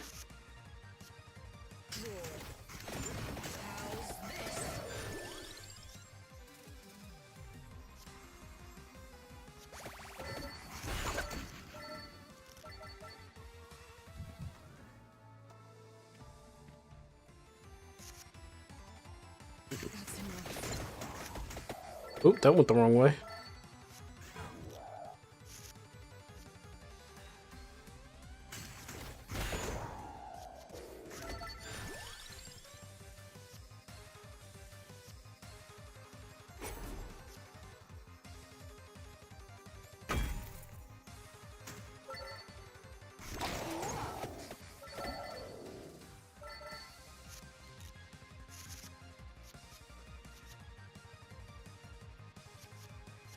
Where is the sleep?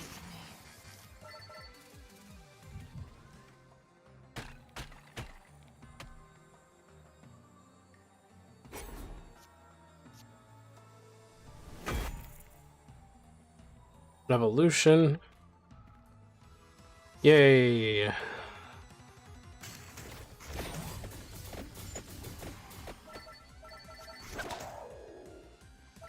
Uh-oh.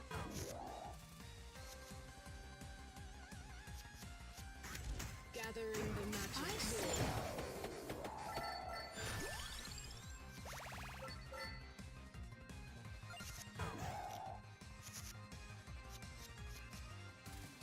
I say.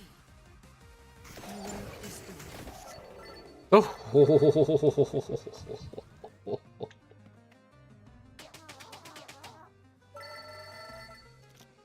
He was too soon.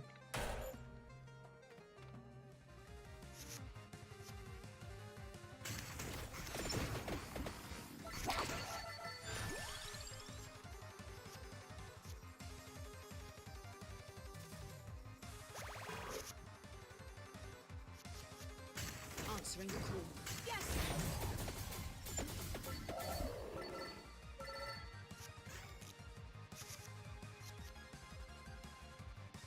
More.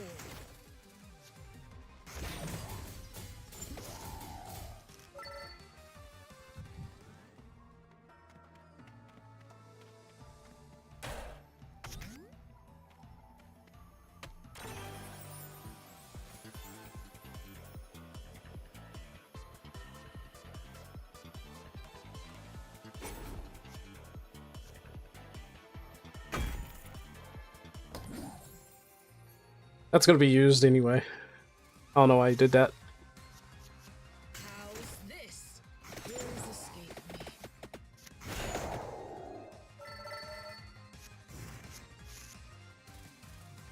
Can't use that.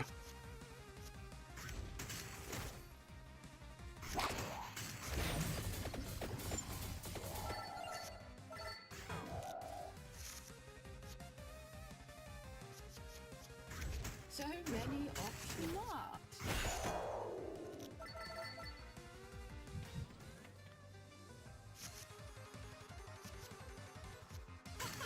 My work is done.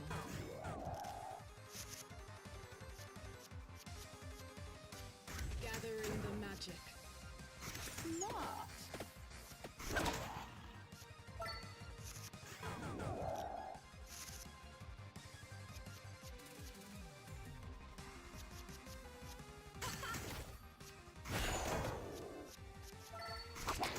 How's this?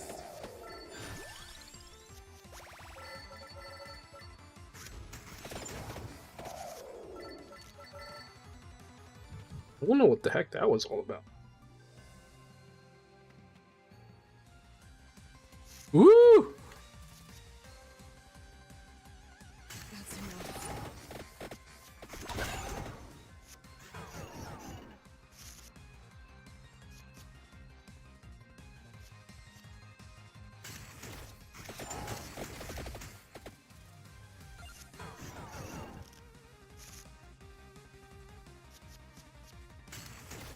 To your aid.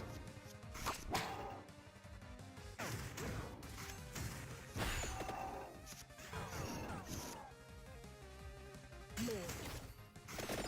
I say. Thing is a little too powerful. My work is done.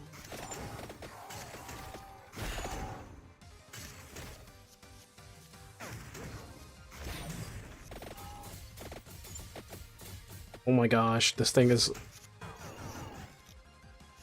This thing is crazy.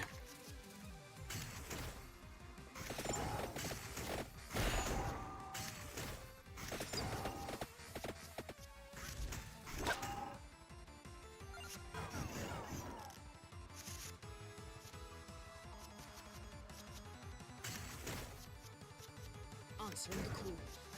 Yes.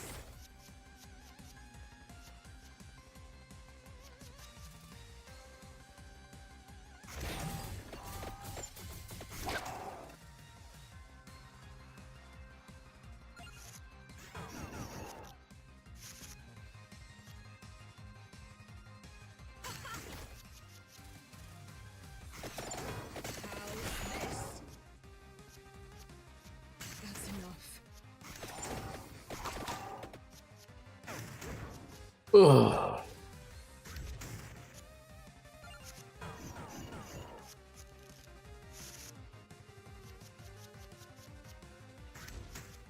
So many options. Draw. Mort.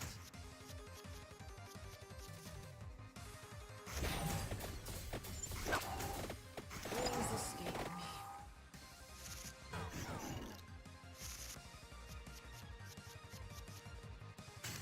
To your aid. I say.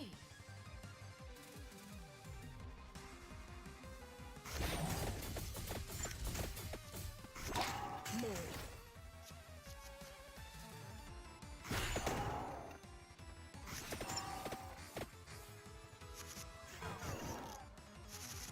What is this thing, dude? My work is done.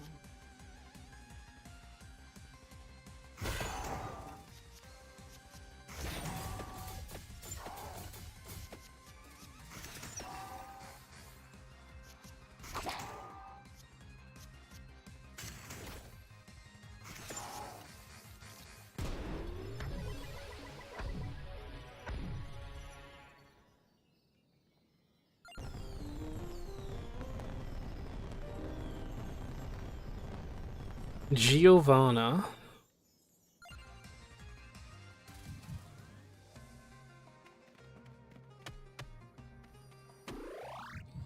Ten. Are you kidding?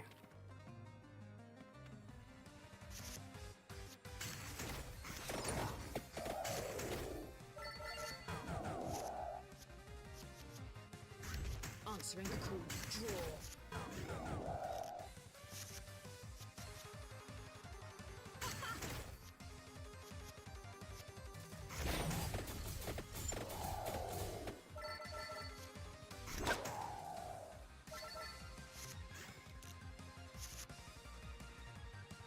Okay. I say. That's enough.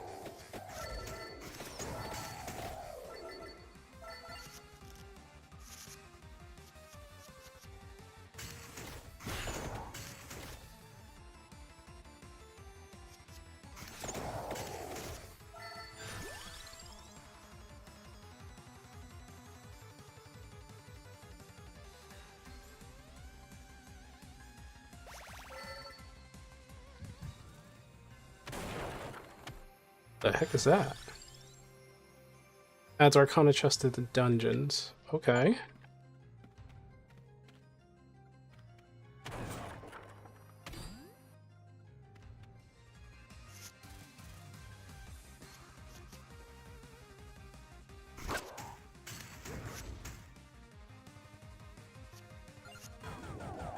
Ooh, that ain't good.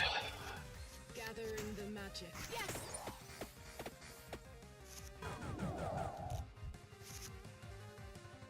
I'm dead. I say. Always escape me. Yeah.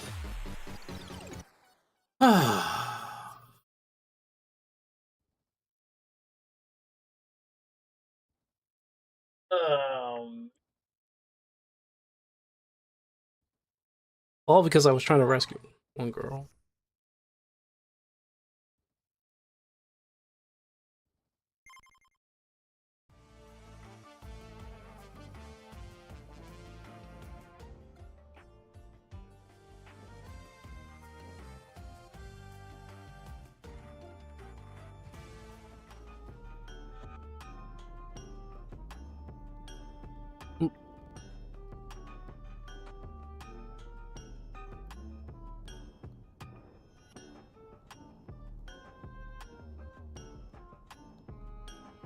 Hmm.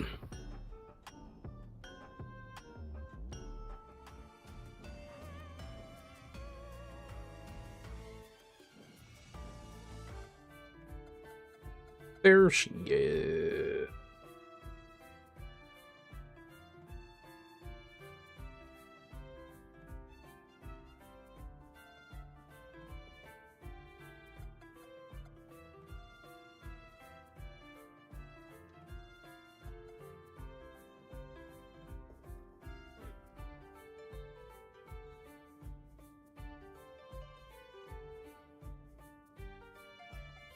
Deal 60 damage when it's played.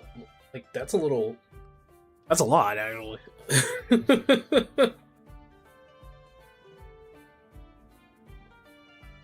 Alright, I think I'm good for today. There's some stuff that I need to edit. I really need to get that editing out of the way. Anyway. This has been fun. I think that can stack. Or... I think there's plans for that. I think I know what I can do with Gennaro. He seems like a fun guy. But we'll see. They will just play a Vigi game. This is just a Vigi game.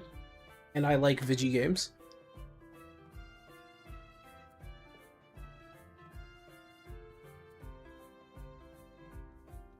With that being said, enjoy Vampire Crawlers. It is not even $10 in the store. Get the game. It's fun. I promise you. I promise you. ASMR. Alright, I'm out.